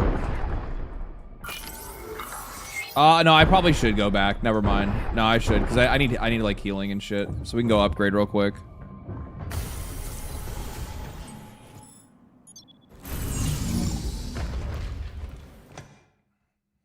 My hair is so many colors that it turned black. That's not how that works. That's not how that works. Because you need to include white in there. And then it would turn gray. So you didn't lose. Oh my god, that means you used all the colors other than white? Holy shit. Actually, never mind, man. Wait a minute. Holy shit. Where'd you next? Phew, that was a lot of container moving.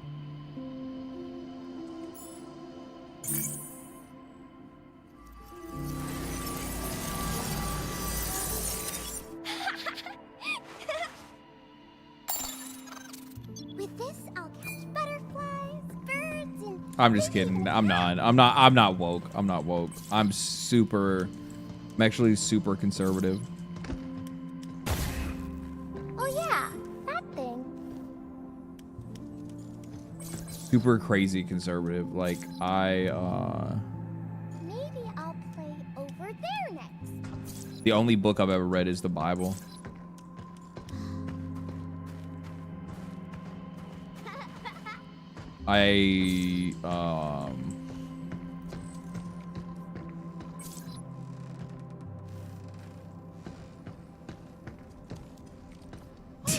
LD, stop. We know you can't read. Yeah, actually, I'm just retarded. Gotta go higher and higher.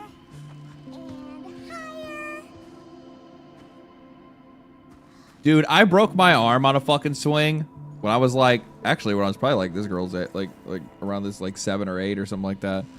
Busted the shit out of my fucking, oh my God. And then I acted like nothing was wrong. I was like, nah, we're all good, dog. We ain't got no fucking problems. There's nothing wrong with this situation. Everything's just fine. I guess the charging one. Wait, do I want any of this shit?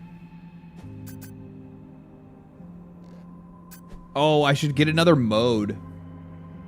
I got strike mode or combust mode. Gunfire or passing through heat nodes. Boost the heat gauge buildup. Open nodes turn strike nodes to open nodes turn into strike nodes to deal more damage. Anybody figured out which one they like more? Combust or strike?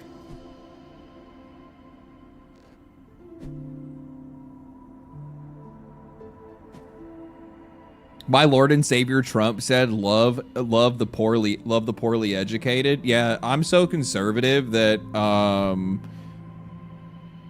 when I saw that AI generated image of Trump essentially being Jesus, I felt like I had ascended, and I started to hear the trumpets.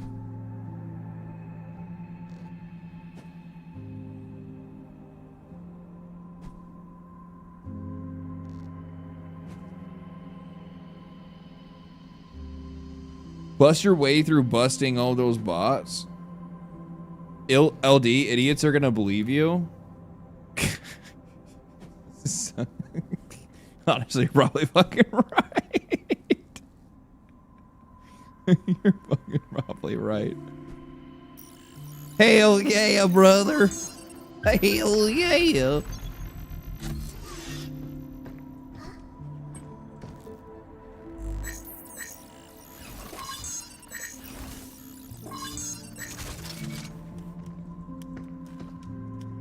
Well, they are idiots. I mean, like, to be like, it is actually kind of fucking crazy when you go and look. Like, the one thing that like I'll never get over as like a content creator, and it always like weirds me out every time I see it, is like how often, or it's not even like how often, it's like people will like constantly and like regularly try to discern like what you're like, dude, today's like, we're so fucking cooked.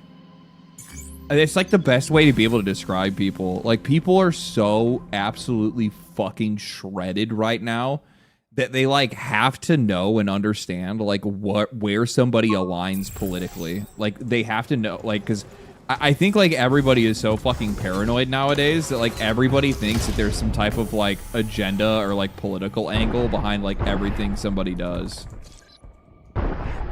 I just want normal video games. Like, I just want fucking normal video games, man. I don't really, like, I just don't. Nowadays, like, especially with, like, how much social media has just, like, I think that, like, at different points in my life, I had, like, a lot more interest in, like, political things and, like, the politics of the world and the politics of the U.S. and things that we were doing and things that I would like to see changed. Well, there, like, are things that I'd like to see changed. I mean, like, 90% of the stuff that I would want is all, like, left-leaning shit, right? Like, I like to see, like, fucking college loans forgiven. I would like to see fucking federal college debt not be a thing and everybody essentially get all their college paid for, as long as they actually, like, you know, qualify for it. I don't want to just see a bunch of people that don't deserve it getting paid to go to school for nothing, right? Like, I don't want to see that shit. I want to see tax dollars getting wasted. It needs to be, like, insanely, like, fucking restrictive to do something like that. Checks and balances and all that, but, like... No, I got him! I can't, like, I can't fucking deal anymore, dog. I really can't. I really can't.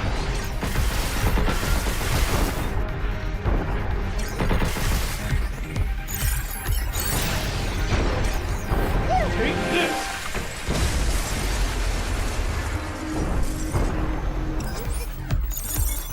Let's keep things up. Take this! Like, social media is just, like, completely fucking cooked people's brains so much. And it's not even, like, cooked people's brains. It's just, it's also, like, cooked fucking, like political discourse. And, like, literally, like, 90% of social... And I don't blame people for thinking everybody has, like, a political agenda. Because, honestly, man, like, 90% of social media now is just propaganda. Constantly. All of it. It's literally all just propaganda. It's fucking nutty.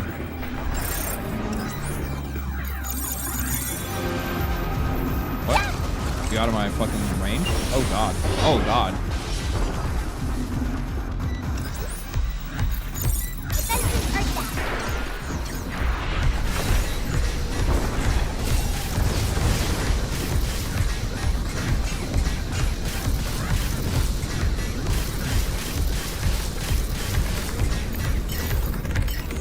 Okay.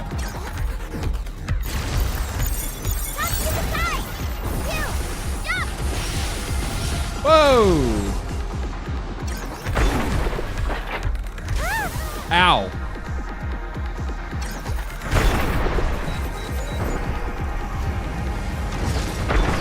That's too close. Be careful. What in the heck? Oh, there it is. Sit on the bottom now. Come on, come on, come on. Get it, get it, get it, get it. Oh, no, shields already went down again.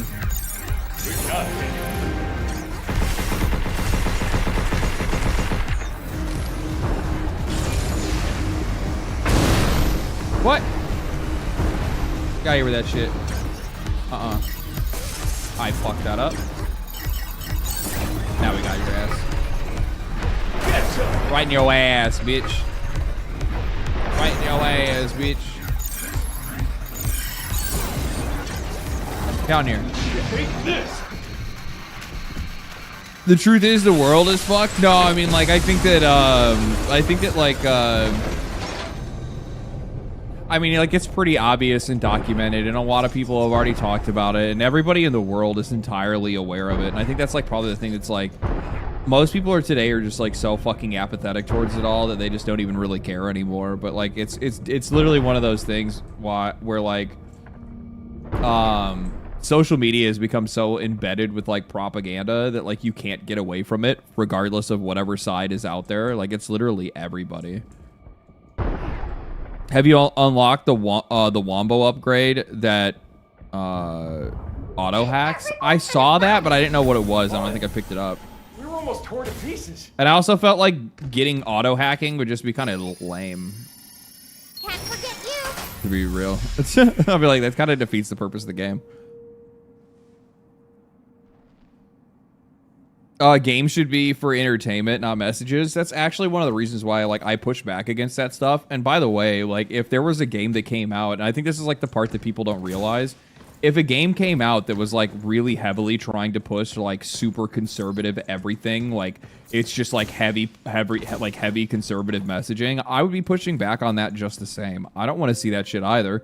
But the fact of the matter is that most of the people that are working in the games industry are left-leaning because it's a creative industry, and that's how all creative industries are. Right? Like, that's just how creative industry... That's just, like... that's the arts, man. It's the arts. That's the way it kind of works. In most cases, by the average, more artistic people end up being more left-leaning and more liberal. It's just how the... like, how people's brains work, I guess. I'm not really too sure. But...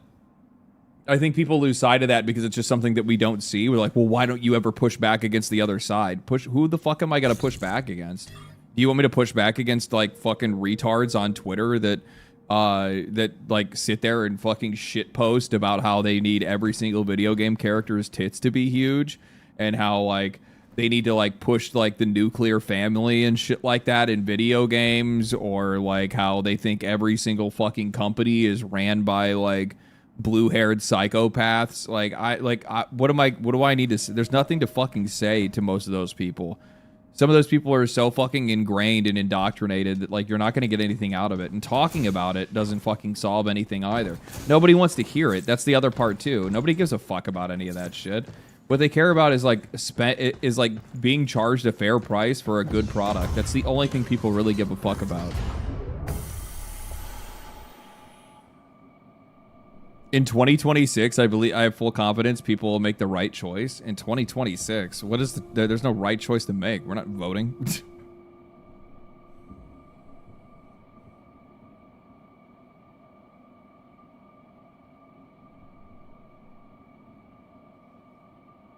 I just think that like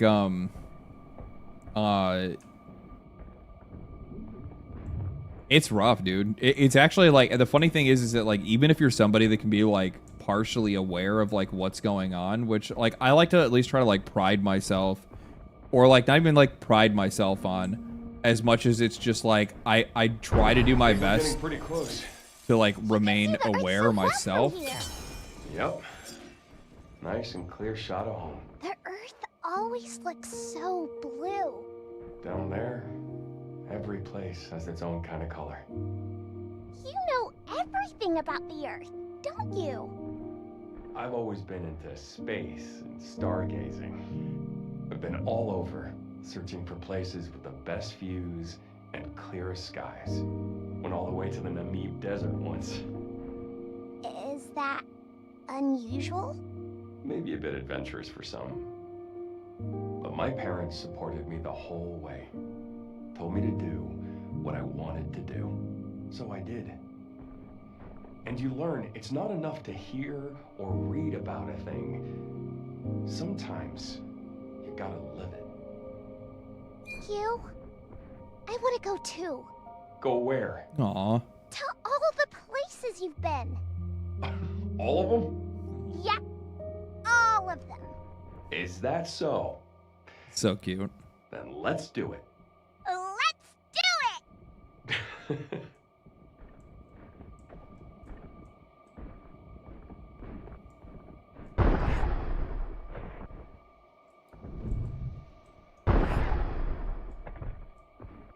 Okay, so that's where I came from, was over there.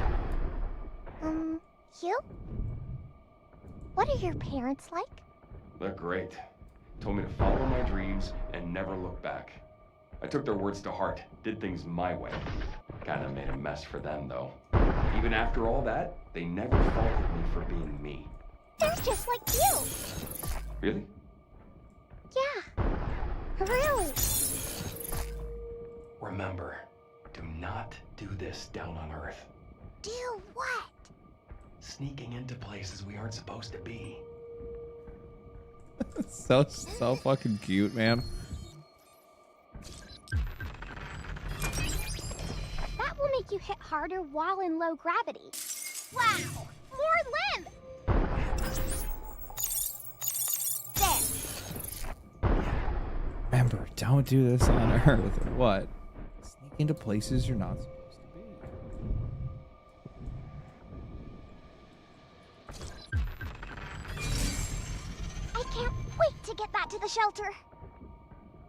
Was Rockstar ever indie developers? Yeah.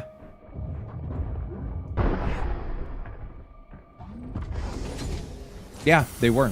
A lot of people don't realize that, like, Grand Theft Auto and Grand Theft Auto 2 Maybe the Luna Digger were did not, this. like, super incredibly popular, high-grossing games. And when they went to go to make Grand Theft Auto 3, many people in the industry viewed it as something that was unrealistic and likely not to even be, like, worth investing in, or that nobody would actually want to buy.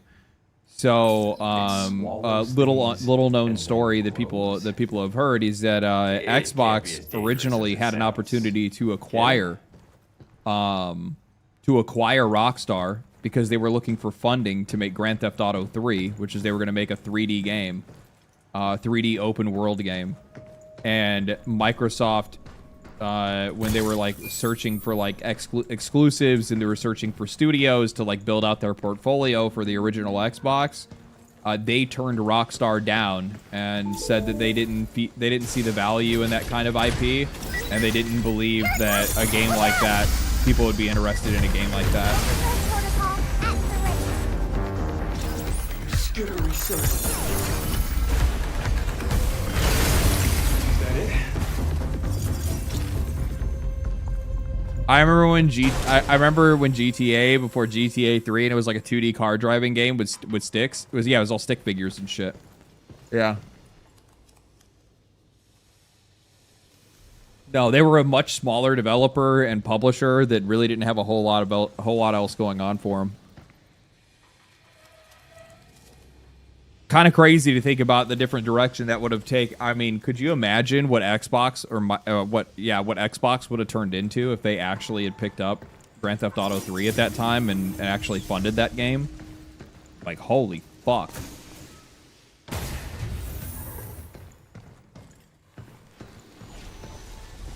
The fuck is all this? Whoa. What's going on with my suit? Is it this black goop? What is the black goop? Uh-oh. The heck is that thing? This ain't your run-of-the-mill walker. There's some kind of interference in the... There's what in the what?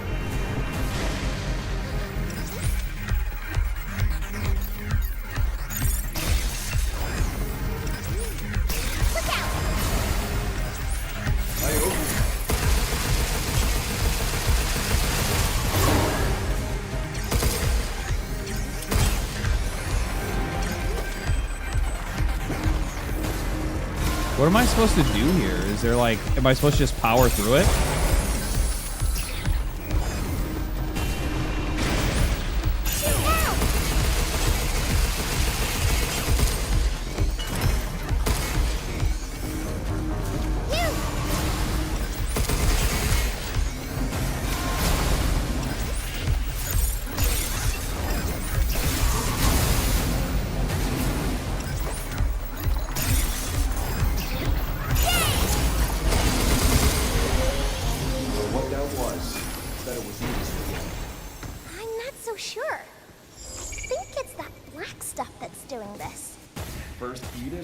Now mysterious black goop. This can't be good.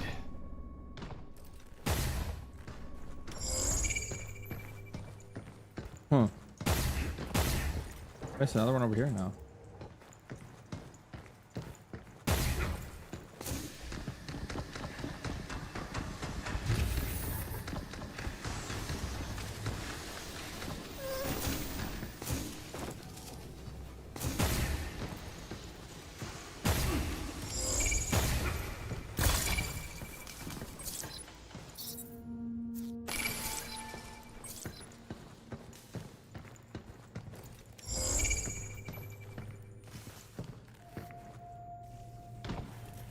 Oh, this is like the supercharged stuff. I can't break that shit down yet.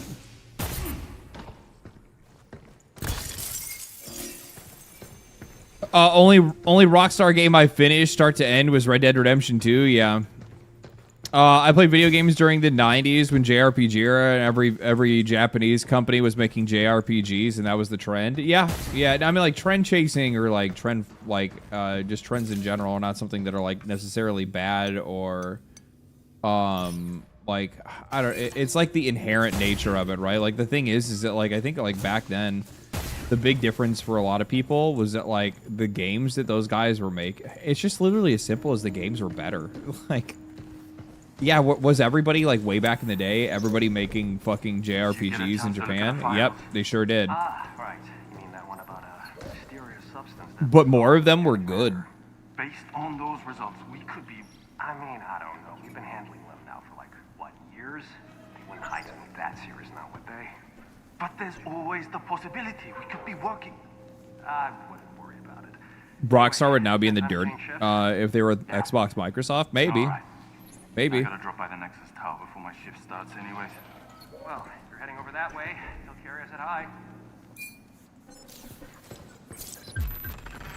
Authorization to pass through the red zone. Okay, just a red zone key. Cool. Red zone. Here we come. Oh, I'm not glad we found you.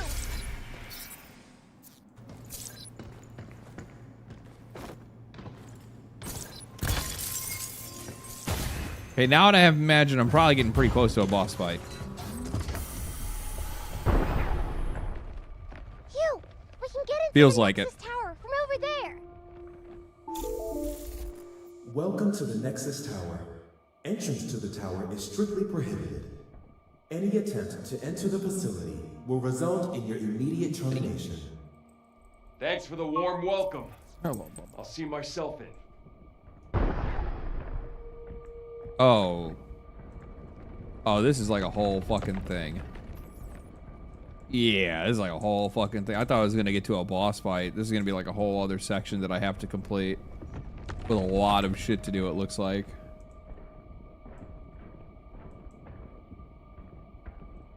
Move, you! Projectile incoming! Yeah.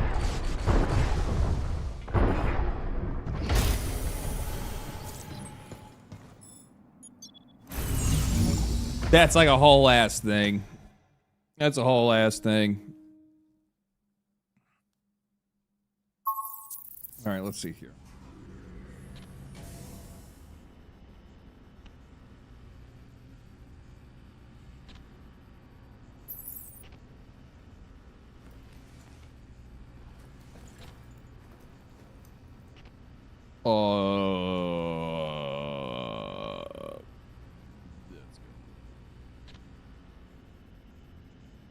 All right, that's it for me for the evening. I'm gonna get some food in me. I'm gonna get ready for bed. It's midnight here, so I'm getting tired. Cat's over here begging me to get ready to go to bed myself. So I'm gonna call it a night there, my friends. Call it a night there. Thanks for the amazing content you put out daily and weekly. Truly changing things for the better. I don't know if I'm changing anything, but maybe at least some minds at the very least. Luckily enough, there's a lot of like indie developers that like really dig some of the shit that I make, and if those guys at least receive part of the message, that's the only thing that matters to me. It's the only thing that matters to me.